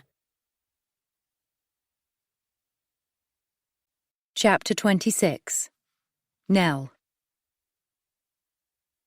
We arrived in Norfolk almost 3 hours later, torrential rain hammering on the car roof for the last few miles. Saskia had slept fitfully during the journey, her coat folded against the window as a makeshift pillow. I turned the radio on low for company, thinking about Alex letting her down when she needed him most. Perhaps some men weren't cut out for fatherhood. Like Oliver. I thought of the net of love and respect that had held my family together, and how it seemed to be missing in the Cosgrove family, wishing I'd noticed it much sooner. The sat-nav directed me through a soggy landscape of low-lying marshland and vast skies, past fields, hedgerows and villages, before bringing me to a standstill in a woodland clearing circled by trees where the windmill stood. A 6-story pale stone structure rising towards the clouds. Instead of the sails I associated with windmills, the building was topped by a boat-shaped cap with a wraparound viewing balcony. "We're here," I murmured. Saskia woke with a start, blinking and rubbing her eyes as she tumbled out of the car. She let us in listlessly, using an old-fashioned brass key in the wooden door, but seemed to brighten once inside her childhood home, showing me round the circular rooms, kitchen on the ground floor, living room on the first, bedrooms and bathroom above, all reached by a winding wooden staircase, and a loft area with a ladder leading to the viewing area at the top. Compared to her flat, it was cold, as though centuries of winter had seeped through the stone, but Saskia didn't seem to mind. I shivered slightly, realizing with a jolt that I'd left my jacket and phone behind on her sofa in our hurry to leave. "It was converted by an architect in the 70s, Saskia told me, pulling a wine bottle from a rack before seeming to remember she shouldn't be drinking and filling the kettle instead. He got itchy feet after a few years, and my parents, who grew up in the area, put in an offer. My dad had always wanted to live here."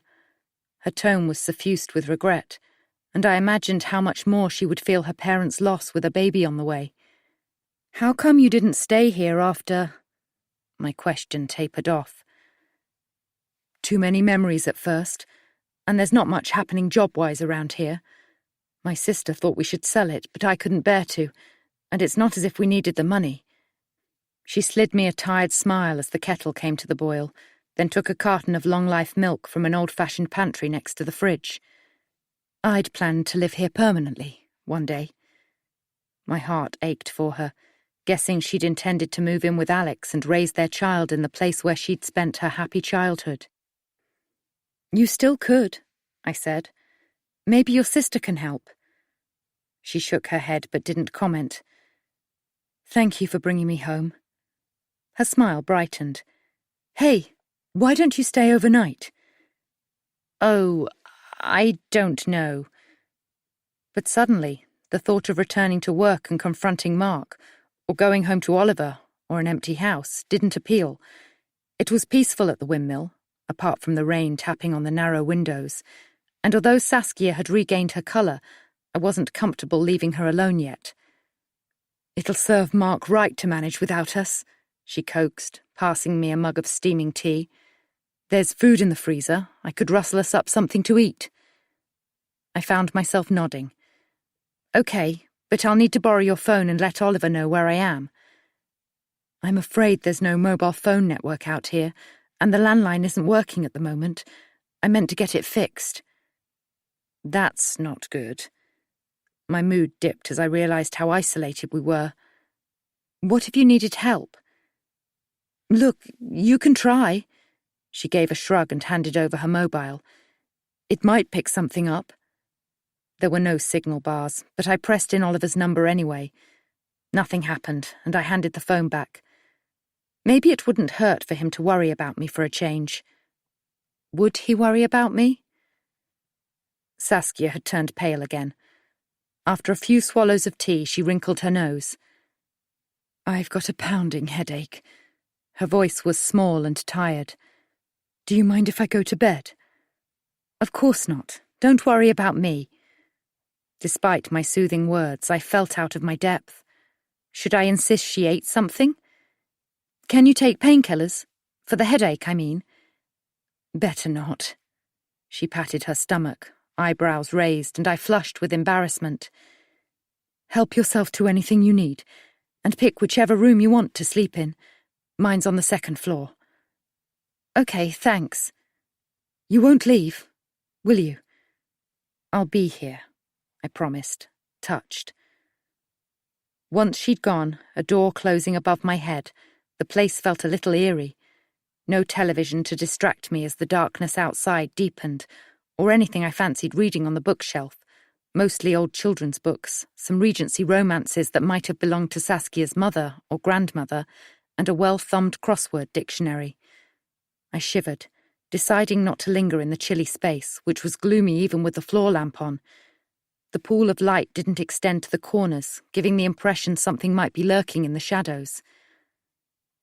After a meal of frozen lasagna, cooked in the microwave and eaten perched on a leather sofa that had seen better days, I headed to bed after using the old-fashioned bathroom, choosing a shabby room on the 3rd floor. The decor was tired, and the whole place felt unlived in, except perhaps by ghosts. Shivering, I tried to ignore the mustiness of the bedding and the unfamiliar creaks and groans of the windmill, tensing when I thought I heard a female voice below. As sleep dragged me under, I wondered what Oliver was doing, and whether he was missing me at all. Waking abruptly from a nightmare of sitting in an empty room, unable to move and hearing footsteps behind me, I jerked upright. Weak sunlight poured through a long, narrow window and across the dark wood floorboards. I sank back in the bed, remembering I'd stayed the night at Saskia's, not at her flat, but a windmill in the Norfolk countryside. Hearing movement a couple of floors down and the sound of Saskia humming, I let myself relax beneath the duvet. Despite the circumstances, it was nice to not have to think about getting up right away, like being on a much-needed holiday. Then I flashed back to Saskia breaking the news that she and Alex had broken up and revealing her wish to go home to where she had always felt safe. Oliver didn't know where I was. Galvanized, I swung my legs out of bed and reached for the jeans I'd discarded the night before.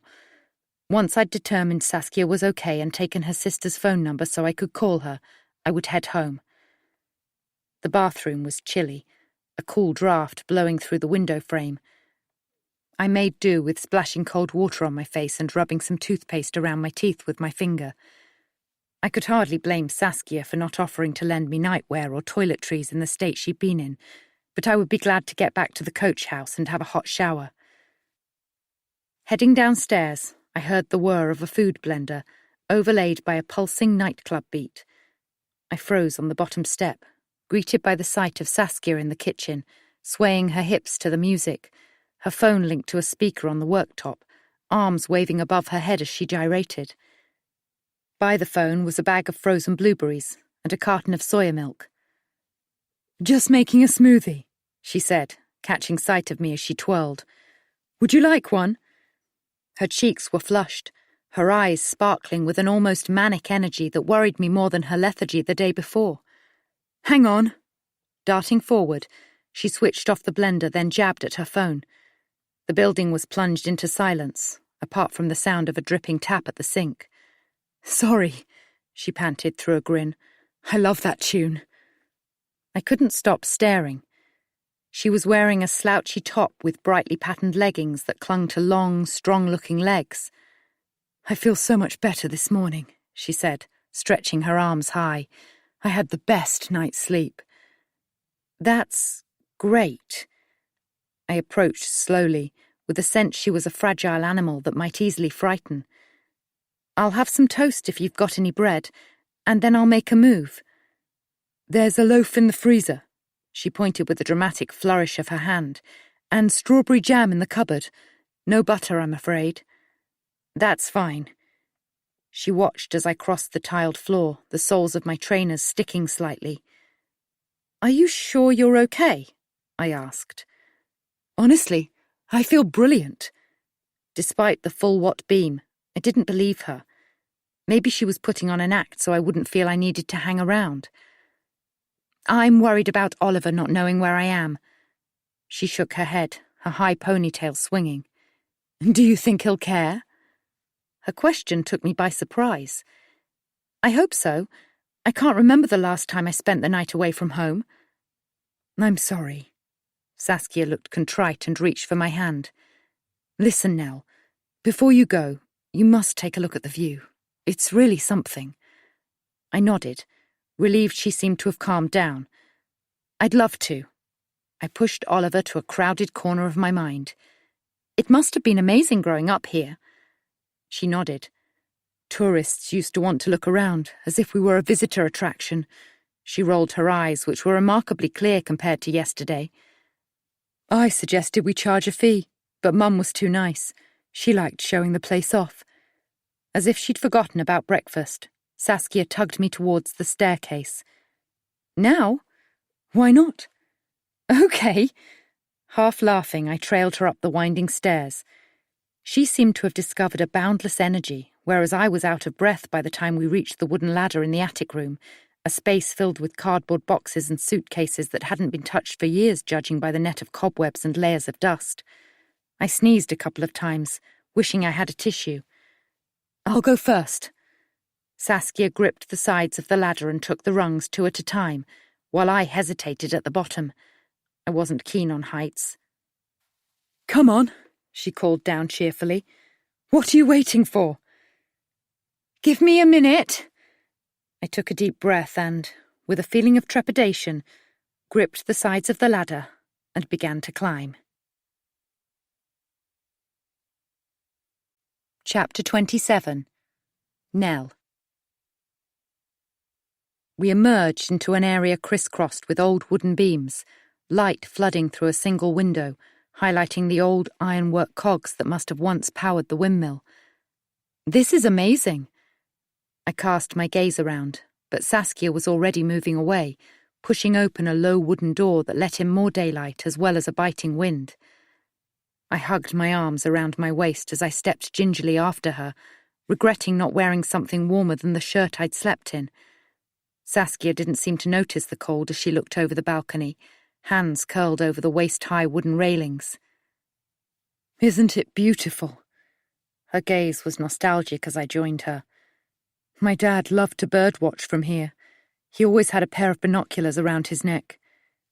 "It's lovely," I agreed, sweeping my eyes across the treetops swaying in the wind. In truth, there wasn't much to see apart from trees. The earlier sun had dipped behind a cloud, leaching colour from the leaves and muting the landscape. "If you look through the branches, you can see the sea on a clear day." She came closer, her elbow touching mine as I strained my eyes, but all I could see were more trees. A chill of unease swept through me. I wouldn't want to live here alone. I preferred the bustle and life of a town or city. "You're like a princess in an ivory tower," Saskia smiled, "waiting to be rescued." Turning, I suppressed another shiver and answered lightly, "I don't need rescuing." "We all need rescuing, sometimes." I could hardly argue with that, after leaping into the car and driving several hours to bring her here. "I suppose so," I said, but I was recalling how she hadn't seemed anywhere near as heartbroken down in the kitchen, dancing and making smoothies, as she had the day before, unless she was putting on a front. I felt a bird-like flutter in my chest. "I'd like to go back inside. It's freezing up here." Saskia rested her forearms on the lip of the balcony and angled her cat-like gaze at me. "It's such a shame you decided to come here and confront me about trying to take your job at Classic Props." For a moment, I thought I'd misheard. "Sorry, what?" Her lips formed a pitying smile. "It's tragic that you've been having so many problems lately," she said softly. "Not coping at work, dealing with a secret boyfriend because your husband doesn't pay you enough attention, and then accusing me of having an affair with Oliver." My heart gave a hard kick. "What are you talking about, Saskia?" "I'm going over the story I'll tell the police when they find your broken body." Her eyes moved pointedly to the concreted area below, where a couple of faded candy-striped sun loungers had been pushed to one side. "You were beside yourself, screaming obscenities, unhinged by the fact that your husband doesn't want you, your secret boyfriend has dumped you, and Oliver's daughters hate you. Being fired from your job was the final straw. You blamed me, accused me of trying to steal your life." She moved suddenly, arms swooping up as if to protect herself. "We had a scuffle and... Whoops." She peered over the balcony. "You went over, right where the railings are rotten. See?" I shrank back as she touched the wood nearest my elbow. Sure enough, it was rotting away, the struts shifting in their moorings. "I tried to grab you, but..." She looked me up and down. "You're quite a bit heavier than me, and I couldn't hold on." The cut of meanness in her words was a shock. "I don't..." But understanding flooded in as my brain finally caught up. "You planned all this. Well done, Nell. When she gave a sad smile, I suddenly saw it. The straight white teeth, the hint of gold at her crown, a touch of silver in her irises. The real Saskia was breaking through the version she'd been playing, like a blurry picture zooming into focus. "You're not wearing glasses," I said stupidly, remembering she'd left them at the apartment. "Who are you?" "Someone who thinks you don't deserve to be Oliver Cosgrove's wife." Her smile was silky smooth, but her eyes hooked into me like a bird of prey. "You're not his type, Nell." I was frozen, as if at the centre of a blizzard. "This is about Oliver. He doesn't love you." She shrugged. "Hasn't done for a while." I battled to absorb her words as I edged back towards the door. "Is that why you applied for the job at Classics? To get close to him?" "More to undermine you whenever I could," she said lightly. "It was too good an opportunity, so I took it." Another easy shrug. "It was easy enough to post about you on Twitter, especially after looking you up online and finding that wedding company you used to work for. I also memorized your computer password after watching you type it in, and changed a few dates in the diary to confuse you, made sure things weren't delivered when they were supposed to be. Oh, and cutting up that costume and soaking it with paint was actually fun." I felt the shock as though from a distance, my feelings numbed by Saskia's revelation about Oliver. They were having an affair, and yet, somewhere deep inside, I wasn't surprised. It explained so much about his recent behaviour. I couldn't believe I hadn't even considered the possibility. But what about Alex? My mind tried to grab a foothold. "Does he know what's happening? Is that why he broke off your engagement?" I shook my head. "I thought you were in love with him." "I don't want to talk about Alex," she snapped, eyes flashing a warning. Maybe there was no Alex. He'd been a smokescreen to distract me. I fought to catch up, snippets falling into place. "I suppose you rearranged that interview time with the newspaper too," I managed, "and deliberately invited Poppy and Ruby, hoping things would kick off."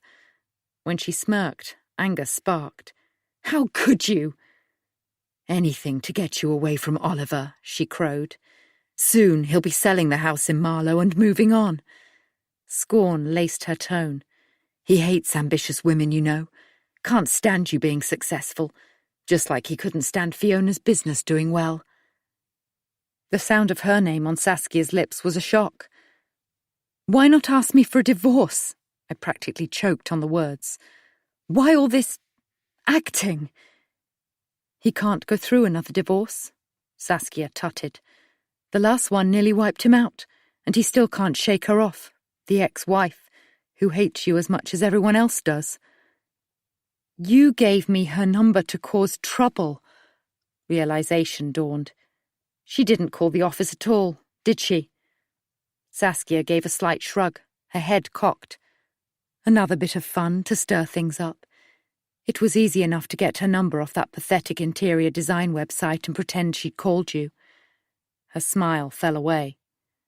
"Oliver suggested leaving you, but this way is better. He'll get all the sympathy as well as a lovely new wife in the long run. He hates to be seen in a bad light, you must know that.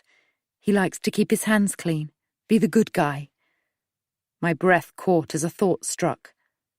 "The baby. Was it Oliver's?" She lifted her top and patted her flat stomach. "There is no baby." As she said it, her lips formed a tight line. "No baby for me, Nell. Not yet." "But Alex," I struggled for words. "Was he ever real?" "Of course he's real, you moron, but he's in the past." I tried to make sense of her words. Was Oliver a rebound affair? How had they met? Scared to ask as her eyes burned into me, I felt behind me for the door handle. "So, you said you were pregnant to what? Make me trust you? Feel sorry for you?" For a split second there was a flash of vulnerability in her eyes. "I'm a pretty good actress, don't you think?" Better even than Ruby. I've been in a couple of plays, but didn't really like it. There's no money in acting unless you get famous. You've used Ruby, too. I like her, actually. Her smile was bright and innocent. The Cosgroves will be a happier family without you in it. My breathing was shallow. You can't seriously be planning to hurt me. Hard to take in, I know. Her eyes widened. Maybe I should see a counsellor. The way she emphasized the word made me stiffen. I suppose you think it's a joke that I've been having marriage counselling, and Oliver must have been laughing behind my back. Carla's lovely, isn't she? Saskia sighed. She's all I have left in the world. Fresh shock reeled through me. Carla's your sister. But I could see it now, a similarity around the eyes, the shape of her jaw. But does she know?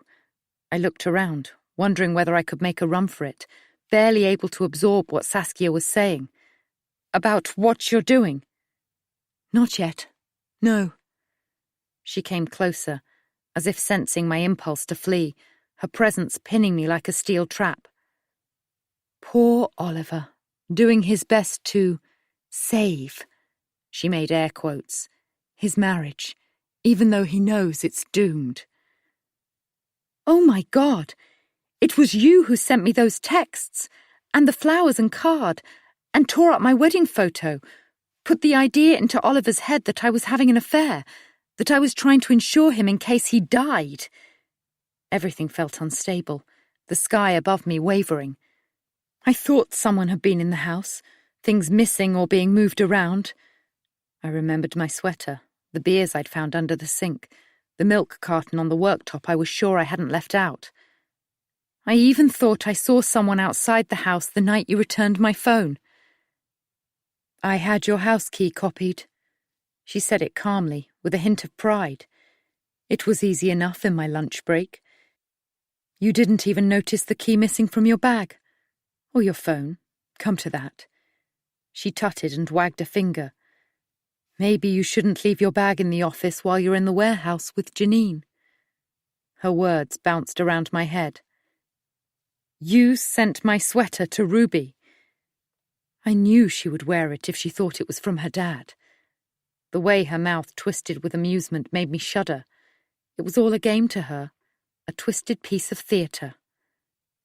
Does Oliver know you're here? I said. Of course not. I felt a brief, dizzying sense of relief that he wasn't party to her crazy plan. He doesn't love you, though, Nell. He'll be glad when you're gone. Relief gave way to fury because Saskia was right. Oliver didn't love me, that much was crystal clear. But Saskia wasn't getting rid of me without a fight. You won't get away with it, I said. And when it comes out, how do you think Oliver's daughters are going to feel? Why hadn't Oliver considered them before starting his affair? How long exactly had it been going on? Just let me go, Saskia. I tried to contain a tremor in my voice. I'll walk away. I don't want a penny of Oliver's money. I'm capable of making my own. As if I can let you go after everything I've told you. Her face was incredulous. You must be dumber than I thought. I won't go to the police. I inched further towards the door behind me. There won't be anything to tell if I go home and you stay here. I couldn't disguise a telltale tremble.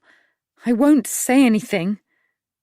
Saskia was looking at something in the distance, but when she turned, her eyes were a glassy void. That's not how it's going to play out, Nell. She lunged at me without warning, her lips pulled back in a snarl. I ducked to one side, but her nails scraped the side of my face. When I touched my cheek, my fingertips came away bloody. What would your parents think if they could see you now? My words emerged as a desperate cry. Don't you bring my parents into this. I recoiled from her balled-up rage. My parents were everything to me. I would do anything for my family. Her chest heaved and a look of intent stole over her face. You're heavier than me, Nell. Her hand shot out and grabbed my wrist. But I'm a lot stronger than I look. I yanked my arm in an attempt to pull away, but she was right. She was tougher than I was, and my mind flashed back to the gym equipment in her bedroom. Let me go! I pulled again, my skin burning in her grip. She grinned, baring her teeth. Okay. She released me. I staggered backwards, slamming into the balcony behind. The railing snapped with a terrible cracking sound, and then there was nothing but a rush of ice-cold air. Chapter 28. Ruby. Ruby stared across at Carla in the driving seat. The woman looked pale, her face set in a worried frown, her blonde hair held back with a slide in a low bun, revealing a glimpse of expensive gold earrings. A necklace, an owl with green glinting gems for eyes, rested against her fine-knit turtleneck jumper. How had Ruby ended up racing along narrow, winding country roads towards Norfolk with a stranger? Seeing Carla on Saskia's doorstep the day before had been a shock. She'd recognised her from when she and Poppy had watched Nell from her van window, the first time Nell had gone for marriage counselling. She came home from work sick, Ruby had told Carla, as they all stood on the small landing outside Saskia's apartment. But she isn't here, Stefan had added, glancing over his shoulder at the closed door. Carla had paced back and forth. I received a voicemail from her. She confessed she'd been working for Nell Cosgrove, and... She stopped pacing, tears in her eyes. I just need to know she's okay. Carla had taken off then, leaving Ruby with unanswered questions. And Ruby had tried to push the chance encounter from her thoughts, tried to forget that Nell had left her phone and jacket in Saskia's flat, that Saskia had left her glasses behind. She'd spent the evening with Poppy and her mum, and they talked for hours, working out how to build a new foundation that would support her sister. It wasn't going to be an easy journey, but her mum had shown signs of realisation. My girl must come first. I've been a bloody fool. It's as though I've been wearing blinkers. And with the two of them now fully supporting Poppy, Ruby knew they were heading in the right direction. Once darkness fell, and Ruby was alone in her flat, only the screen of the muted TV for light, her mind had spun for what felt like hours. Thoughts of Poppy, then Nell, and Saskia's connection to Carla. They were sisters. That couldn't be a coincidence. Surely. The fact Nell and her dad were going to Carla for counselling just when Saskia started at Classics as Nell's assistant. Something wasn't right. Dad, how's Nell? She'd asked him down the phone first thing that morning. She didn't come home last night. I've no idea where she is, Oliver had said. I admit it isn't like her, but she's a grown woman, has every right to stay out. She didn't text or call you? No, but I'm sure she's fine. Ruby told him about finding her jacket and phone. It's a bit odd that she would leave them behind, don't you think? She probably went out with friends, Ruby. He sounded tense. I'm sure she's okay, love. And if I'm honest, things have been rocky between us. They were words she and Poppy had wanted to hear for so long, and yet now they barely had an impact. Her dream to have her parents back together had been a selfish one. If they were together, she could get on with her life. Stop worrying about her mum and sister. Nell probably needs some space, Oliver continued. I really have more important things to be worrying about than what game she's playing. You think she's playing a game? You don't know the half of it. He was silent for a moment, and it occurred to Ruby how few proper conversations she'd ever had with her father. She waited, the phone pressed to her ear. Maybe he was finally going to open up to her. Why the sudden interest in Nell anyway? I thought you hated her. Ruby felt a stab of disappointment. I don't hate her, Dad. I hated what happened to our family. She'd ended the call before he could question her further, and tried calling Saskia. It went straight to voicemail.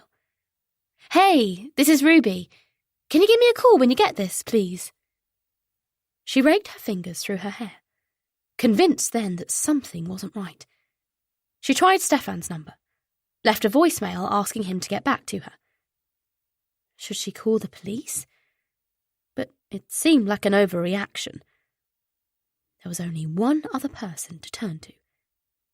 She'll be at the windmill, Carla had said when Ruby barged into her office explaining she thought Nell could be with her sister. I haven't slept at all. Have left endless messages. I knew something was wrong. You sound really worried. Carla turned, her eyes wide.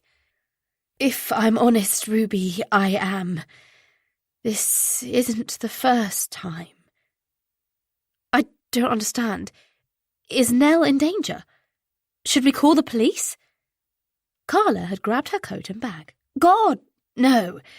Everything will be okay, she'd said, heading for the door. But the worry in her eyes told Ruby otherwise. I need to go to Norfolk. Make sure my sister is okay. Ruby had watched as the woman pulled her phone from her bag. She understood that bond between sisters, the sixth sense when you know something's wrong. I've only got 2 appointments today. I'll cancel them on the way to the car. I'll come with you. Ruby had followed her from the office and down the stairs, wasting no time calling Benita, telling her she was unwell. And now they'd been on the road for almost 3 hours, infrequently speaking to each other, Radio 2 barely audible on the radio. Only another 5 minutes. Carla's voice was croaky, her face pale. From side on, her resemblance to her sister was obvious. They both had the same shaped nose, slim neck. Carla glanced into the rear-view mirror. I'll be glad to shake this idiot behind us. They've been following us for miles. Ruby glanced over her shoulder, but couldn't see anyone as they rounded a bend in the road. So what's the connection? She said. The words that had been playing around in her head the whole journey, finally out there. Carla snapped her head round. What do you mean, connection? Well, it can't be a coincidence that you are Nell's and my dad's marriage counsellor, and Saskia recently started work at Classic Props. Saskia. Carla shook her head, returning her eyes to the road. I can't believe she's calling herself that. Saskia's not her real name. Ruby stared at Carla. Her hair had slipped from its slide, hiding part of her face, like a curtain. Her name's Emily. Emily Harris, Carla said, almost in a whisper. Ruby's stomach churned. Things were worse than she'd thought. Why would she lie? It's what she does. Carla's hands tightened on the steering wheel. We'll sort this out, Ruby. Everything will be okay. Only a few more miles to go. Ruby turned away, gazed out at the rural landscape as rain hit the glass, trickling sideways across the window. They're still following. Carla was looking in her rearview mirror. She picked up speed, the car jolting Ruby as they took another bend. Do you know what it's like to lose your parents? She said, her voice calm and even. Not if you're talking about them passing away, Ruby said. but she knew about losing what she'd thought was a perfect family. Is there any other kind of loss? Ruby shrugged. It seemed wrong to compare her father leaving and her parents' marriage dying with Carla and Saskia's heartbreak, however painful it had felt. Carla pushed her foot down further on the throttle, making Ruby uneasy. Slow down a bit. We need to get there. She threw Ruby a look. Before it's too late. Too late? Ruby felt a flash of alarm. What are you talking about? You said we didn't need the police. Carla sucked in a deep breath. As I said before, this isn't the first time my sister has done something like this. She took another bend at speed. A car coming the other way swerved hard to miss them, horn blaring. Slow down! Ruby yelled, gripping the overhead handle. Emily becomes obsessed. Carla bit her bottom lip, her hands tense on the steering wheel. Obsessed? Thankfully, she was found before. But who was found, Carla? Her heart banged against her ribs. Please! You're not making any sense! The wife! She sucked in a breath. She'd taken her to the windmill. Carla shook her head, spun round a corner, tears in her eyes. It was a long time ago. But if I hadn't got there, who knows? Tyres skidded, and a tree loomed as if from nowhere.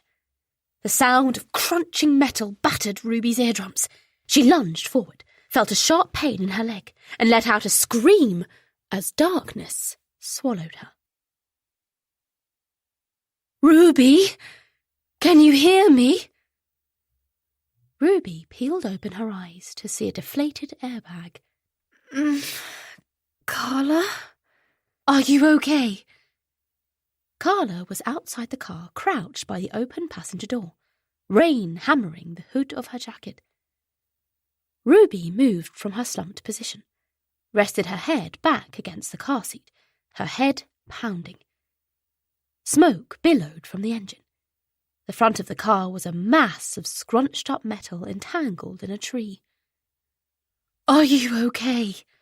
Carla repeated, rubbing her own neck. I think so. Oh, it's just my leg. Ruby reached down, feeling a rip in her jeans, cold blood on her fingers. It seemed to be a gash rather than a break, but still painful. I need to go on alone. Carla rose and stepped backwards. The windmill isn't far from here. She looked about her. Call an ambulance if you need one. Best you stay here. She turned and raced towards a clump of trees. No, wait! Please! You can't leave me! Ruby pulled herself round, her body jarred and aching as she tried to get out of the car, almost falling into the mud. She hauled herself to her feet, seeing Carla disappear into the nearby trees. Ruby pulled her bag from the footwell and rummaged for her phone, fumbled with the screen. No signal. She threw the phone and bag onto the passenger seat, unsure what to do. The gash on her leg oozed blood, soaking her jeans. She winced. It hurt like hell, but she had to follow Carla, had to find the windmill. As she stumbled in the direction Carla had retreated, she heard a car approaching. She turned, cold rain splattering her face, stinging her cheeks.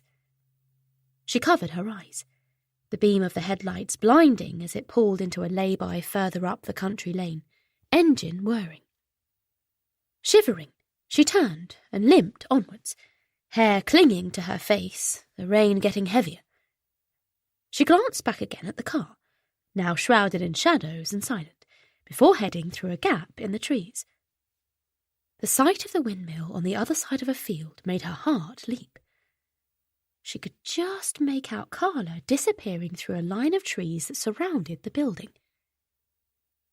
Was Nell inside the windmill? Was she in danger? She stepped onwards, knowing she had to find out.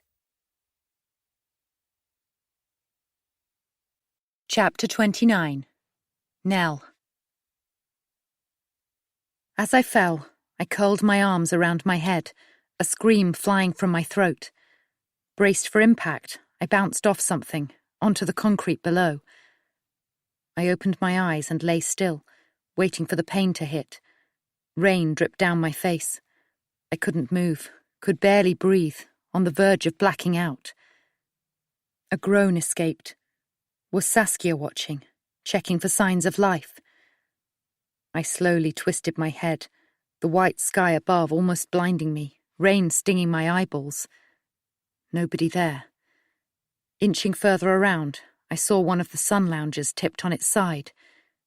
It had broken my fall, its cushioned seat no doubt saving my life.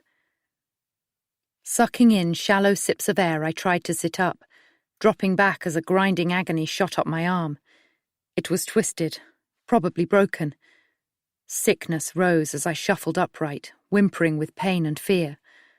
My whole body felt shaken and bruised, my vision blurred at the edges. A knife-like pain in my right side told me I'd broken at least one rib. I was alive, but for how much longer? Saskia would be on her way to check I was dead. Could this be happening? She tried to kill me. Fear bolted through my brain, clearing the fog. I had to get away.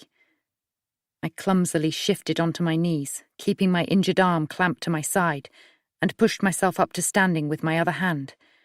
Shivers racked my body. Every breath made me clench with pain. I stumbled, weak and disoriented, my clothes soaking wet, nausea rising once more. My arm throbbed, agony radiating up to my shoulder. I longed to sink down, but knew I mustn't. With a jagged sob, I wobbled forward, the view ahead zooming in and out of focus. The trees. If I reached the woods, I could hide. I set off with painful, lurching steps, gaining speed, imagining Saskia emerging to find me gone. I toppled a couple of times, gasping as the movement jolted my arm, before propelling myself at the dense perimeter of trees. The breath tore in and out of my lungs, and my face burned. I didn't stop or try to look back until I'd crashed between a pair of solid trunks into sudden gloom. Above, the wind blustered through branches, but the only other sounds were my ragged breath and the blood roaring in my ears. With a choked sob, I darted my eyes around, seeking a path, but the trees were tightly packed, a carpet of mulch and mud underfoot from the rain. I doubted anyone came through here, or where I would end up if I carried on. Saskia had mentioned being able to see the sea, so maybe if I went in a straight line I would reach a road. Except there was no straight line that I could see. My arm felt on fire, and the stabbing in my ribs had intensified. What if I had internal injuries? The thought of bleeding to death out here, with no one knowing where I was, Mum hearing her only daughter had died alone in the middle of nowhere, spurred me to keep moving. My trainers sank into muddy puddles. I stumbled over tangled roots, yelping as I imagined movements, glancing up at the dark, swaying canopy shrouding the sky. Hearing a sound behind me, I froze. Nell! Saskia. My breath erupted in short, sharp bursts as I started moving again. Are you forgetting I grew up here, Nell? Her voice was light, amused. I know these woods like the back of my hand. Panic ripped through me as my gaze flicked from side to side. There must be somewhere to hide. Saskia couldn't know every inch of the place. Not anymore. My mind flew to Oliver, probably going about his day with the smile he kept ready for everyone he met, and a spurt of anger lent me strength. I darted off to the side and swung my leg over a tangle of fallen branches, pushing deeper between the trees. Ahead, a patch of daylight glimmered through the leaves, spotlighting an oak that looked centuries old, its ancient limbs creaking in the wind. I shuffled towards it, keeping low, grateful my shirt was patterned with dark colours, helping me to blend in. The tree trunk should be wide enough to conceal me. You can't hide forever, Nell. Her voice was closer, reminding me of the stone angels in Doctor Who. If I looked round, would she be right behind me? Recalling the absent expression in Saskia's eyes brought a shiver of revulsion. How had I not realised how damaged she was? I'm a very good actor. Everything about her had been a lie, yet she'd been so convincing. I'd given her a job. Did Carla have any idea what Saskia was up to, how far she was prepared to go to get what she wanted, that she actually seemed to be enjoying herself? I still couldn't wrap my head around Carla, my counsellor, being Saskia's sister. Had they cooked up the counselling sessions between them with the intention of persuading me to leave Oliver, in case he didn't believe I was having an affair? But I'd found Carla by chance, on the internet, so it didn't make sense. She couldn't have known who I was when I emailed her, and Saskia had been at the company for a week before I even saw Carla. I thought how uncomfortable she'd looked at our last session, almost as if she was worried about me, but surely that was natural in her position, after listening to the things I'd told her. I couldn't work out where she fitted, but the thought of Saskia getting away with it made me want to be sick. Alex, if he existed, had clearly dodged a bullet by leaving her. I'm coming to get you! Her voice coiled through the air, taunting and somehow seductive, as though relishing this perverted game of hide-and-seek. What was she planning to do? Throttle me with her bare hands? Or maybe she'd taken a knife from the kitchen. What then? Bury my body in the woods? If she did, it was unlikely I'd ever be found. I'm impressed you survived that fall, Nell. Her voice was a taunt.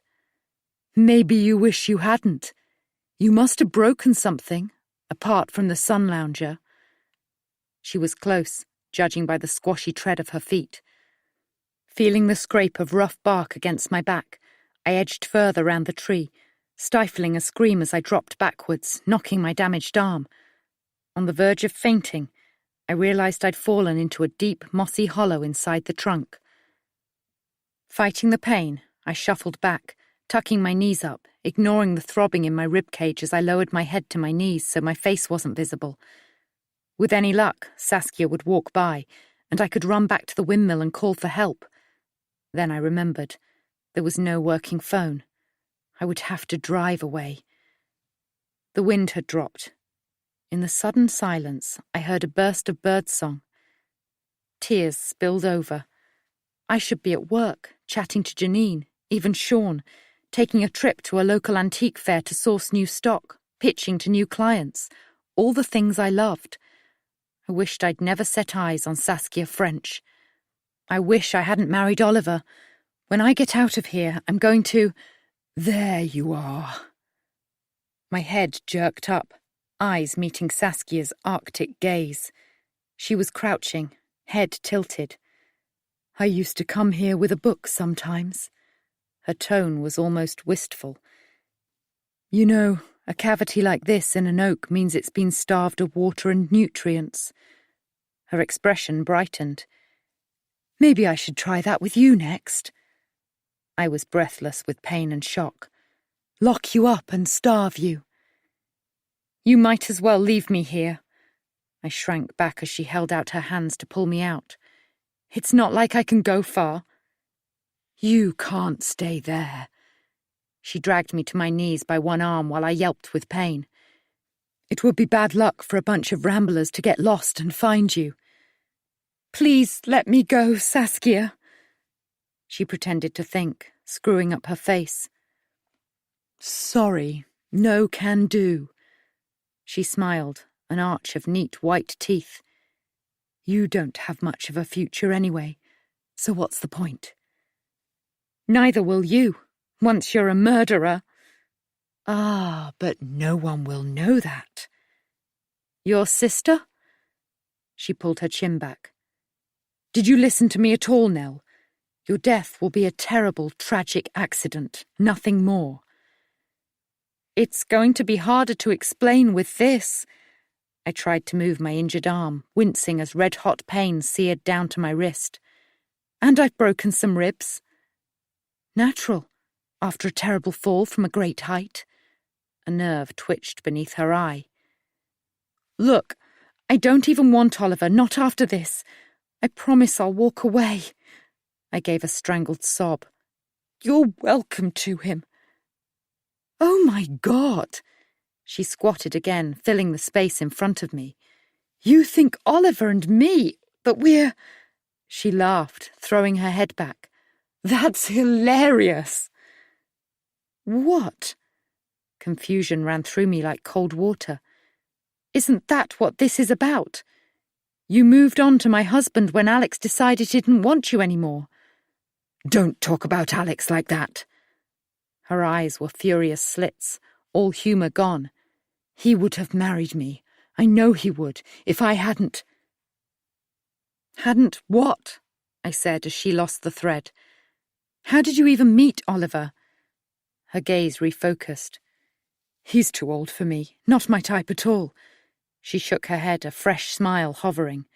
I'm not doing this for me. I don't understand. Numbness took hold and my teeth began to chatter. Who are you doing it for? Carla. She spoke as though it was obvious. I'm doing it for my sister, so she and Oliver can be together, be a family. She's crazy in love with him, and one of us deserves to be happy after everything we've been through. Saskia's voice grew cold once more. You're the only thing standing in their way. I couldn't make sense of it all as I slipped towards unconsciousness. Please don't do this, Saskia. Actually, that's not my real name. I became Saskia French for a while when I joined the drama group at university, where I met Stefan and starred in a couple of plays he put on. I actually prefer being Saskia, or Sassy as he still calls me. I don't think Steph even remembers that I was born Emily Harris. Carla's surname. Her voice came closer. I couldn't risk you telling Oliver my real name in case he mentioned it to Carla and she put two and two together. She would have freaked out and spoiled everything, especially after... She paused, looming at me, her face losing detail. Enough small talk. She pushed a strand of hair off her face. I'm afraid this is going to hurt, Nell. As she hooked her hands under my armpits, a voice cut through the air. Emily! A woman's voice, familiar. Emily, where are you? Carla. Let me help you, I breathed, my pulse feverish. It's not too late. Saskia's grip had loosened, and she backed away, muttering under her breath. I tried to cry out, to move, but my voice wouldn't work, and my body felt weak and broken. Emily! I know you're out there! Carla was closing in. Twigs cracked and leaves rustled, branches moving around us. Please talk to me! Through my lashes I watched Saskia spin around. She was doubled over, hands tearing at her hair. It sounded as if she was chanting, No, no, no, no, no. But darkness was descending, and I couldn't be sure of anything anymore. Chapter 30. Ruby. The sound of a car door slamming made Ruby's heart thud. Was the driver following her? Was it the same car Carla thought was tailing them? Maybe she was overreacting. Perhaps it was someone who had seen the accident, seen her limping away and was simply concerned, wanted to check she was okay. Then why did she feel so uneasy? She took a deep breath and attempted to pick up speed. The rain was easing off as she made her way across the field towards the windmill, which looked menacing, eerie against the swirling dark clouds. She could no longer see Carla, and the pain in her leg seared as she stumbled onwards, the ground slipping and sliding under her feet. Why was she here? What did she owe Nell? Carla? Ruby reached the tall trees that surrounded the windmill and flashed a look over her shoulder. A figure hunched in a dark hoodie, stood near the tress by the road. Was it the driver of the car? It was as though they didn't want to get too close, preferring to observe her from a distance. She shuddered and, heart thudding, dived through brambles, her trainers squelching as she made her way into dense trees. Voices came from deeper in the wooded area. "This is for you, Carla. I'm doing this for you." Saskia? Ruby opened her mouth to call out, but something told her to stay quiet. She moved closer to the voices, soggy twigs breaking under her feet. "I don't want this, Emily. You're not doing this for me." Carla's voice radiated calm, smooth, like the counsellor she was. "Please, let's go home. We can work things out." "I am home. This is our sanctuary. The windmill where we grew up, remember?" There were angry tears in Saskia's voice. "Where we were so happy." Ruby moved through the trees and froze behind a gnarled trunk. She peered round, seeing Nell on the ground soaked through, her face milky pale. Saskia was clutching a tree branch, pacing across the sodden earth, dragging her fingers through her soaked hair. "Of course I remember, Emily. We had good times here as children." Carla's voice was still controlled, level. She wasn't moving. "They were, and I'm going to make sure everything is right for you and Oliver, so we can be a proper family again." Saskia came to a halt, staring into her sister's eyes. "You can live here at the windmill, and I'll live here with you. Everything will be perfect. You'll see." "Just give me that." Carla tilted her head and reached out her hand towards the tree branch. "We can sort this out, lovely. But Oliver isn't right for me. I know that now." Nell's eyes flicked from one sister to the other, her hand clutching her ribs, her face contorted in pain. "What are you talking about?" Saskia's eyes flashed, her fingers clenched around the branch, her knuckles white. "Of course Oliver is right for you. He has to be. Everything's going to be perfect this time, Carla. You'll see." "I made a mistake." She looked across at Nell. "Oliver's not the man I thought he was." Ruby covered her mouth, holding in a gasp. Unable to believe they were talking about her father as though his wife wasn't lying injured on the ground. "But you said you loved him," Saskia continued, her voice cracking. "You said so, Carla, and I know you love him. I could see it in your eyes. You've never felt like that about anyone." "I was wrong, No! And we need to get you some help." "Help? What sort of help?" "Someone who will talk you through this." "I don't need anyone to talk me, Carla. I've got you." "Yes, of course you've got me." Carla stepped closer to her sister, touched her arm gently. "Everything's going to be just fine." She turned and reached out her hand towards Nell. "Let's get—" "What the hell are you doing?" Saskia screamed. "Nell is the only thing standing in the way of your happiness. Our happiness. Can't you see that?" Nell let out a cry of pain as Carla hauled her to her feet. Saskia's face morphed, witch-like. "No! Carla! Stop! Stop! We have to get Nell to a hospital. She's badly hurt," Carla continued, her calm tone of earlier sounding increasingly panic-stricken. "I'll call an ambulance from the windmill." Nell let out a groan as Carla looped her arm around her shoulders, and they turned as one towards the building. Don't you dare turn your back on me after all I've done for you?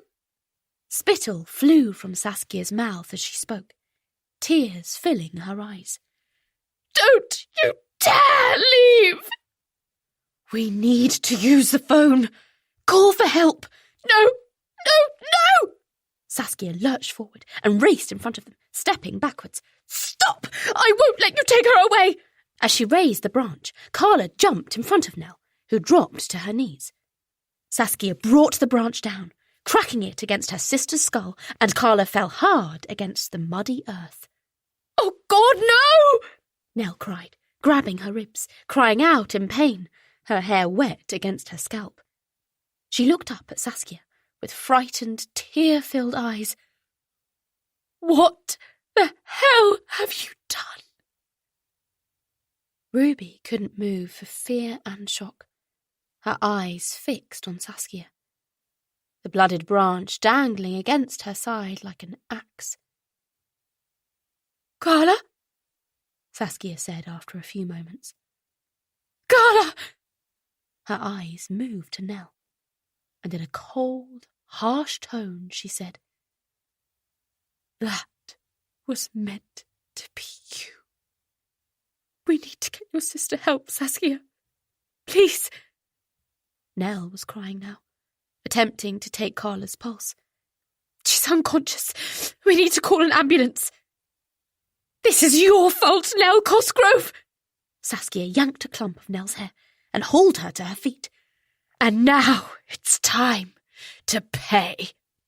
Ruby watched as Saskia dragged Nell through the trees in the direction of the windmill. She desperately wanted to follow, to help Nell, but Saskia was fueled with so much anger and still holding the branch. Truth was, Ruby was afraid. Was Saskia intending to kill Nell? Was Carla dead? She had to do something. She looked about her, spotting a large misshapen stone.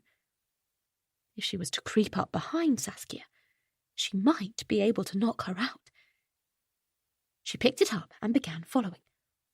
If she could disarm Saskia, she could maybe get to the windmill, call for help. She was inches away, creeping through the trees, when Saskia spun round.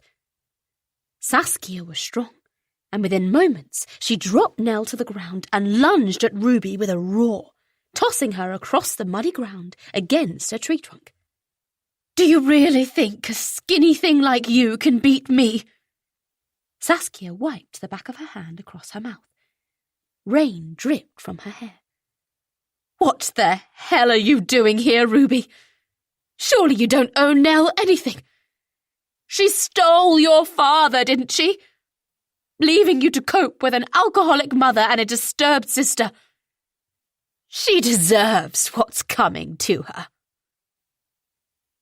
It was those words and the small, cold laugh that followed that triggered it.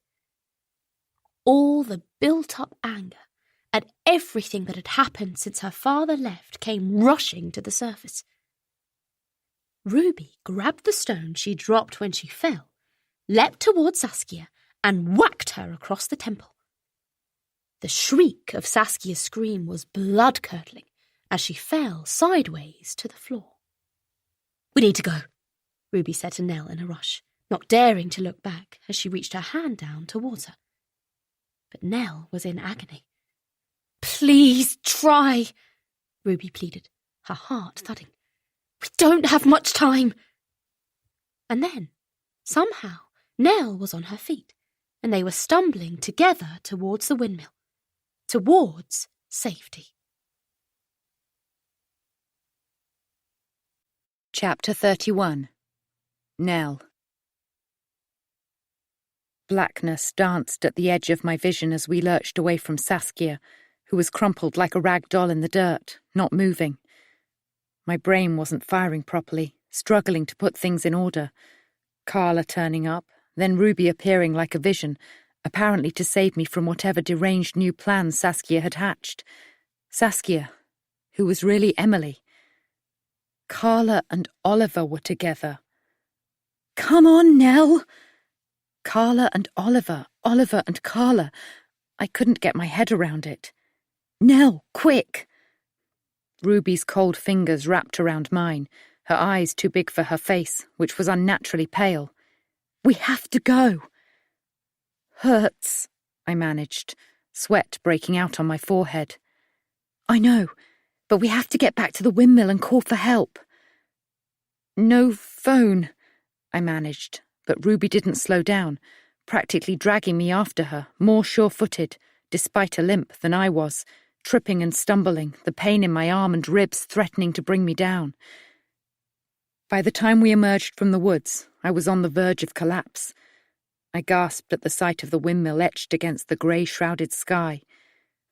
Disoriented after the gloom of the tree-clustered woodland, we faltered.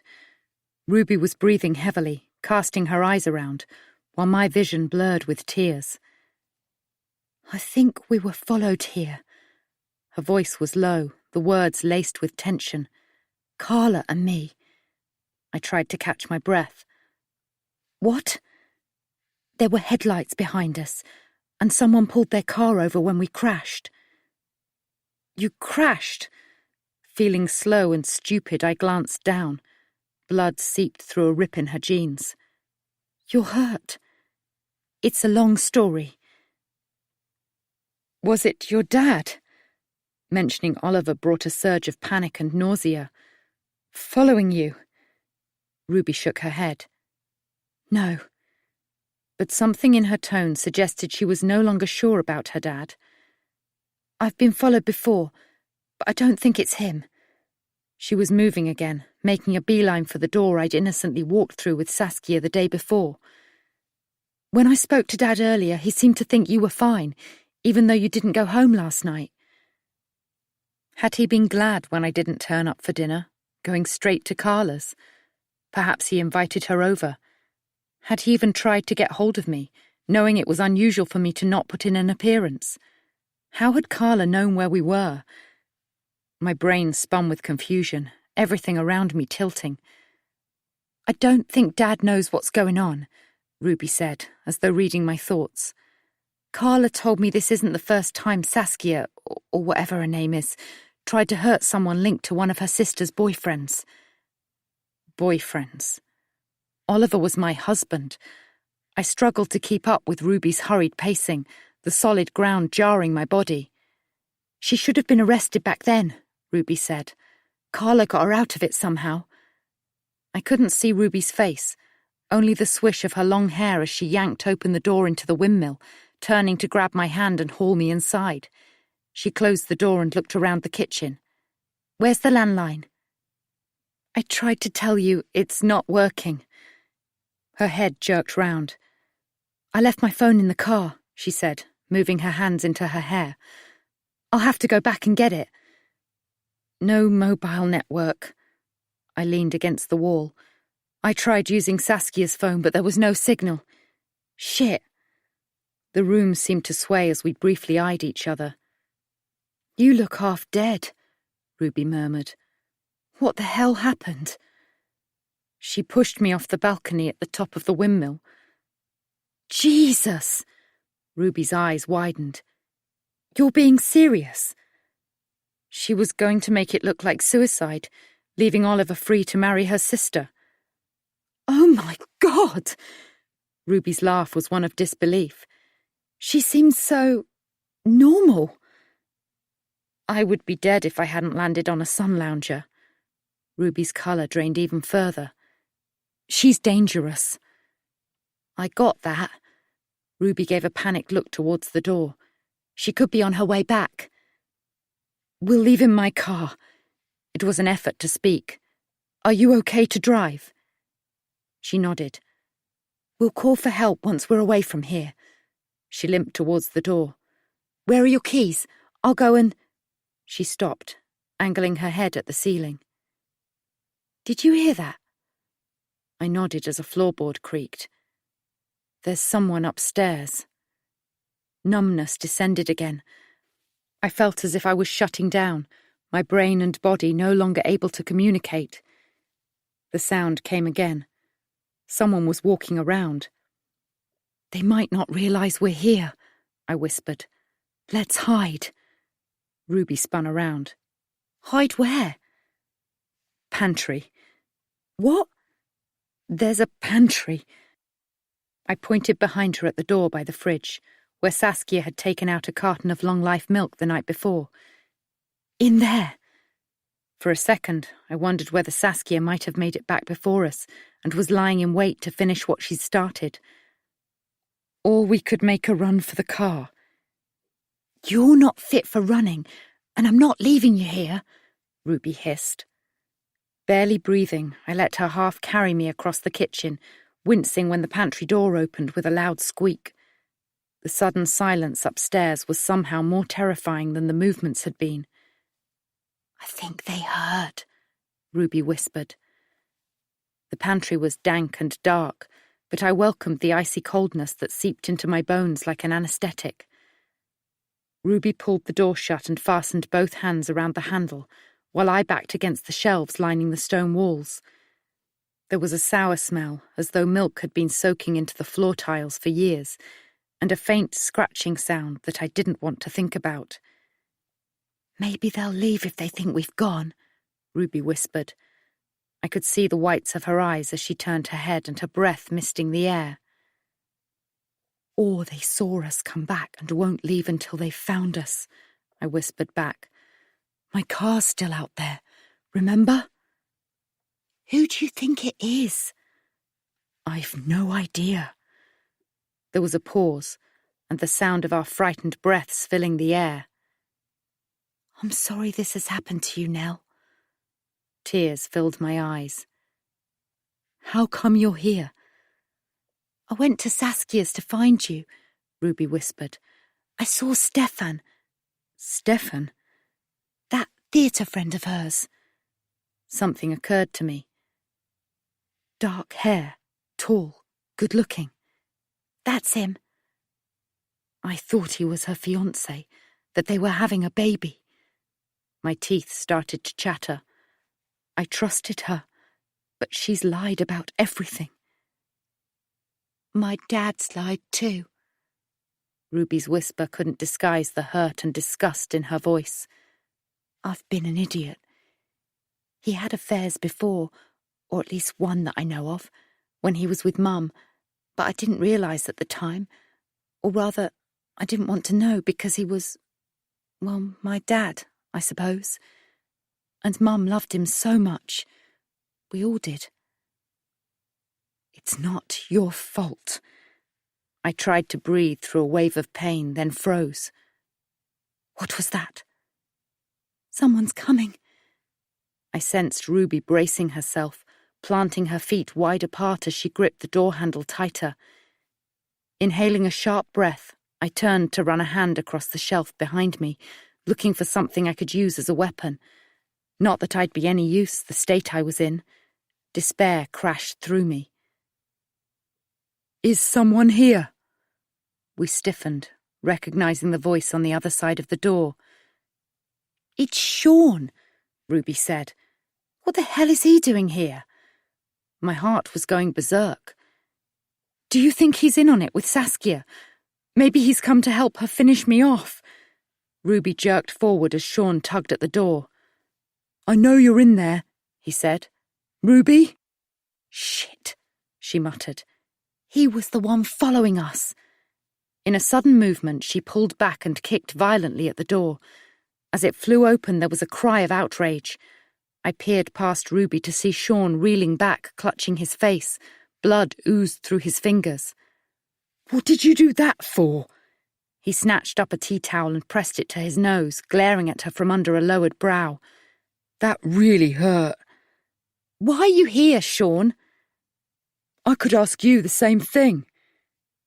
Yes, why are you here, Sean? Said a familiar voice. Saskia. My stomach plunged. Wrapping one arm around my frozen body, I joined Ruby in the kitchen.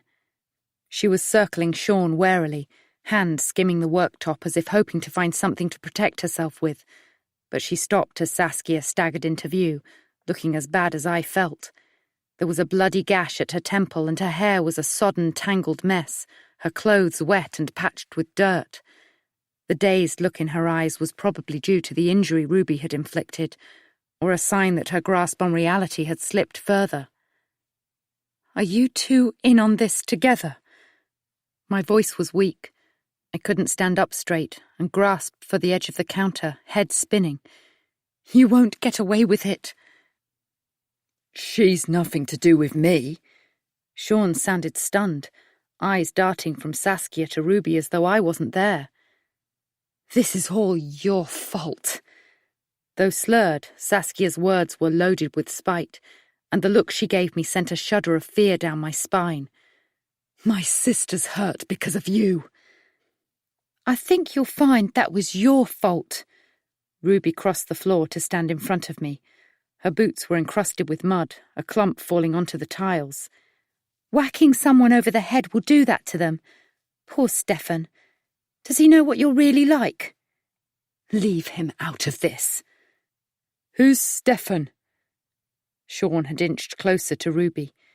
Even as the room started to whirl, I realised I still didn't trust him. "Probably the only friend she has. Am I right, Saskia? Or should I call you Emily?" I wished Ruby wouldn't goad Saskia, who was edging further into the kitchen. She was breathing hard, sweat glazing her face. "Listen, you don't have to worry." Sean's gaze briefly flickered to where I was slowly sliding to the ground. "When I came in and looked around and realised you weren't here, I called the police." "That's a lie." I pushed the words through clenched teeth. "There's no network." "I used the landline in one of the bedrooms." He sounded genuine. "They're on their way." "The phone doesn't work." My words trailed off. It had been another of Saskia's lies. The voice I thought I'd heard as I drifted to sleep last night. Had she been happily chatting to her friend Stefan, all the while knowing she was going to kill me? For a second, nobody spoke or moved. Not that I could have, if I'd tried. The pain in my arm intensified. I thought I might throw up. Then, "Why aren't the police here yet?" Ruby said at the same time as Saskia dived towards me and yelled, "Give me your car keys, Nell!" When I didn't move, she swung away, staggering out of the kitchen. Sean sprang into action, leaping after her, while Ruby made a sprint for the door. As the sound of sirens filled the air, I slid further down on the floor, the tiles cool beneath my cheek. I closed my eyes, mind drifting. There was a distant scuffle and a muffled scream, then a hand on my back, and Ruby saying gently, "Hang in there, Nell." "I came to help you, not hurt you, Ruby." Sean's voice was a mix of hurt and tenderness. "I love you." It was the last thing I heard before blackness fell. Chapter 32. Ruby. Saskia, Carla and Nell had been taken to hospital by ambulance, Saskia with a police escort. Ruby had been assured they would be okay, that they would survive their ordeal. Physically, at least. The paramedics had patched up Ruby's leg and wanted to take her too, but she'd insisted she was fine, that Sean was going to take her to her mum's house. She couldn't face being alone, needed her family around her. She needed a good night's sleep too, though she doubted she would get that with her head jumping and buzzing with everything that had happened over the last few hours. Now she looked across at Sean from where she was slumped sleepy in the passenger seat of his car, having never imagined she would share a journey with him again. His eyes were focused on the wet road ahead, his face a silhouette in the darkness. The wipers strummed the windscreen rhythmically, causing her to drift in and out of light sleep. A sudden surge of guilt rose that she'd pushed Sean out of her life, accusing him of stalking her. She'd even set her father onto him, and yet Sean had come to her rescue today, maybe even saved her life. "Thanks," she whispered for the third time. "You don't have to keep saying it, Ruby." He turned and smiled.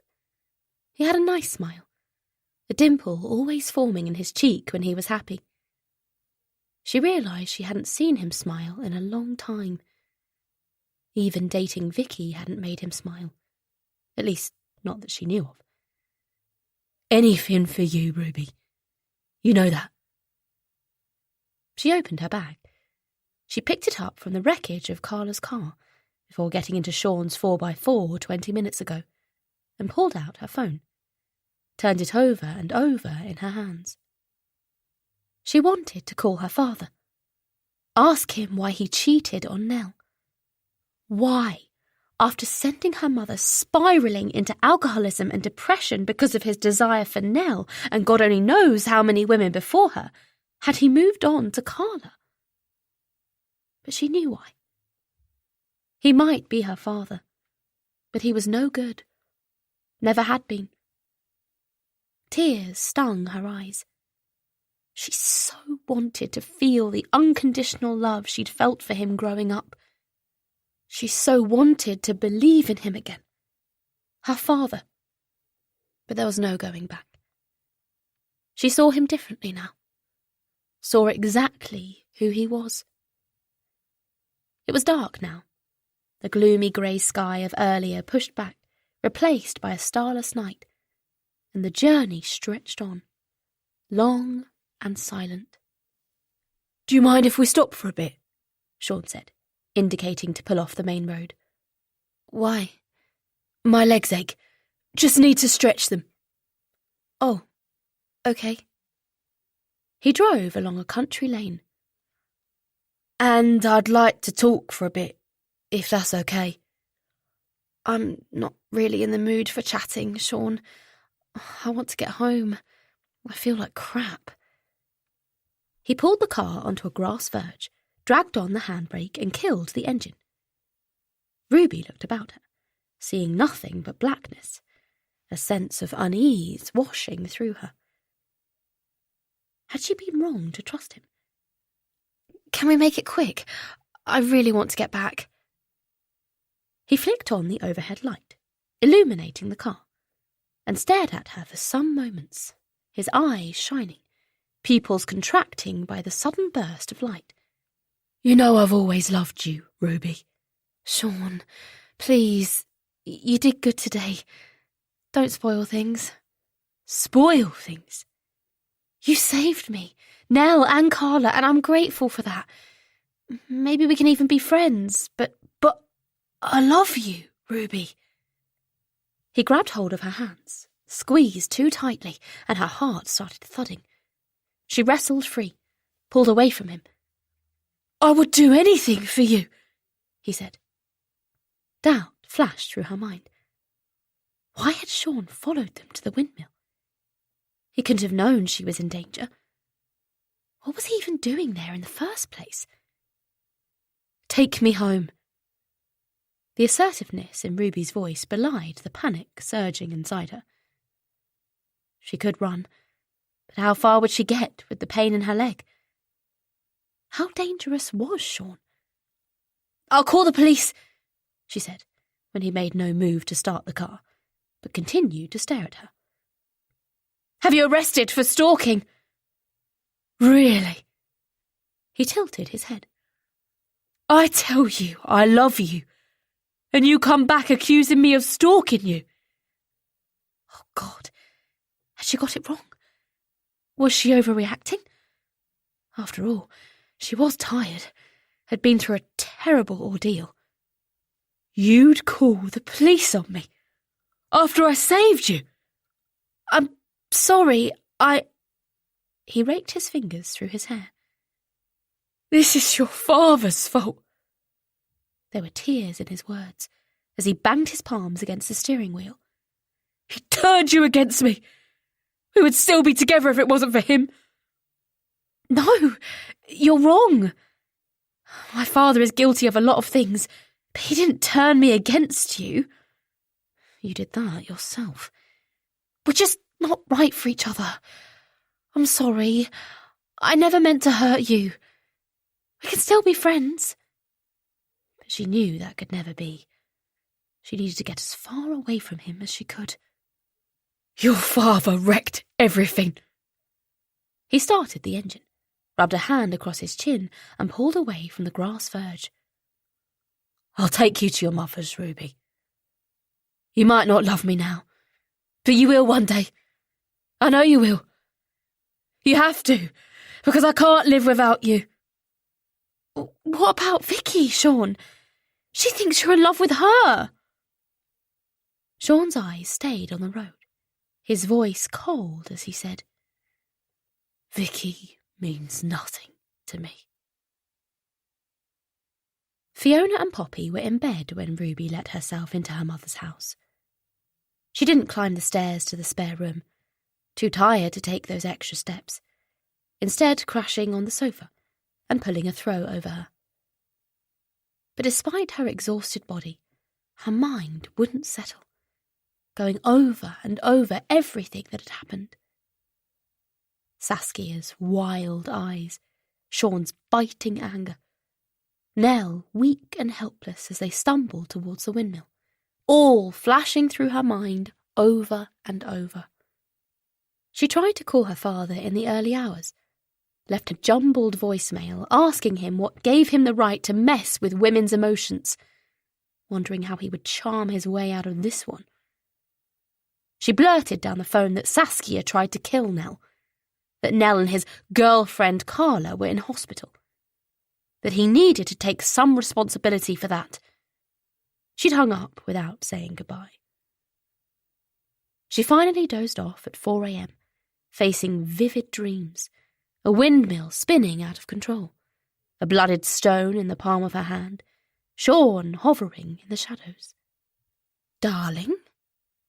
It was Fiona, making her way across the lounge in her dressing gown. What are you doing here? Ruby shuffled herself to a sitting position. It's a long story, she said, her throat parched. I need some coffee first. By the time Ruby had drunk her first coffee, she'd filled her mum in on everything that had happened. There was a small moment as Ruby told her Oliver had cheated on Nell, when her mother's eyes lit up. But that spark vanished as Ruby explained what Nell had gone through. Even Fiona wasn't that vengeful. I'm guessing the police will want to talk to Dad, Ruby said as they sat in the lounge together. She touched her mum's arm. I know he's my dad, but you're better off without him, Mum. Always have been. You girls could never see any wrong in him. Fiona's eyes flooded with tears. Thought he was the best thing ever. So did I, for a long time. We were kids. He was charming, and we thought he was amazing. But we're not kids anymore. Ruby paused for a moment. Why did you stay with him for so long? If you knew what he was like, why did you even want him back? We were so happy once, and I suppose I wanted to recapture that. She shook her head, her eyes watery. I loved him, Ruby. Still do, I suppose.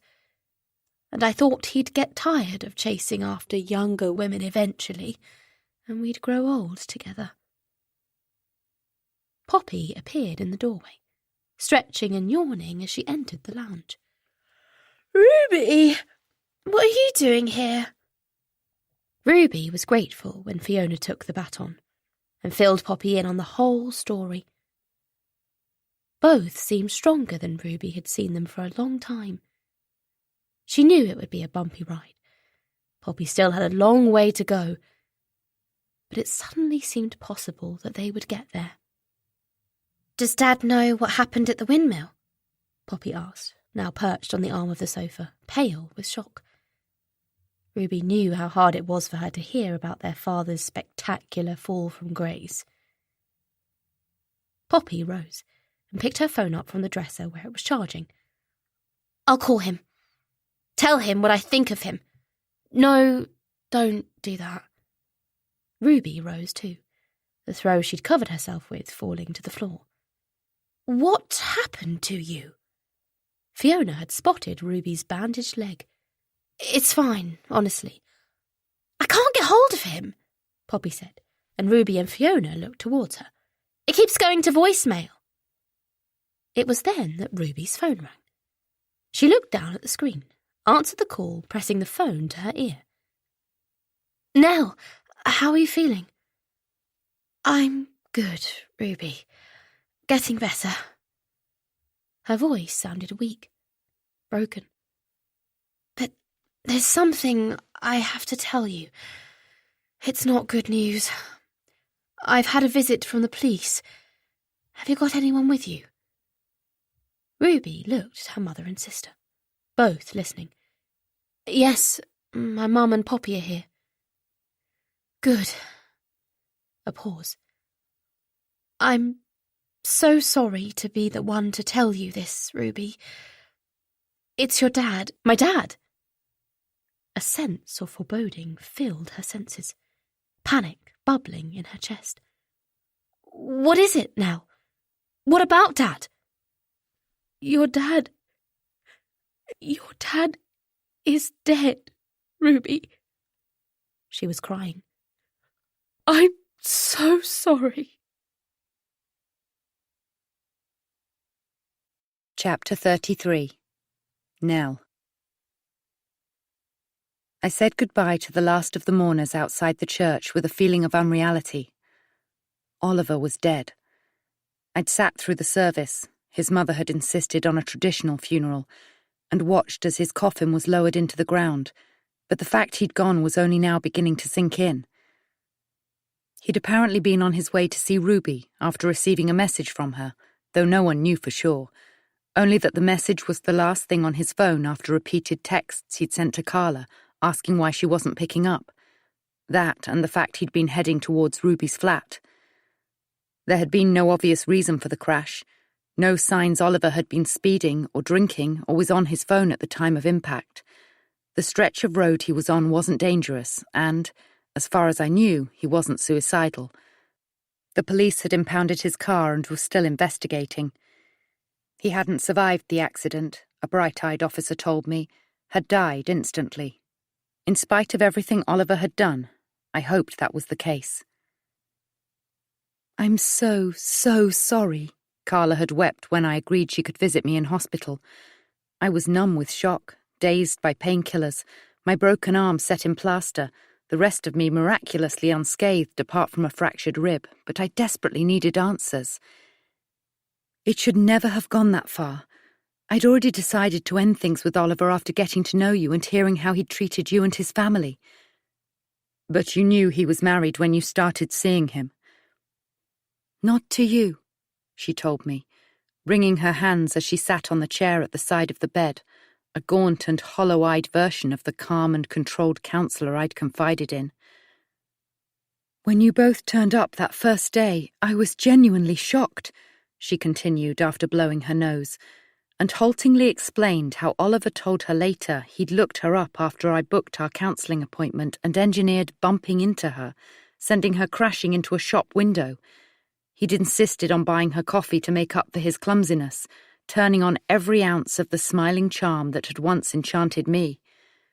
We talked for ages, and he ended up telling me his marriage was all but over, how his wife was work-obsessed. I'd taken a sharp, painful breath when I heard that, and he was ready to walk away but was concerned about her mental health. Like he'd professed to be about Fiona's. Carla had paused to blow her nose again, tears leaking from the corners of her swollen eyes. I hadn't been in a relationship for a while, by choice, but really fell for him. The horrible thing was, I'd understood, had felt almost sorry for her. We met again a couple of times and he was everything I'd been looking for. He didn't talk about his marriage after that first time, or tell me much about his first wife or daughters, only that he'd married too young, and the breakup had been amicable. Then he'd rushed into a second marriage he now regretted. In that moment, I'd hated Oliver with every fibre of my being. When you turned up for counselling, he did an excellent job of being shocked to see that the therapist you had booked was me, and I truly believed he was shocked. until he confessed later to knowing all along who I was, and even then he made it sound as though he'd been powerless to stop himself finding me, that he'd fallen in love the moment he saw me. Red patches of embarrassment scoured her cheeks. I can't believe I was taken in by him, but Emily will tell you... She stopped, as if remembering what her sister had done, and I had to remind myself she was talking about Saskia. I'm great at giving advice, but terrible at choosing partners for myself. I should have ended it right away, and I'd give anything now to turn back the clock. So Saskia, your sister, knew from the start. I told her I'd met someone. Carla briefly closed her eyes. I know now that it was a mistake to let her know after what she did last time, but I thought she'd changed, moved on. She seemed happy, got herself together after she met Alex. He was good for her, but I hadn't realised how desperate she was for them to have children, to be a family. It was too much, and she tricked him into thinking she was on the pill and fell pregnant. He couldn't forgive her and called off the wedding, and she lost the baby soon after. Seeing my face, she said quickly, "Not that I'm making excuses or expect you to feel sorry for her, but..." She paused, shoulders sagging. Anyway, I'd mentioned Oliver was married and that his... She hesitated again. That his wife was refusing to accept their marriage was over, and he'd said he was going through counselling to keep her from doing something silly, like hurting herself. When I mentioned his wife was a workaholic and that she was advertising for an assistant to help her out, Emily must have decided to apply for the job behind my back, using a different name. I didn't know. I promise. She stopped to dab her eyes. I had no idea Emily's demons were back and that she was determined to get you away from Oliver, no matter what. She set out to destroy me the moment she started that job. Carla gave a twisted laugh. The thing is, she unwittingly made me see Oliver in a different light. When you started describing how things really were, how he was working longer hours, changing his mind about having a baby, acting as though he believed you were having an affair and not looking out for his daughters. She shook her head. She unintentionally made me realise what I'd got myself into. Well, she'll be going to prison anyway. Although Saskia, I couldn't think of her as Emily, had insisted she'd only planned to scare me, the evidence, combined with her history, which Carla had relayed in a statement to the police, meant she would undoubtedly be locked up this time. Carla swallowed and patted her eyes once more with the crumpled tissue. She never got over our parents' death. Other people's parents die, and they don't turn into murderers. One emotion after another tumbled through me. I would be dead if Ruby hadn't decided to go to the flat and then to see you. I'm so glad she did. Carla sniffed. I love my sister, but she's damaged. It's one of the reasons I became a counsellor. But even I couldn't help her. Alex leaving and our grandmother's death pushed her over the edge. I recalled Saskia's reluctance to provide her bank details. No wonder. It would have been game over. But then again, she hadn't intended to be working for me by payday. She'll never recover from this, Carla had concluded. Sometimes I wasn't sure I would either. When I closed my eyes, I flashed back to Saskia at the top of the windmill, the look in her eyes before I fell. The knowledge that she'd meant me to die sat like a ball of barbed wire in my chest, but talking to Ruby had helped. Knowing she'd been there, had put herself in danger to help me, and I was going to talk to a therapist soon, someone my mother had found who specialised in PTSD. I'd only been back to the house in Marlow once since being discharged from hospital, to collect my things with Mum. It had never felt like a home, I'd realised, glancing around the well-proportioned rooms, furnished as though staged for a play, my wedding photo a mockery of what a marriage should be. I had never been able to imagine it ringing with children's laughter, just as I'd never been able to see myself growing older there with Oliver. Maybe you always knew you wouldn't stay together, Mum had said, holding me when I wept. I didn't want him dead, though. Of course you didn't. But even as I cried, I knew part of my grief came from knowing I could never confront him with everything I'd discovered, couldn't tell him how deeply his betrayal had hurt me and everyone who loved him. I would never have the satisfaction of walking away, and he would never suffer for the way he'd treated us. He wouldn't have suffered anyway. Ruby's face had darkened when I told her how I felt the night before Oliver's funeral. I hadn't wanted to attend, but I needed to support Ruby after what she had done for me. He was her father, and she'd loved him longer than I had. He never felt any guilt about anything, she continued, pulling a pair of black trousers from the wardrobe at her flat. I looked it up. I reckon he had psychopathic traits. Saskia definitely did. We both shuddered. My broken arm and Ruby's scarred leg outward reminders of the lengths she'd gone to, not to mention the memories of that day we would carry forever. He would never have divorced you, Ruby went on. I overheard him telling Mum once that he would never go through that again and risk losing half of everything he'd worked so hard for, no matter what happened, as though it was her fault, and he wasn't the one who started it. He would have got bored with Carla and moved on to someone else, no matter what he told her. He liked the thrill of the beginning, being the hero of his own story, seeing himself through someone else's eyes. She gave me an apologetic smile. Sorry if that hurts. But everything Ruby had said made sense.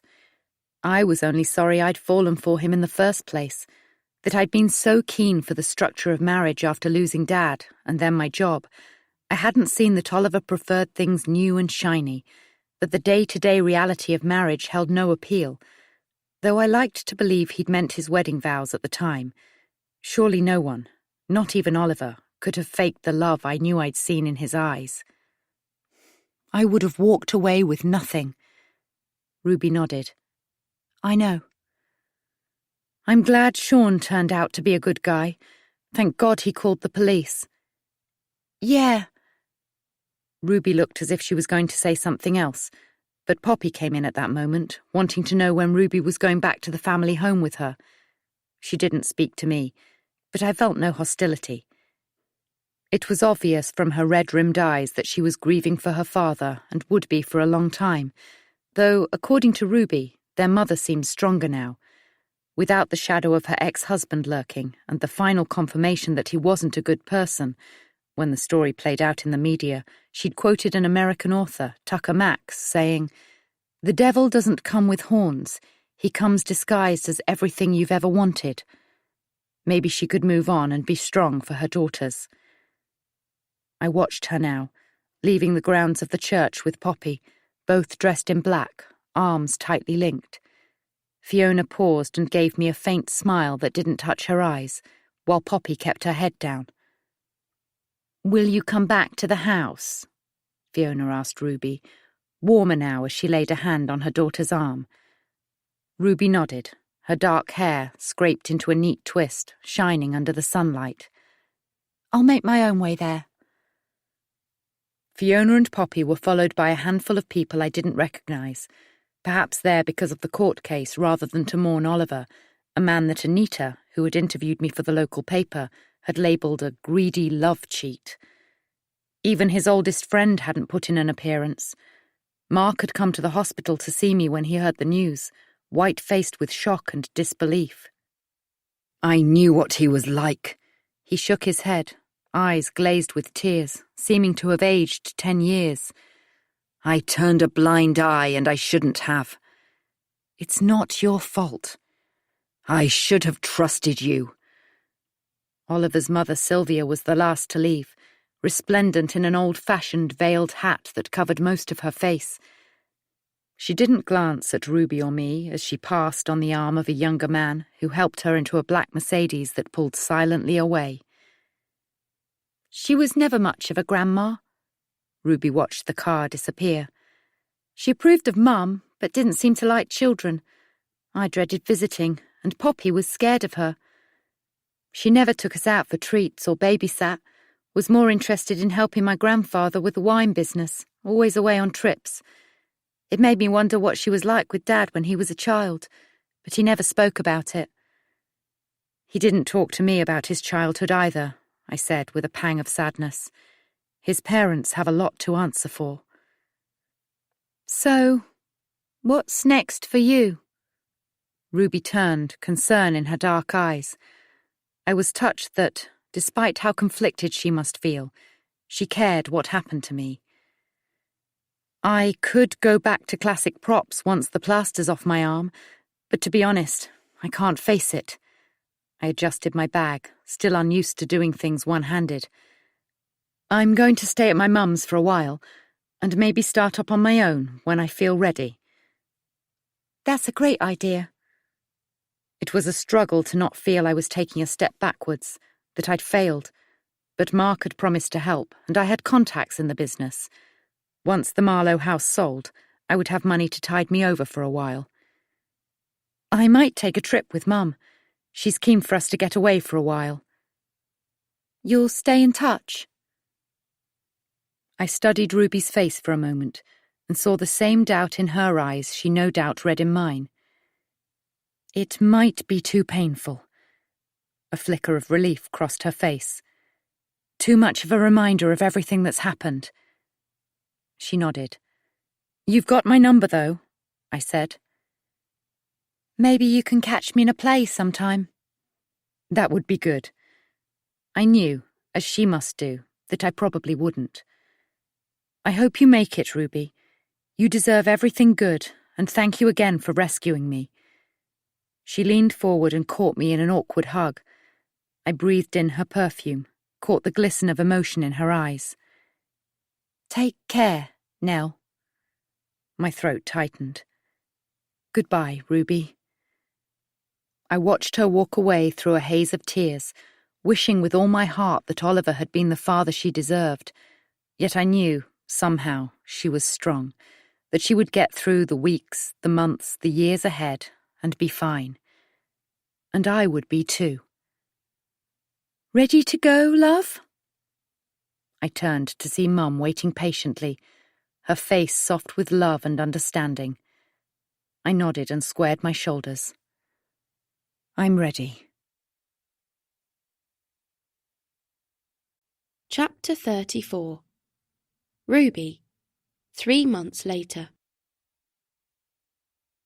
Life was different without her dad in the world. Ruby sometimes found the pain unbearable and would collapse in floods of tears. Other times the sadness was fleeting, no more than the pang she might feel if her favourite shop closed down. Grief was a law unto itself, she'd learned. It didn't matter that her father had let her down. The good memories still flooded in, and she had to go with it. The hardest thing to bear was, at the end, he hadn't been the man she'd adored all her life. He wasn't the man she'd built him up to be. He'd been knocked off the pedestal that Poppy and she had stood him on, and now there was no chance of them holding him accountable. No opportunity for him to explain his actions. No way of making things right. But then perhaps, with his pathological egocentricity, they never would have found the answers they craved, even if he'd lived. Ruby. Poppy sat wide-eyed opposite her in the London cafe where they used to meet their father for breakfast. Ruby had thought it might evoke happy memories, but it wasn't working. It was a bad idea, and she wanted to leave and never come back. Sorry. Ruby dashed the back of her hand across her cheek, feeling the moisture of a straying tear, realising she'd drifted into her own world. Shall we go? Poppy sniffed, pulled out a tissue and dabbed her eyes. This isn't helping much, is it? They rose and, leaving their half-drunk coffee, made their way outside onto the pavement, the sunny day brightening the mood. Poppy moved in close, slipped her arm through Ruby's elbow as they walked. How's Mum? Ruby asked. Good. She's joined a dating agency for over 40s. Wow, that's good, I think. Poppy shrugged. Not sure. I reckon she needs to find herself before she adds a man to the mix. Ruby smiled. You're getting more feminist every day, Poppy. Yeah, well, it's not all about being with someone. It's great, yeah, if you find the right person, but you only have to look at Mum, Nell and Carla to see the crap that happens if it goes wrong. I never want to be in a relationship like that. Not all relationships turn out like Mum and Dad's. I know. I've met up with James a few times, and he's okay. The guy you met on Twitch? Yeah. And before you go all big sister on me, we met in Costa and talked non-stop about gaming. I'm careful, Ruby, honestly. I've got a good role model. She paused for a moment. That's you, by the way. Ruby smiled. Maybe she had finally got through to her sister. So, will you see him again? Poppy shrugged. He's a geek, but yeah, he's a good laugh, you know. Her cheeks pinked. So, have you seen any more of Stefan? Ruby laughed at her sister's seductive tone. Stefan is gay, Poppy. We're friends, is all. They were. Good friends, in fact. Ruby had gone round to see him after what happened at the windmill. He'd been shocked, but said he always knew that Sassy was a troubled soul. He'd wanted to go and visit her in prison, but she'd refused to see him, and he admitted feeling a bit relieved. So, are you ready for Saturday? Poppy asked. Ruby nodded. Can't wait. It was opening night for the show she'd been rehearsing, Agatha Christie's The Body in the Library. She was playing Josie Turner, a dance and bridge hostess and cousin of the murder victim, and was so excited to be getting on the stage again. And Stefan had contacts too, had arranged for her to audition for a couple of West End roles, and she had been called back. Life was moving on without her father in it, however strange that felt. She was relieved, too, that she no longer had anything to do with classic props, where Mark was now back in charge, running the place with Janine. We'll be okay, won't we? Poppy said, as they made their way through the throngs of London shoppers. Of course. Ruby squeezed Poppy's arm. It was hard to believe her sister, who was now seeing a counsellor, had planned to poison Nell, so desperate to get her away from their father. Ruby was glad Nell would never know. We've got each other. It felt amazing to be on stage again. Ruby's body buzzed with adrenaline for the first time in ages, and now, as the cast held hands and took excited bows, she spotted her mum and Poppy in the front row, clapping and cheering, and Benita a few rows back.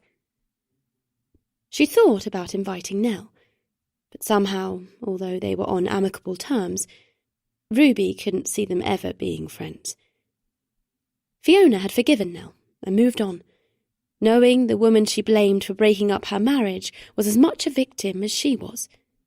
But Ruby didn't think she would have wanted the woman Oliver left her for at the theatre. Ruby and Nell had exchanged a few messages, but they were getting fewer as the weeks went by. Nell was doing okay. Like Ruby, it would take time to get over everything that had happened. But Nell was strong, capable. She would rise up and move on. As the clapping slowed and the curtain began to lower, Ruby's eyes flicked across the audience, settling on the back row. Janine? Ruby smiled, pleased to see her. She hadn't seen her since the funeral, when she'd approached, and in her motherly, caring fashion, taken Ruby into a warm hug. Once the curtain had fallen and they were backstage, the cast and Stefan high-fived each other. Ruby couldn't stop beaming. She was doing what she loved best, and it went some way towards balancing out the tragedy of 3 months ago. "Have you seen the chocolates, Ruby, love?" Stefan said, air-kissing each side of her face. "Somebody loves you." They were standing on a ledge near the stage door, a hamper from Hotel Chocolat. Her heart sank. She knew they were from Sean. Since his outburst in the car on the way back from Norfolk, she hadn't heard from him. thought he was over her, that he was making a go of it with Vicky, despite Janine's concerns. Slowly she made her way into the shadows towards the hamper, pulling free the blonde wig she'd worn for her performance, feeling oddly vulnerable in bright red lipstick and a floor-length halter-neck dress. She opened the small envelope, read the card. "Dear Ruby, I will do everything it takes for us to be together. I will never stop loving you. Sean, kiss." "Are they from Sean?" Ruby spun round. "Janine? What are you doing backstage?" She flashed a look over at the disappearing cast members, still jubilant, patting each other's backs. "Love can be so cruel, don't you think?" Janine's eyes were watery. "It can be, yes." Ruby put down the card, but Sean's words continued to bounce around her head, a fear rising in her chest. He still loved her. He would never leave her alone. "My Vicky still adores him, you know. She's so naive. Thought they were making a go of it." Her eyes flicked over the chocolates. "I knew deep down he was a wrong 'un, but she was so smitten. And it seems I was right. It's still you he wants." Her eyes met Ruby's. "But I don't love him." "Oh, I know that, love. Though I admit I thought it was your fault at one point. Even sent you a note telling you to stay away from him."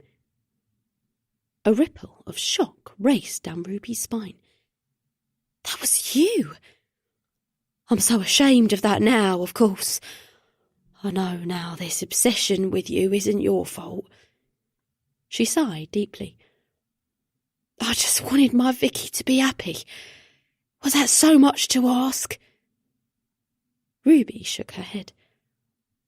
"I don't love him, Janine," she repeated.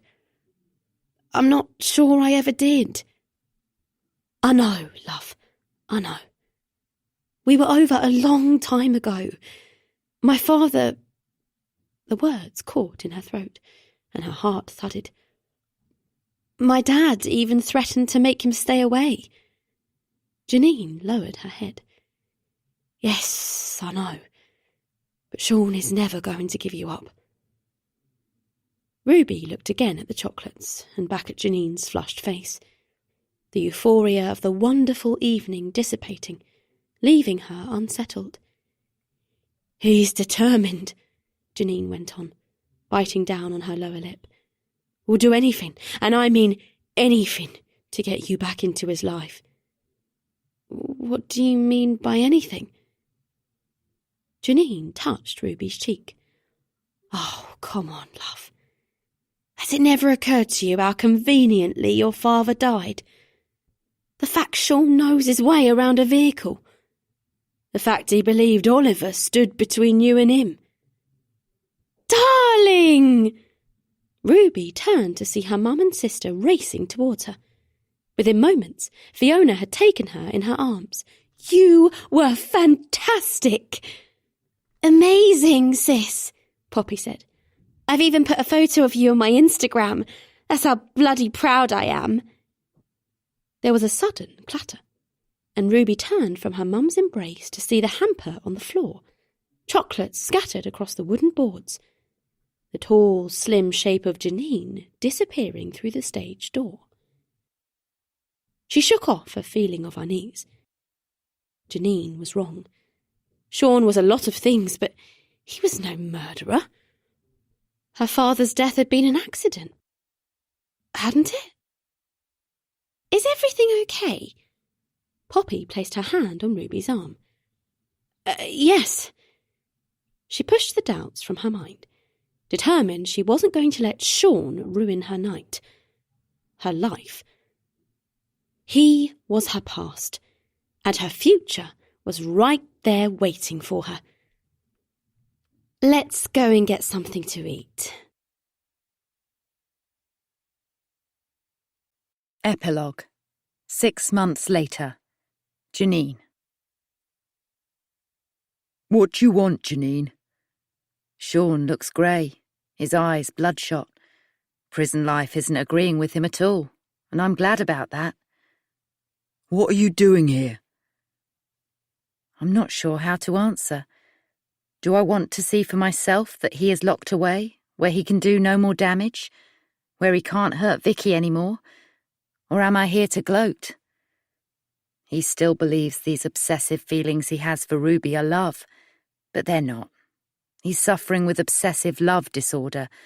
I read about it online some time ago when I was trying to work the man out. It's a real condition. OLD for short. Sean definitely has it. I've no doubt about that. Once I realised, I feared he would never change, that he would forever keep my Vicky dangling whilst mooning over Ruby, that he would never stop hurting her. He had a lot in common with Oliver Cosgrove. Oliver Cosgrove, who almost caused Nell's demise. I just wanted to see if you're okay, I say now, using my best syrupy tone. Of course, it's not true. I don't care a bloody bit if he's okay. I hope he rots in here forever. The sad thing is, I quite liked Sean once. Even fought his corner when Ruby warned me about him. I was so sure he loved Vicky. I can't believe I was so naive. I tilt my head, look into his lifeless eyes. Vicky could have made him so happy if he'd given their relationship a chance, but no. Despite moving in with my baby girl, he kept hankering after Ruby Cosgrove. But I had an ace up my sleeve. I could get him off the street should I need to. And that's exactly what I've done. I suppose I hoped I wouldn't have to. Hoped he would finally realise he loved Vicky and make her happy. Now, he's looking everywhere but at me, and my mind drifts to the night he came home late, flustered, talking to Vicky in loud whispers. He didn't know I was there, staying overnight, that Vicky had called me, that I'd spent the whole evening comforting my daughter because he'd taken off after Ruby. I rose from the spare room bed when I heard Sean come home and pressed my ear against the door. He spewed out everything that had happened at the windmill, how Oliver had been having an affair, cheating on Nell of all things. How bloody dare he? What an awful, awful man. And then Sean dropped the bombshell. I love Ruby, Vicky, and I'll do anything to make that happen. OK, so he dotted an "I'm sorry" in there somewhere, but I knew he wasn't sorry. He wasn't sorry at all. He walked out that night, leaving Vicky in floods of tears. I'll be back for my stuff tomorrow, he'd added, slamming the door behind him. What is so special about Ruby? I say to him now, but it's a stupid question, and I wish immediately I hadn't asked it. He moves his gaze to my face. Have you ever been in love, Janine? He says. A love so powerful that the thought of losing that person sends your whole world spiralling. The need to protect them, to be with them, is more important than breathing. He narrows his eyes. I can't imagine that you have. But he's wrong.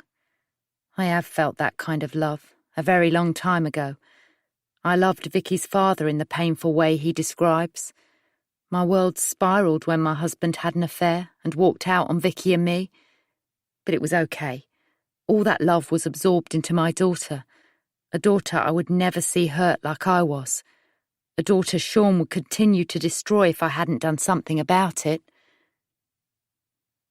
A love as strong as that becomes obsession if it's not reciprocated, I whisper. Ruby loves me, Janine. He drags his fingers through his greasy hair. She just doesn't know it. It was me who reported Sean to the police. He got back with Vicky after that night when he walked out, and I gave him a chance to make things right, but he never did. He continued to smash her heart to smithereens. He deserved to be punished. I'd come to realise Ruby had no feelings for Sean, but I needed to talk to her, to make sure things were over between her and Sean. I booked a ticket for her show, and when I went backstage and saw the chocolates, I knew I couldn't let him continue to hurt Vicky. It was time to report him. Not only had he devastated my daughter's life, he was never going to leave Ruby alone. I told the police how Sean was covered in oil on the night of Oliver Cosgrove's accident, that I suspected him of sabotaging the man's car. I even handed in a pair of his jeans and a hoodie that were covered in oil from Oliver's car. I recommended that they looked at footage from a neighbour's CCTV camera, that further examination of the car might be enough to charge him. Ruby loves me, Janine, Sean says, rising to his feet. She needs me. We're destined to be together, and once I'm out of here, we will be.